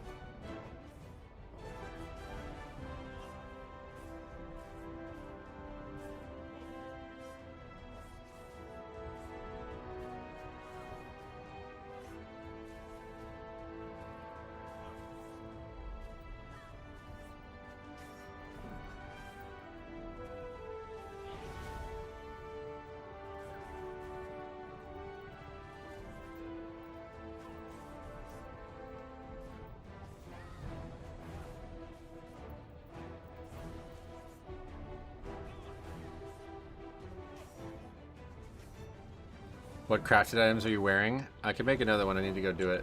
Wait, can I? Oh no, I don't even have another spark. Alright, so yeah, we need to just upgrade this one then. But yeah, I have this one, I never upgraded it, and then we have the boots and the weapon.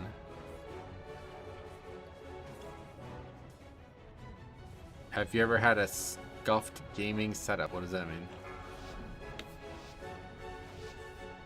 I dropped my controller that I used to use and I got a big scuff on the side of it one time. 2, 1. And now, Heroes, we'll secure the docks while you push further into the district.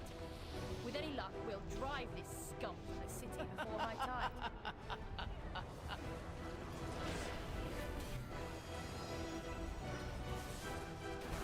What's on this pack? Not a fan. Where would the next lust come, I guess? Well, honestly, it's probably better because it guarantees that we get 4 lusts in the dungeon.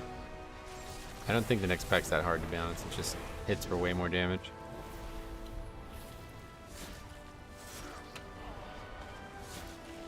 Yard already, wow. Like, not on a desk. I used to prog Mythic Run on my laptop. Oh, when I first started raiding in Wrath, I had a laptop, yeah. I used to rest it on my leg, and I got like a severe burn on my leg from not realizing how bad it was causing my skin to get irritated.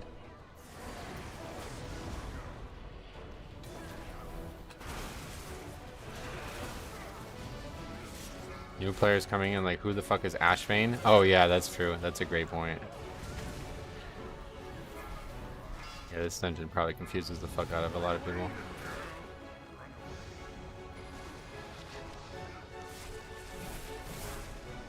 What do we gotta do for a setup video? I mean, there's nothing to show. Just a computer.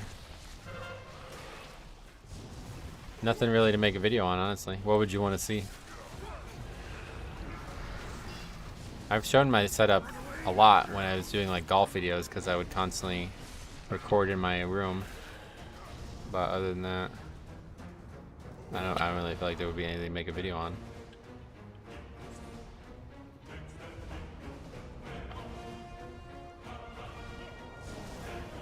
What? How the fuck is this aggro? Okay, that's probably the key right there, to be honest. Now we're gonna be way over count. We have a rogue though, so maybe we can skip later.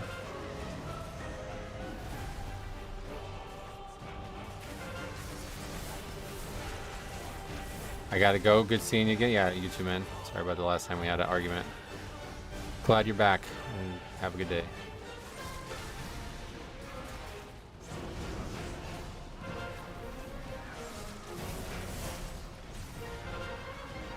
Water into the bridge. Good to hear that.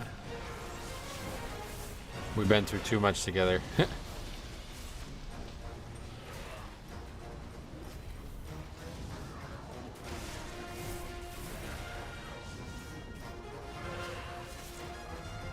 You have a rogue, could skip some stuff. Yeah, that's what I was just saying. There's more Metro lore. Sweet. Yeah, maybe. I mean, yeah, I don't know. I guess I'll just maybe watch somebody else's video and see what they do, but it would just be like a 3-minute video of like, here's my PC.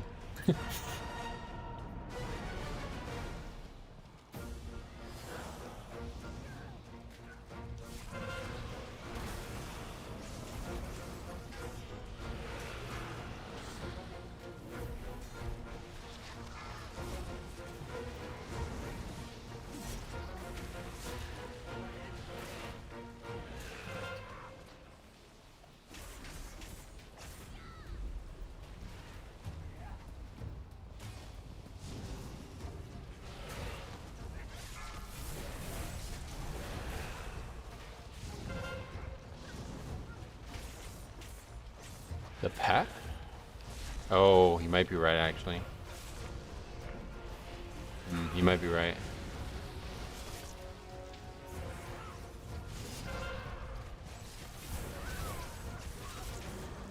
Seeing people's desk setup is cool. I just noticed you have a TV behind you, and I've been watching you since end of BFA. Oh, that's funny.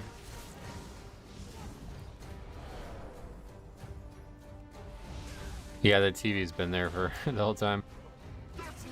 It used to be a different TV, but...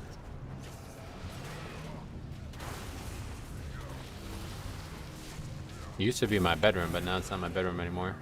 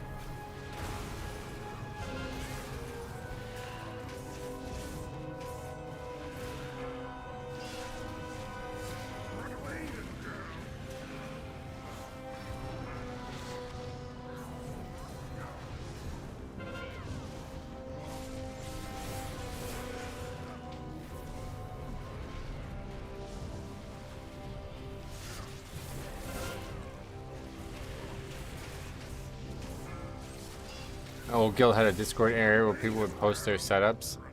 It was cool seeing the contrast between the laptop gamers with 3 monitors and the 3-monitor 10K PC LED gamers. That's funny. Yeah, I bet there's a lot of variety. Red Pally is so popular right now. Yeah, it's popular. It's not as popular as Frost, but we see a lot of them. I have the 12 and higher tab now has a stat popularity tab as well, so you can see exactly how many Red Pallies we're running 12s and higher. It's substantial. It's pretty much like Frost, Death Knight, Mage, and Red Pally make up 50% of the DPS and keys.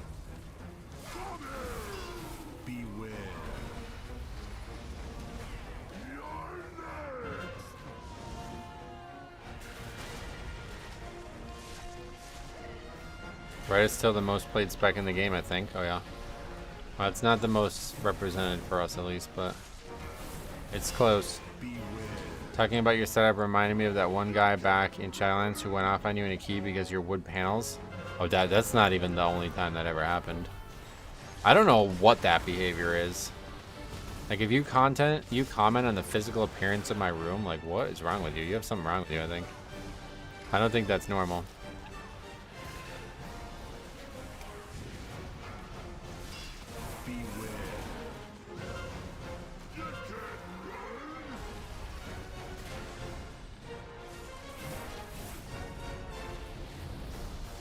That's super weird. Wood panels is very home-like. Like, yeah, this used to be my parents' bedroom when I grew up. And it's like the biggest room in the second floor. So they gave it to me when I wanted to try to turn it into like an office kind of thing. So it's just whatever's in here is in here. And I'm not gonna like fucking like pay to have the fucking wood paneling removed. Like, I don't give a fuck. Like, I don't even really think about the walls in this room at all.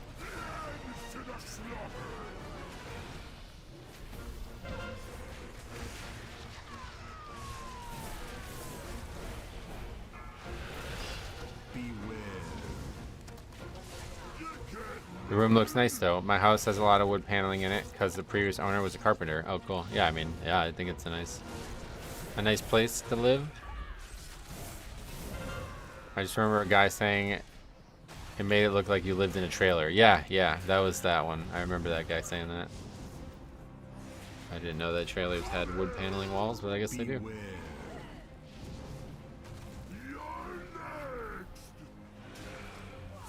It's like a very 70s or 80s look, one of the two. I don't remember which, but it's like an old style look, but it's an old house. This house was built by my father's father. He built it on it, like pretty much like on his own. Please carve more sacred So it's got some symbols. imperfections, Armor but and the rest of it's built from the dumps. it's still standing. Even if you did live in a trailer, who cares? Right. What does that have to do with the stream?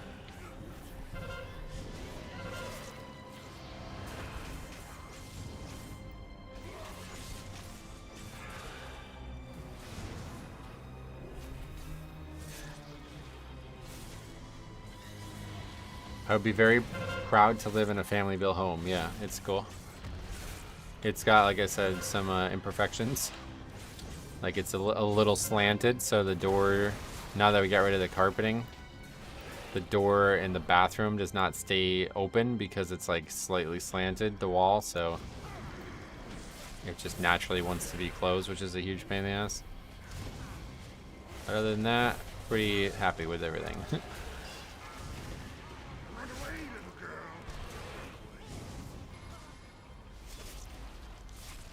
I'm still trying to get over the fact that those aren't billiard balls. Oh yeah, yeah, no, they're golf balls.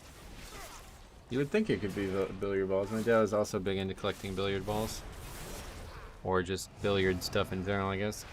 A lot of my house is exposed brick, but so is everything else in the countryside here in France. Ooh, you live in France, huh? Big fan of France.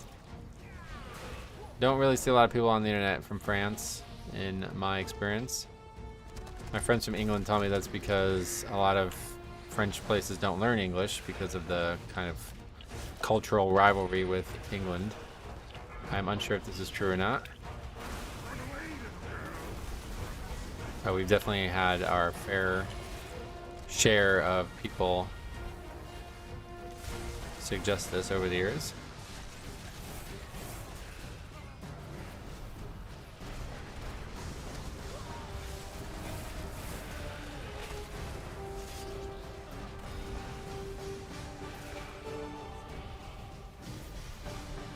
You're talking about New England, right?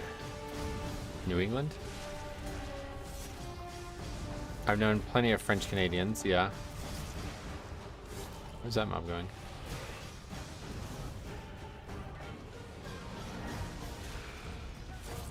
It's fucking... This dungeon really sucked. Been to France once, Marseille. Wasn't a fan of it. Oh, really? I've certainly never been there.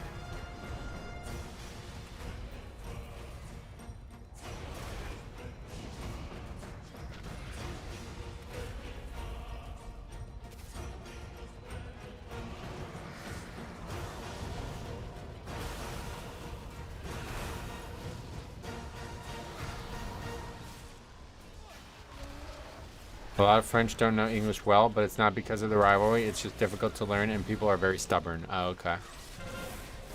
Yeah, you're probably right.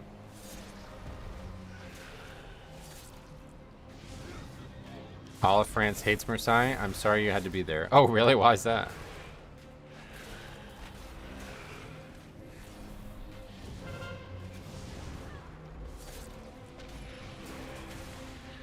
I've not really met many people from actual France. Yeah, no, that's what I'm saying.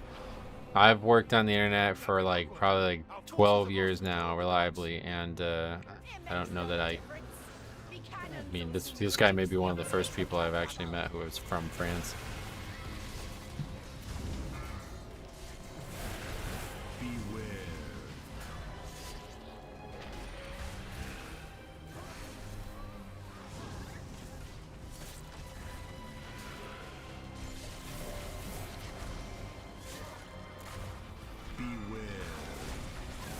The first person I ever met from France was actually in real life, which is crazy, considering all the time I spent on the internet.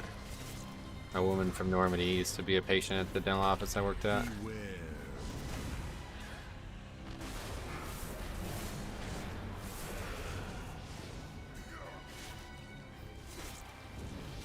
Marseille is very ghetto and trashy. Ah, really?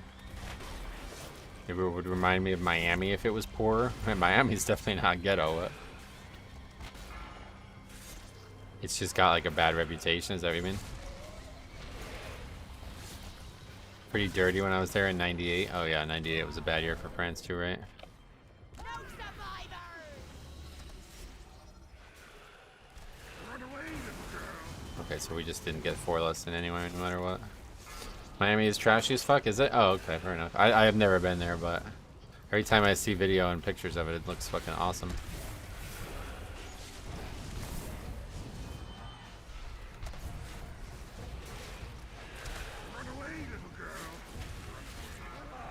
I tire of this!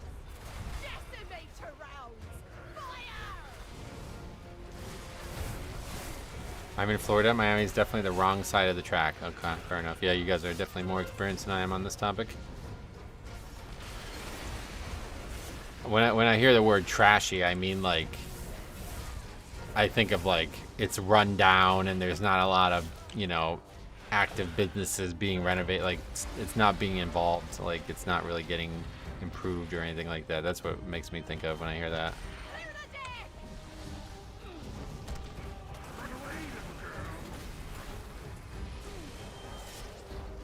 Miami looks great until the lights go out. Oh yeah, well that's probably how most major cities are.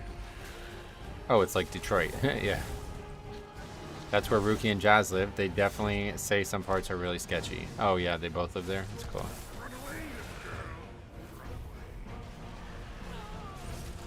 Yeah, fucking when I met Simo, he lived in Puerto Rico. It's crazy.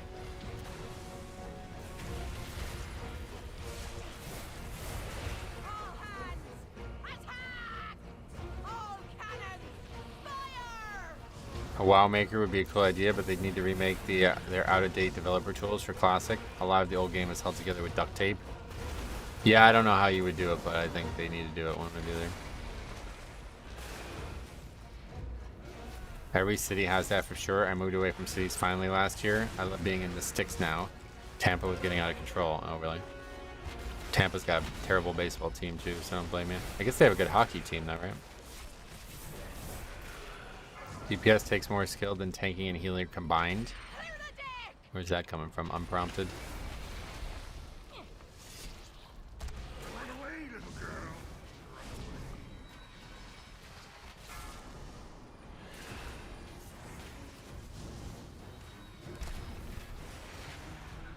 Tampa just hasn't been safe for 5 years. Yeah, I've heard. Too many big storms. Oh, is that the main reason?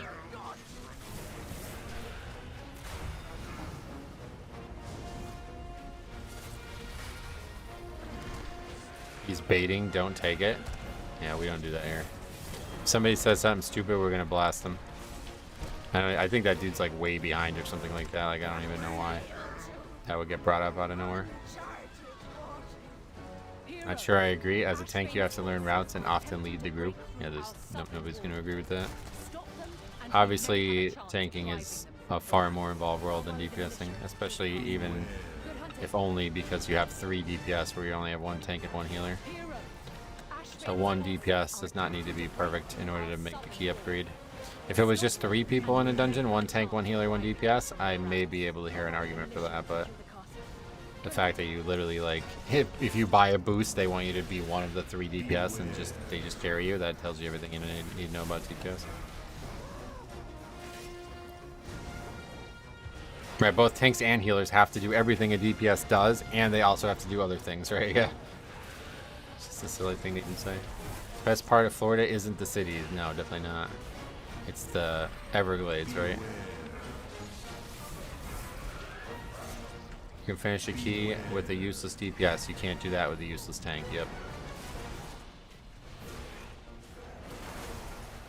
DBM tells you when to interrupt and move out of danger. It doesn't tell you where to go and how much to pull. That's a good point, yep.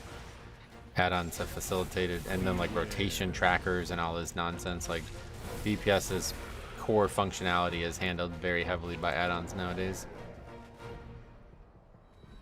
Wasn't always that way, but definitely could be still considered an issue for some people.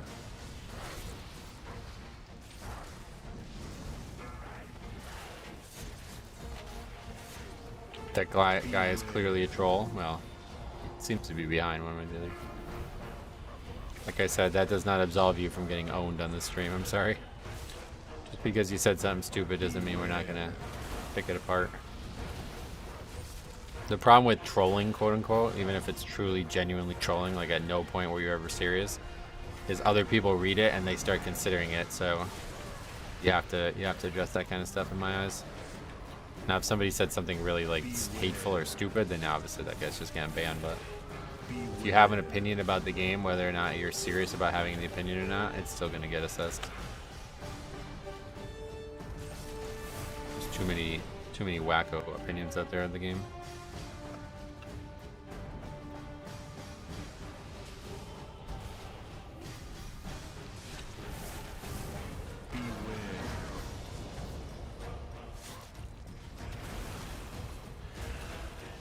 That guy's 5th death now. Keys are nice. I just avoid Miami on the way there and back. Oh, okay. You have to go through there. Funny you say that because I had a dungeon the other day where we had a Frost Death Knight that had 4 interrupts overall by the end of its Stone Vault.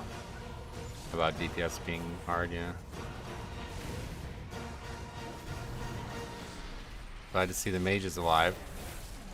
2 deaths from the other DPS, or the one paladin, he hasn't even died yet. Beware. Beware.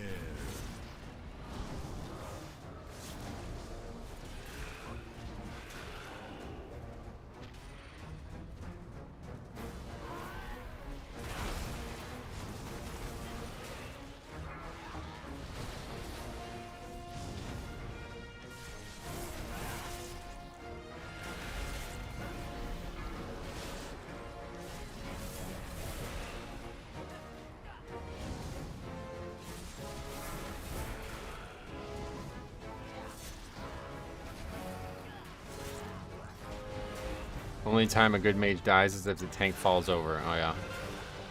Yeah, I think you're probably right. They have a lot of good defensive skills. Saw Frostfire might actually be really good in Mythic Plus. Oh, really cool.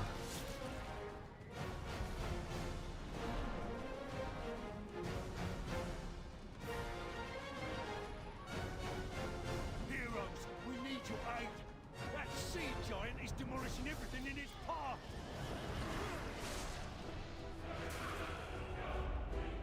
Die, maggot.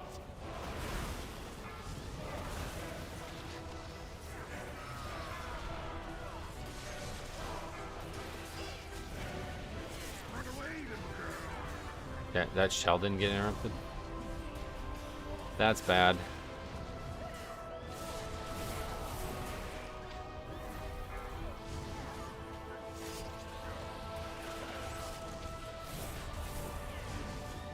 Rogue not interrupting. Full string shot. I don't know what that actually does, but it can't be a good thing.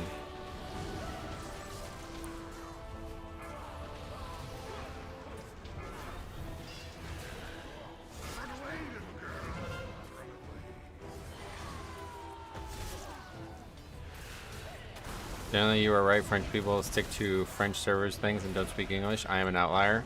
I left the French servers to play on the English ones because I made Swedish friends. Oh yeah, you told that story before. That was you who told that story. That's pretty cool. Whatever you have belongs to me now.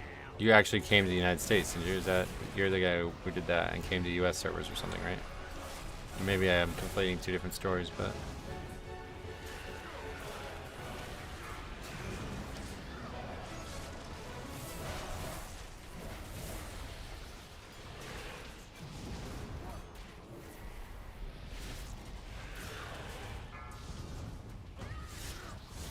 Incredible that even in a 12 key people don't interrupt major abilities. Yeah, it's not really that surprising. Oh, okay, my bad. I thought somebody told me a story the other day that I thought that sounded exactly like that. Maybe that wasn't you.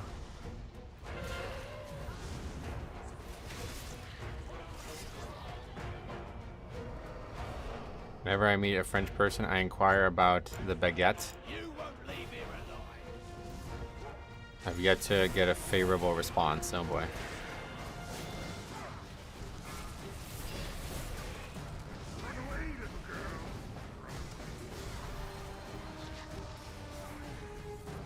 Yeah, I think if we, well, obviously this guy died 5 times. If that didn't happen, we definitely would have upgraded it. But if we didn't accidentally pull that trash, we would have had a really. This dungeon's pretty lenient, timer-wise. 9 deaths and it's still like on the table to upgrade it. It's kind of crazy. I eat 1 baguette a day. Oh yeah.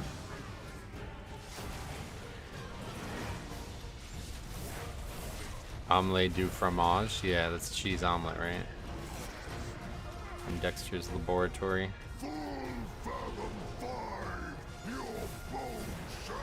Hate going into a group with 2 range. I feel like 2 melee DPS should give you plenty of interrupts.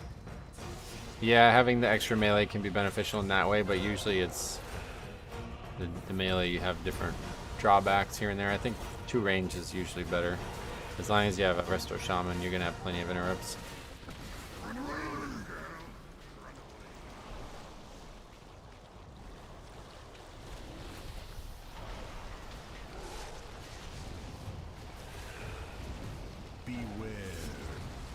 Every morning, 1.8 euro at my bakery. Oh yeah, it's not that expensive at least, huh?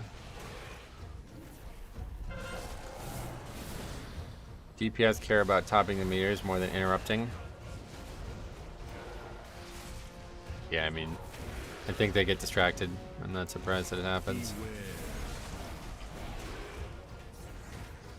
An issue I've come across in some players do not understand that stuns aren't interrupts. Well, yeah, especially this season.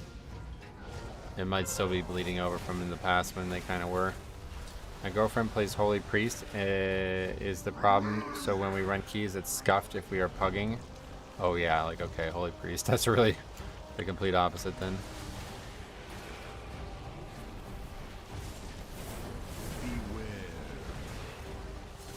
DPS from Illidan, Azrael, and Ragnaros care more about leading keys than finishing them. Yes, that's a commonly observed thing that we see as well, but really just everybody is like that now, unfortunately.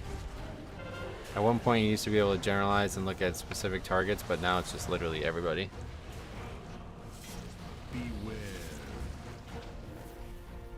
Like, you see how close this was, right? This guy's talking about it being GG when we're not even a third of the way through the dungeon, and it was very close. Like, if he just didn't die all these times, we would have upgraded the ski.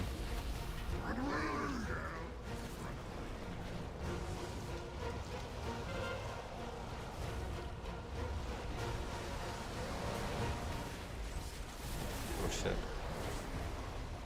Just totally forgot about that.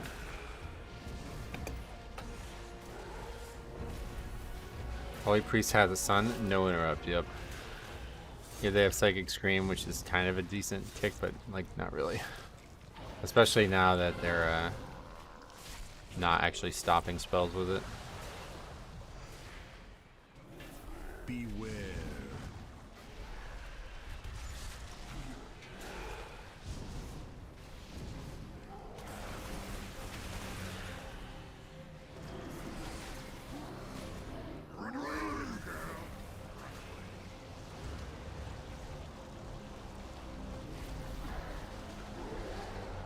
Rogue was prophesizing his own deaths. He knew he wasn't going to be playing well enough to upgrade the key. Yeah, he had it. Oh, that's what I was saying about that priest before. Like, these guys put this negativity out there, and it's like so fucking bad for everybody. Like, thinking about quitting before you even have had any true failure is so bad for everybody. That shit's so bad.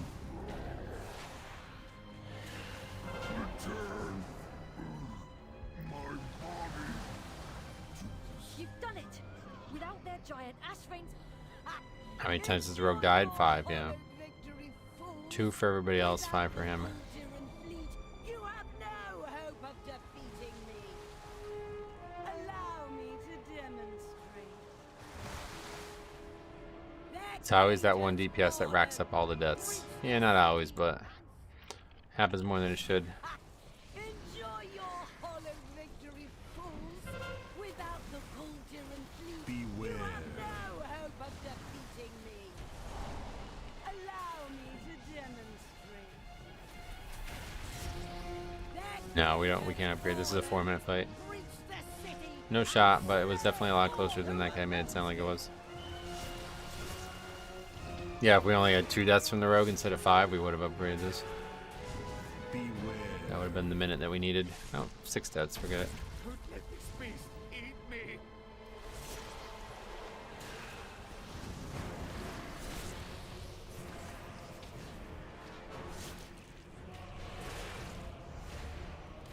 DK probably has better survivability than any other DPS other than Rat. Yeah, DK and Rat are definitely above the rest. For sure. Especially with all the talent changes for DK and Rhett over the years. Oh, I figured. I was like, how is it still alive? It's at 60%, of course. People who do this, I don't really get it. Don't let this beast eat me. Has this rogue used a single defensive? Both of his are on CD right now, so yes. Get this thing off me. I think it's just he's taking a lot of damage and he's maybe not very geared or something because it seems like he's taking more damage than everyone else. Like any damage that does anything to anybody, he seems to be very low after. A second to get this cannon working. Faint is a DPS loss. Ready to fire. You get a ton of % stamina from playing a Frost Death Knight. Yeah, I've heard. And I don't know, Size brought this up the other day. I never got an answer on this, but he's saying that it's a good idea to run Stone Skin Gargoyle for some reason. If so, then like, holy shit, you're gonna have a lot of fucking health. I don't know why that would be the case. But if so, then it could be really crazy. It's a nightmare for the healer if people don't focus the Demolisher. Yeah, I agree. I don't know why you wouldn't just focus the Demolisher. I mean, plate DPS do have higher HP in general. Is that like a fact? Maybe. You would expect them to be bulkier just because they have plate, so any physical damage gets mitigated more, but I'm not sure that they have more health in general. I think everybody's got about the same health. If you're playing Breath or Riders, you run Stone Skin on the offhand. Why? What specifically is going on there? Because that's surprising to hear that.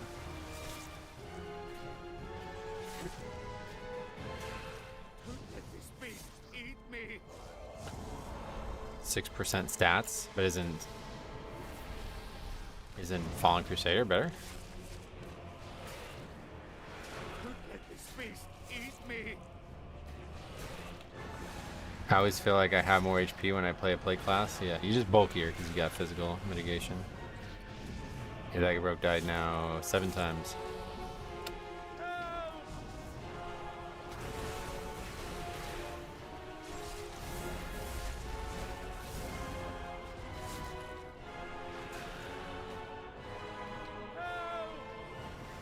You have my tax. Now I'll get this cannon prepped for some payback. Razor Ice is a different build that uses Razor stacks to proc bonus damage on AoE. Well, you don't use the Frost one? That's weird. Paladin's about to die. Okay, good. 7 deaths plus any cheat deaths, right? Yeah. Good point. At least we're gonna finish it though. I like that. Rogue was a hidden 5th to fix. What can I do? He asks for trying to time a 12. Yeah. Don't die 7 times. Do you have a blacklist at all? No, I try not to do that because I don't want to like poison the well when we're collecting the stats. Like if I put everybody that I didn't enjoy interacting with on ignore, we'd have like 10 people left at the end of the season, so. I guess at least he wasn't a leaver. He wanted to be, but he's too much of a coward. You see that a lot where there's a lot of people out there who are like, I really want to leave right now, but I don't actually have the balls to do it. I remember running into that in the other side. I don't know how many people were there for that, but that was actually wild. We had it the other side where like these guys were just like, this run sucks. You guys all blow. I'm not going to do this. I'm not going to do that. But none of them would actually leave. It was like 4 hours. Well, it wasn't that long, but we had like 4 wipes to the last boss and nobody would leave. Like we just couldn't kill the boss, like straight up. It wasn't going to die, but nobody would leave. They were all just fighting with each other and talking shit. Just give me a second to get this cannon. Oh yeah, and that guy was not is that the reason that the other one is so low? Ready to That's fire. crazy. He's over there auto attacking it. What the fuck? You dare scar my beautiful pet. I Just standing there. He's about to type something, I bet. Let's see what he says. reduce Morales to cinders before I allow you to win. Oh, now he's walking again. Heroes, but Sometimes talking shit is the most fun part of the game for them. It is fun, but I mean, one way or the other, it's just like, it was really weird because everybody was like, this group fucking sucks. GG, lol. You guys all blow. He didn't say anything, I'm surprised. But nobody would leave. It was really weird. We were in that key for like an hour and a half, and somebody was like, eventually like, I don't want to be the first to leave. It was really weird. They're all just talking shit the whole time. Zald's hat doesn't say haha too late anymore, does she? I don't know. He's definitely been doing everything he can to make this boss a wipe to get someone to leave. Maybe. You think that's what he was doing? Attacking the wrong target there? It's possible. Another bad overall from Mage though. I think he knew he was the dead weight of the group. I think anybody who says it's GG, right? And when we're fucking a third of the way through the dungeon is gonna be the dead weight of the group, yeah. At least that other guy knew what he was talking. He had reasons to believe he knew what he was talking about. But when you're not even sure and you say it, it's like, oh man. You're just like itching to give up, huh?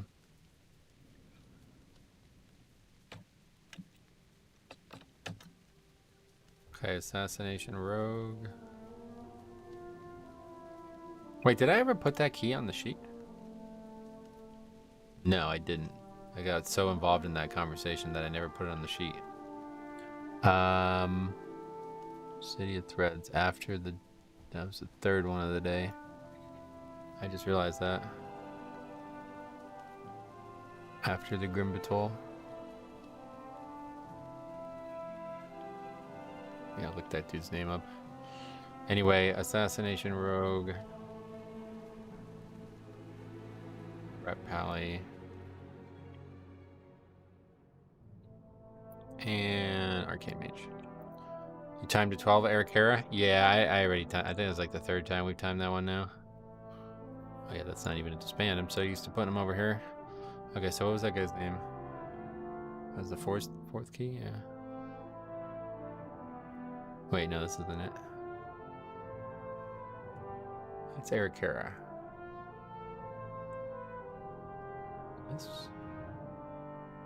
This one.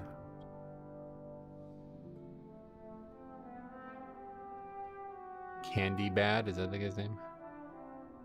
Candy's Bad, Frostborn.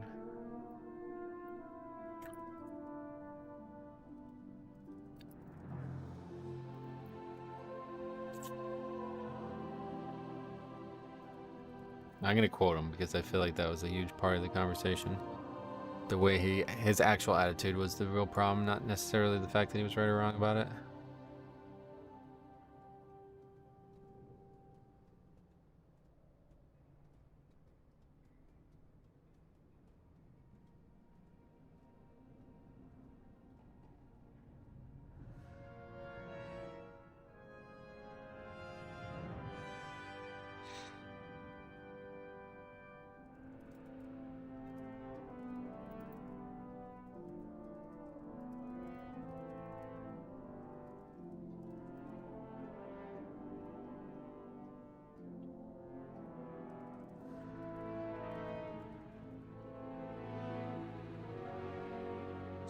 Okay.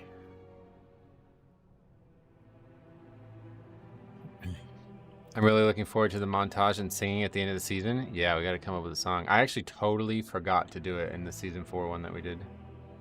Totally forgot about it. I learned, I've been singing Like a Stone a lot, man. That's a really good song.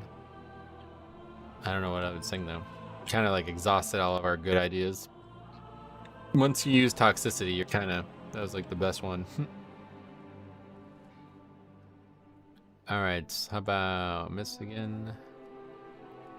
Siege double upgrade 12, I believe you. That's gonna happen.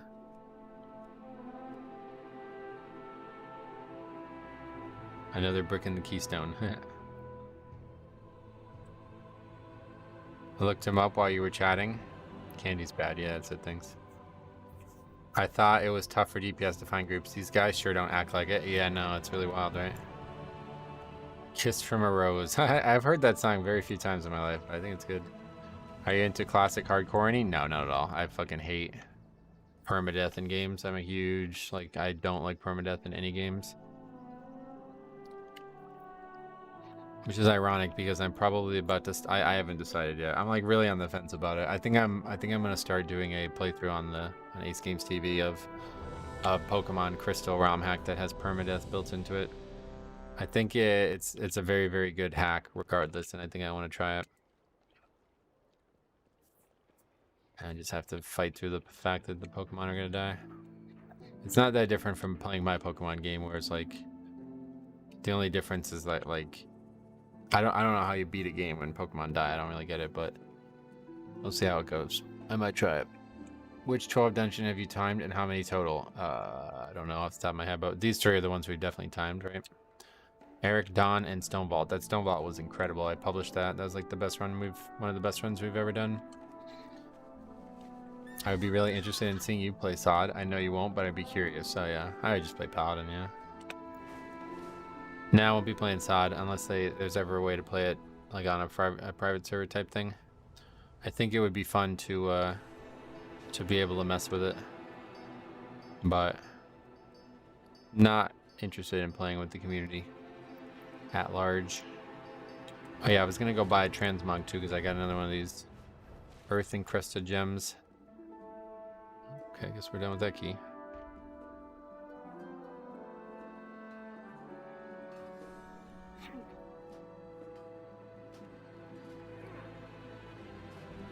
I don't even know which ones I would still want at this point.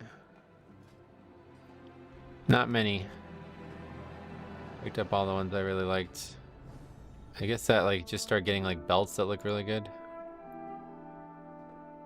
Or wait, oh, that headpiece is very interesting. What other colors of that are there? Green, red. Yeah, I'll probably grab that one. Oh, that's a better red forest, I think. I don't know, maybe the blue. Probably be more likely to use the blue. Pick that one up.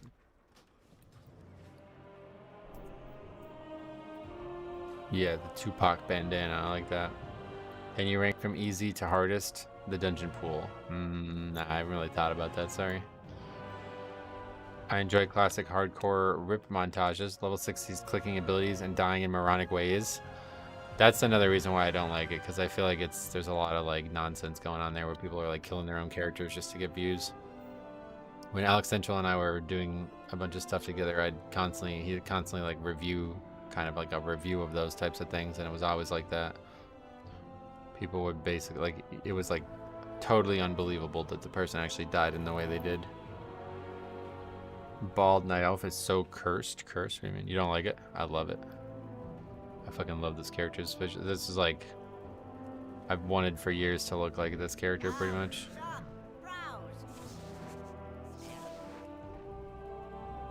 I love that skull tattoo. It's like secretly a desire of mine to have a fucking skull tattoo. Night Elf Mohawk.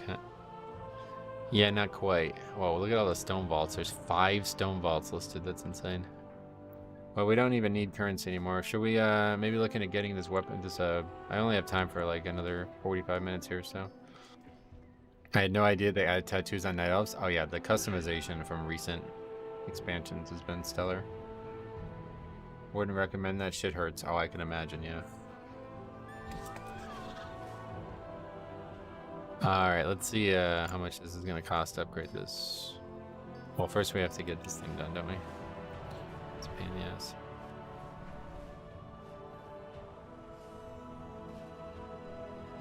My directive is to serve you. How'd you get that transmog? This one's from Delves, yeah. And then the one I really want is from Crafting Gear, which I am definitely going to be doing. Where is it? I guess just look it up in the transmog section. Unbelievably good. Look at that one. That is fucking wicked. Unbelievably good looking. And that's from Crafting Gear. So I'm getting that one. I have a bunch of tattoos. They're not that bad. Just do it. Oh, I'm definitely not getting a skull tattoo, bro. I think it looks really good, so. But I'm definitely not doing it. Somebody asked me once why I don't have tattoos, and I don't think the answer I gave satisfied them, but it was like, I just don't, like, there's nothing that I want permanently on my body. Like, I don't. And they were like, well, you should, you know, don't be afraid to try it. And it's like, it's not about being afraid. Like, there's nothing that I want permanently on my body.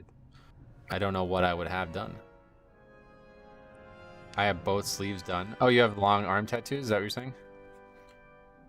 It was like a conversation about me not like liking tattoos philosophically, basically, and yeah, I don't remember how the conversation went, but it was just like I don't. There's nothing I would want. No, I just made that up for fun. Oh, I was gonna say you never had tattoos. Try it as if you can just get rid of it. Well, it was basically like saying like I was like saying like I don't think I would enjoy having a tattoo permanently, you know. And the conversation was basically like, you shouldn't fear having it. It's normal now. And I was like, okay, well, it may be, but I just don't like. If it was free, maybe. But like to spend a bunch of money on something that I'm not in love with, like I don't. What would I get? Some funny quip about WoW or something? Like I don't even know what I would get tattooed on there. You know. I thought you meant a tattoo of a skull. Yeah, no. We were looking at the Death Knight character. If you've never. This is like fucking amazing looking. Like, if you've never seen this, like, I love that look. Where the tattoo like goes around the eye like that. I love that. Love heart on your left bum cheek. And that would be another thing. Like, why the fuck would I pay money for a tattoo that nobody's gonna see? I can't imagine ever doing that.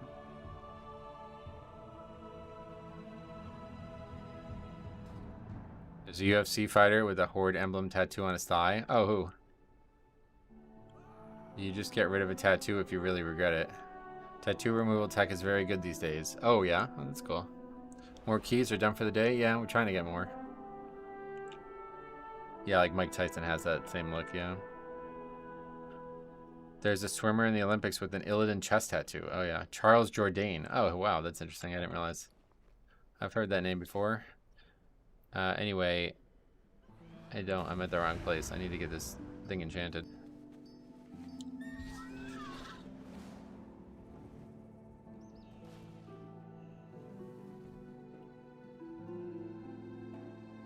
How may I aid?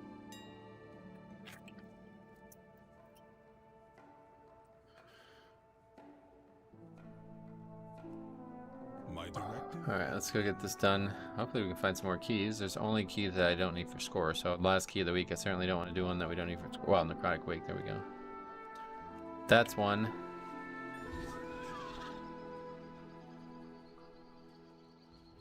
Do you think you will be hard stuck at 12 range keys? Yeah, I think we already are, aren't we? This season seems like progression is pretty much over for me. We can definitely finish more keys than we have in time, but like I don't know what Grim Batol. Yeah, really just Grim Batol. That one's like especially like I don't know how we upgrade that key. Probably can do like 13 Eric Heron should too, I guess, but it's not gonna get much better than where we're at right now, I'd imagine. The Pug world is volatile.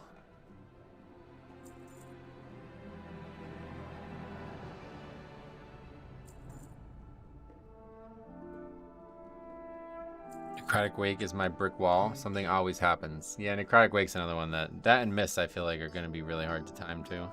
They're doable. Like I expect them to get done, but Grim Batol, I don't even like. I've not done that key once and thought like, oh yeah, we're gonna upgrade this.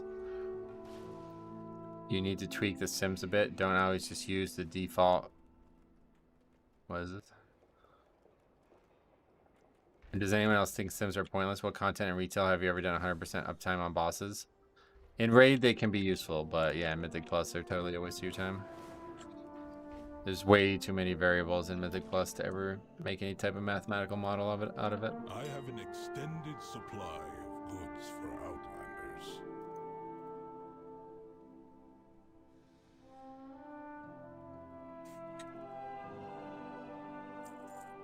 My thanks for your opinion. There's still a good 5 to 10 item levels left on the table. Yeah, there is, but like it's not even that. Like I don't think gearing is stopping me at all right now. it's all about mentality. People just aren't willing to actually work through problems anymore. So yeah, maybe Grim Batol becomes more doable once everybody's fully geared. That one's a good example, but people just give up so quick that it's like impossible to see any real future with some of these dungeons.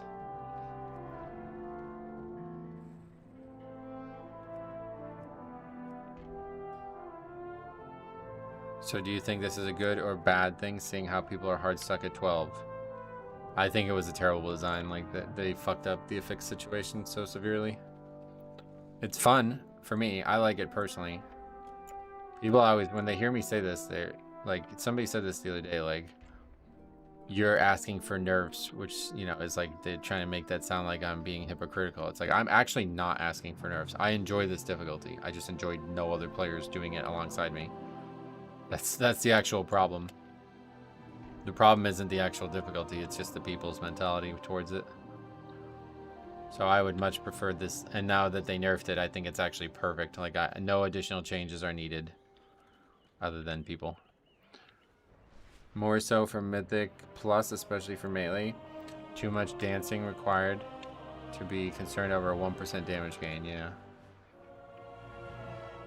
When have you ever played DPS or healer before? Have you ever played it? I was a healer main from Classic until mid-Legion. DPS? No, I'm never going to be a DPS main. You believe people sticking out on time keys would help a lot? Yes, 100%. Because even if there was only one key that people left early that we could have timed, and we actually timed it, that would be such a huge amount of score for us right now, right? Like, just getting 112 done is like a monumental task. This problem becomes worse every season because obviously I firmly believe that these people leaving these keys means I'm a worse player because I'm not able to see the entire dungeon repeatedly. Like, you see how fluent I am in some parts of these dungeons? It's because I've done it like dozens of times already.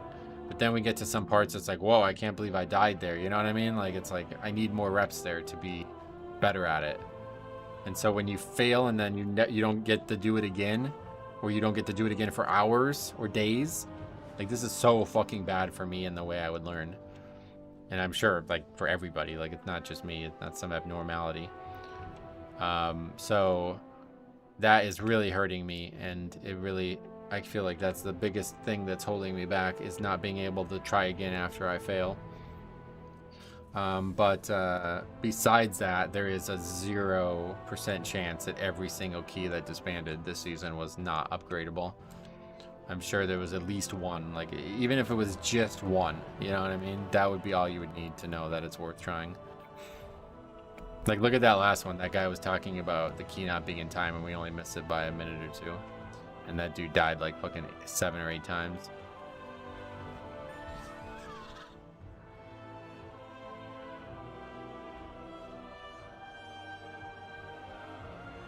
I was recommended a video of you on Holy Pally with short hair. What a difference. Yeah, it probably would have been BFA then. After COVID, I grew my hair out, so that's the last time that happened.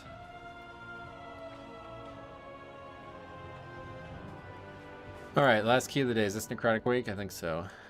Augmentation.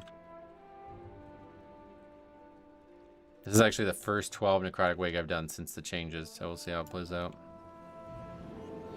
I think that difficulty jump should have been on 10, or there's loot motivation for completion, and a challenger's peril should come at 12. I've heard a lot of people suggest shuffling around that, and I don't disagree with it. It's just like, I don't think it changes much, to be honest, but yeah.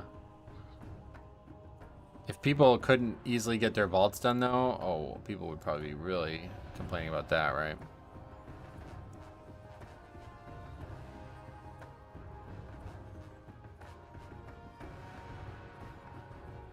At least gatekeepers and third boss are so much easier now.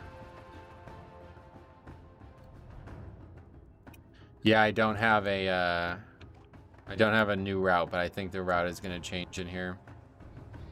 I was thinking the death time loss thing. What if deaths on bosses didn't count? Would that be cool?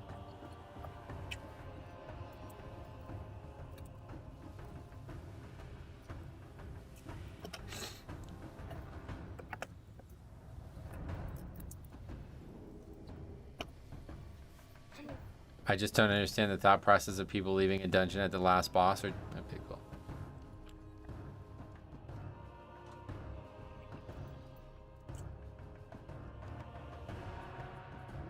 Anyway, yeah, I mean, this guy just kicked me out of the game because he doesn't like my gear.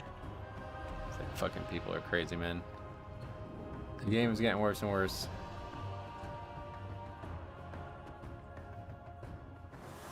People are already complaining that getting vault done is hard. Yeah, that's what I'm saying, yeah.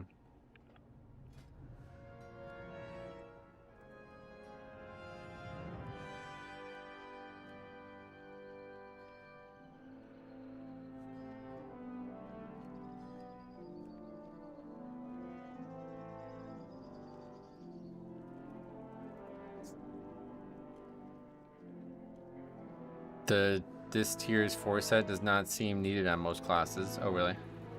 What did he say? He's like, only two set where?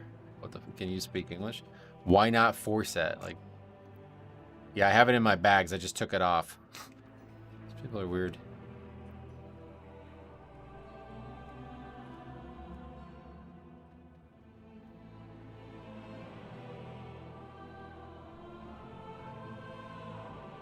Yeah, 5 set or 4 sets a big DPS. I've heard it's close to a 10% DPS increase, but yeah, we're definitely not gonna fail the key because I don't have a 4 set on. That's for sure. So you can just sit and queue for another tank. Apparently, it's worth it.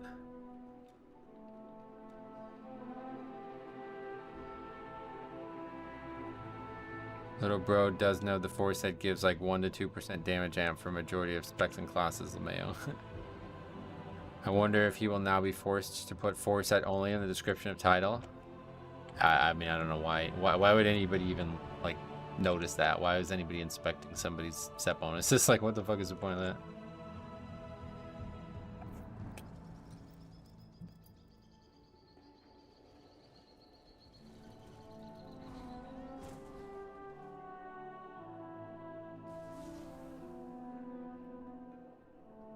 The cloak isn't optimized stats, also not transmogged. We would have timed the key, but the tank wasn't passively recharging his bone shield stacks. Well, this always seems to happen at the end of the stream. We sit here for 4 hours, no problem, and then the last key we want to do is there's never a key.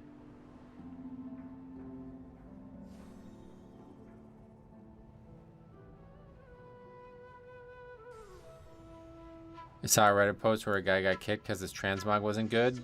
To be fair, that's a different, like, yeah, no, that one I could see, actually. If you're not putting time into making your character look good, then you're probably not serious about your character.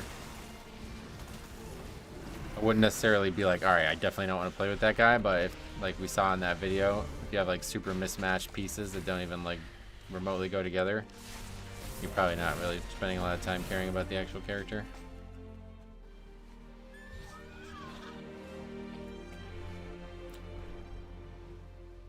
What's your key? Yeah, I actually have Necrotic Wake too. I should probably do it, but I just fucking cannot stand doing my own key, man. I don't want to end the day on a bad note, especially if this is our last key of the week. I may stream tomorrow. I don't know. I was batting it around. I don't really have like 3 good videos. I would need to do a lot of work to get a 3rd video, so I'll probably just maybe stream tomorrow, depending on how tonight goes and what's going on tomorrow. We'll see. Hold on, I gotta check the weather first of all. Is it gonna be nice Sunday or what's going on?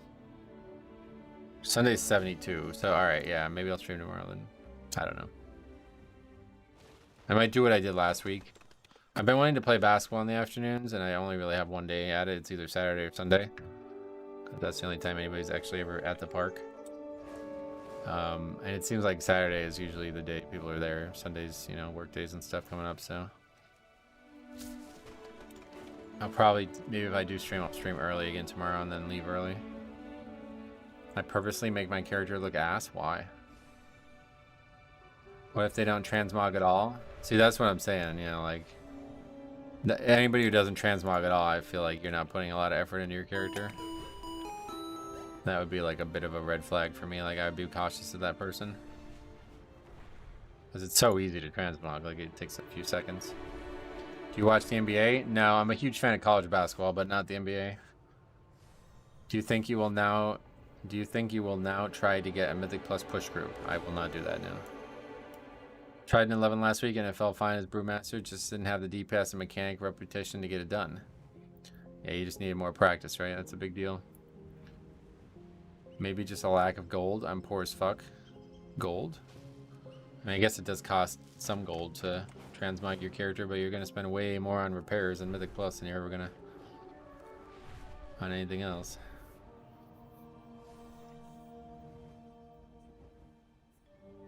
Eric Hera 13. Like, we sign up to that. If we got invited to that, we can probably have a good shot of upgrading it.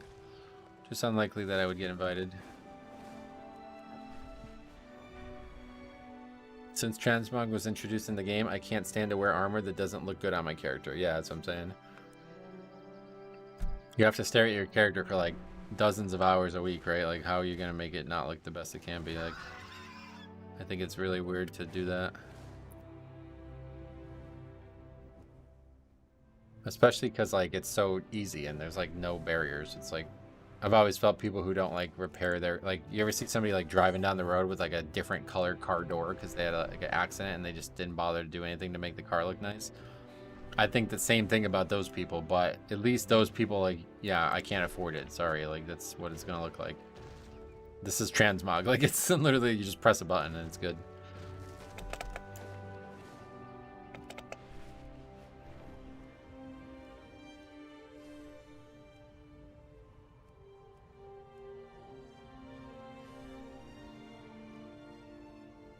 All of a sudden, a lot of keys that we need. I'm used to clown transmog from vanilla. Oh yeah. Shylance is the best armor appearances. There's some really good ones. Do you have invincible? No, I don't. I'm not really a big mount guy. I think this mount goes really well with it. I don't know.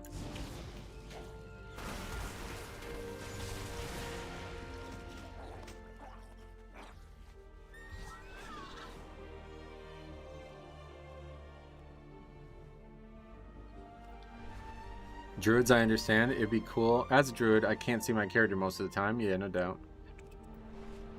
Druids, I understand. It'd be cool to let some armor pieces through in your druid form. It would be. For me, having a stick out ugly transmog makes it easier to see the model. Oh, okay. You can always just, there's like a lot of new, like, I can't remember how it worked, but something somewhere. Oh yeah, self highlight. Yeah. You should use that. Makes your character highlighted now.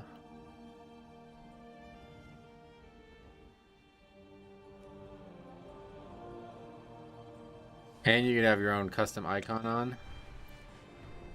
So if you can't see your character with all that on, I don't know.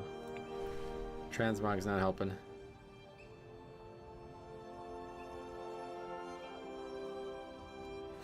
That's a big piece of tech that they added to the game, and I bet a lot of people don't know about that. Yeah, that's new with the pre-patch and War Within. I'm so mad that we can't get the ZG Night Elf mount anymore. The ZG Night Elf mount? What does that mean? The Panther or the Raptor or whatever? Yeah, that. You're talking about the Tiger, you probably mean. Yeah, the Tiger is really, really, really good. I wish we can get that. Alright, well, I guess we're gonna have to sign up to something we don't need for score. Or just end the stream. I don't really want to end the stream. Let's do one more. Just sign up to some 12s. Any 12 is interesting, right?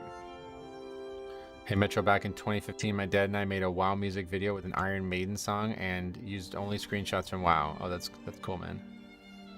Yeah, I bet that, hopefully good memories there for you, man. I saw a guy with corrupted Ashbringer the other day, had to take a screenshot. Yeah, that's cool. You don't see that every day. Every day that goes by, it's going to become less and less popular, right? Or less and less, like, you're going to see it less and less. Alright, another Eric Hera. And of course we got an Og. The one thing you definitely don't want to see in here. God, man, really?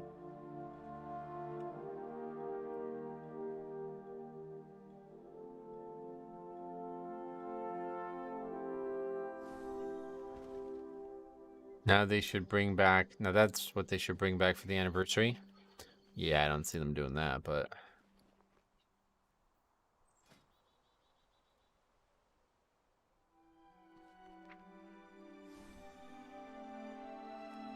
My favorite classic videos when a Warlock Ninja corrupted Ashbringer so he could mog it to his Felguard in the future. Oh, in like actual real classic, or the new classic, I mean. I remember getting that Tiger from ZG, and then 2 weeks later I got the Panther. Whoa. What, like in between Kata's launch? I wish there were more UI options though, like hide certain things without an add-on.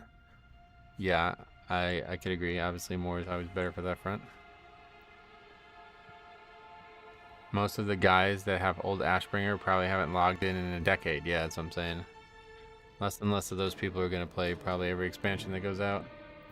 That mount screams epic classic. I know, I love that mount. If I had that mount, I would ride it every time. Coolest mount.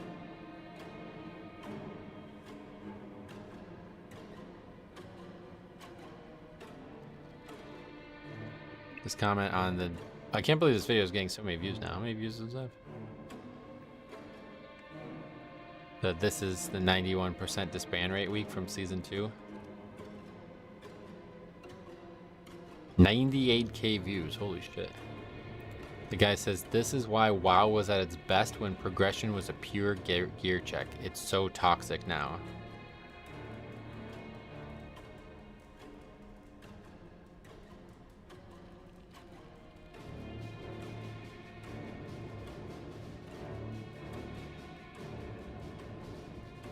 I got that Raptor. Not as cool as the Tiger for sure. Yeah, no. Seeing so many healers sign up for a sub 1% key makes me laugh at all those who say they can't find people. They've been bringing back a lot of unobtainable mounts. Yeah, but that one is something else entirely. I don't think they'll bring that one back ever. What is he looking for? There's a ton of people that are perfectly qualified for this. Is there a class you like or dislike having in the party? Nah, not really. Just rat, maybe rat, you know? Good access to damage. It's a little sad they didn't introduce a Frostmourne appearance with the anniversary. Oh, yeah. Good afternoon, Solist Guardian. What's up, buddy? Really enjoy your content. Hope you're having a great day. I also hope you're having a great day too, man. Thanks for taking the time to be kind. Hope you continue to enjoy the content. This is the worst possible tank behavior and low mythic plus. So that's the one from Monday. The guy says, I'm going to watch this video anytime I feel self-conscious about my tanking. If nothing else, I can rest assured I am not this bad.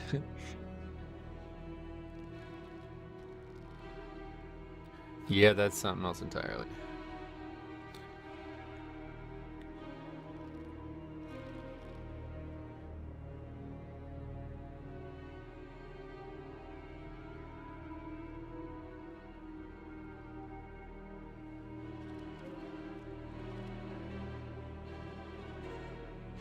Imagine how many people would play two-handed Frost if they added Frostmourne. Yeah, I don't... Frostmourne, again, that's another one of those things, like, it's just too big of a weapon, like, it can't really be in the game. It's got, like, major lore implications. I guess you can make a similar claim about Ashbringer, though, to be fair, but... yeah, I don't think Frostmourne is, like... Frostmourne is not even a thing anymore, right? It may even happen to Frostmourne. I would have never seen that many healers applying to a key before. I have never seen it, yeah. I don't know why he's not inviting anybody. Is that guy hoping Grawl signs up? Yeah, I have no idea.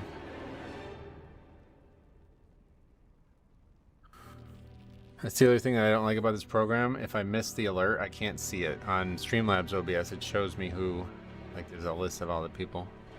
I have Frostmourne sitting in my Death Knight's bank with the other two Legion weapons, so yeah. You mean Shadowmourne. You're talking about Shadowmourne. But were you talking about Shadowmourne the whole time? Shadowmourne's, that's a different story. Yeah, he's looking at their Raider IO. You better make sure nobody has a depleted key on their Raider IO. Frostmourne Plus, now with more Frost. Yeah, it was shattered into 1,000 pieces, right? Shards of Frostmourne are the Legion Frost weapons. Oh, I didn't even realize that. Well, there you go. Well, that's actually badass. See, I never fucked around with Frost. That's actually cool. Dude, the Legion artifact quest lines are amazing. And the crazy thing about it is it can all be done while leveling now.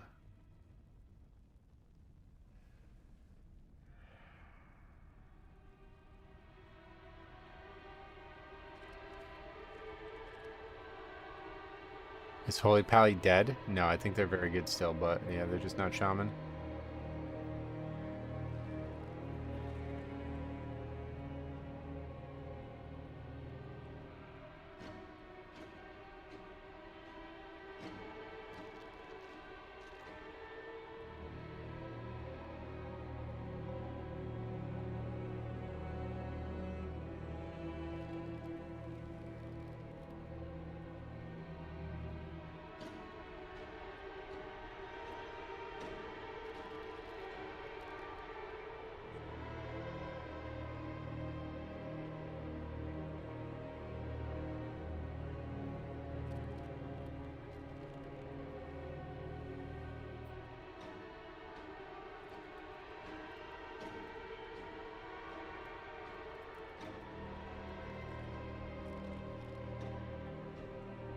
Oh, Harry's. Hey, what's up? Welcome back, buddy. What are you up to?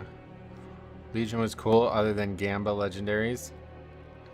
Gamba was it? Holy Pally is very good. This dungeon pool just really favors shaman, yeah. I'm struggling on bosses this week. Any advice on bosses as a tank? No advice, sorry. Record your runs and send me representative footage and I'll do my best to help you. Just got out of the shower. Oh, thanks for letting me know, man. I was wondering what you've been doing.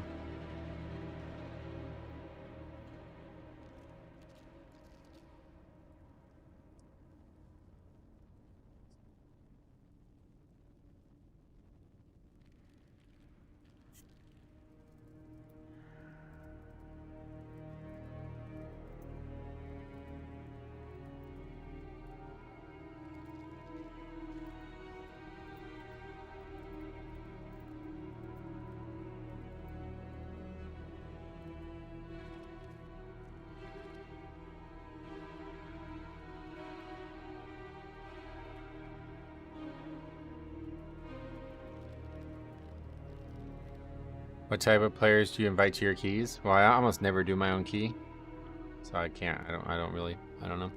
If I was worried about it, I would just be looking for people who have a lot of completed keys done, no matter what score they are, as long as they're like relevant for the key level, and people who bring like good actual utility to the dungeon. Like, we're not gonna take 3 bad utility classes, kind of thing.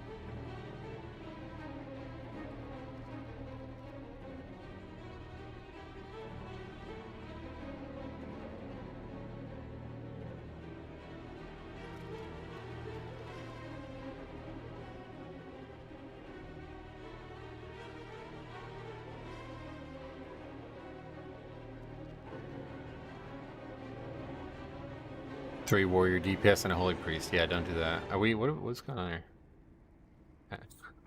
I'm pretty much like out of time at this point.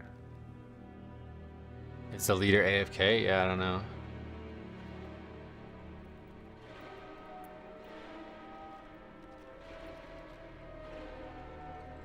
I'm trying to learn disc thanks to, I think my US priest will be disc. Oh, really? Well, there's still a lot of comments coming into that video I made recommending more and more stuff, so.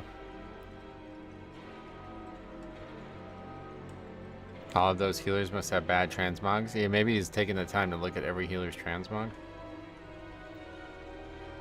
I'm gonna just end up leaving though unless he invites somebody right now, pretty much.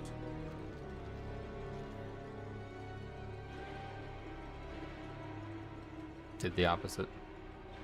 I care more about completed than time personally. Yeah, that's what I'm saying. If you saw somebody with a lot of... Wow, what a fucking waste of time.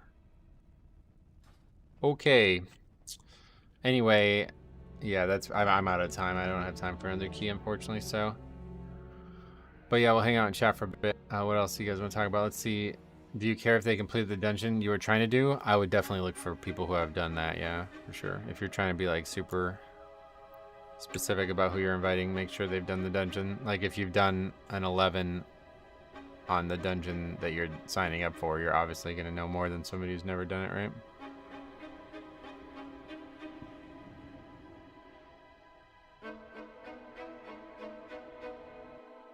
I wonder how far you can get soloing keys. I always wanted to try that, but it's just like an enormous time sink. Like you're talking about spending like 4 hours just on one key at some point, you know?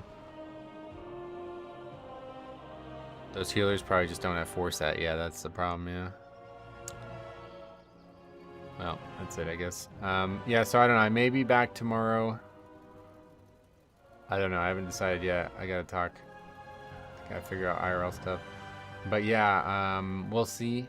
I may be back tomorrow with another stream. I kind of don't. I just hate ending the stream anymore. I feel so good to stream. I wish I could stream every day. But we'll see. If not, definitely Tuesday, obviously. And hopefully, well, is there any word on the servers yet? No, it's not. Stay tuned. I don't know what's going to happen Tuesday. That's another reason why I want to stream tomorrow, because I don't know what's going to happen Tuesday. But yeah, we got some videos this weekend, one way or the other, so stay tuned for that. And yeah, we'll see you guys soon. Thanks for watching. We'll see you in the next one.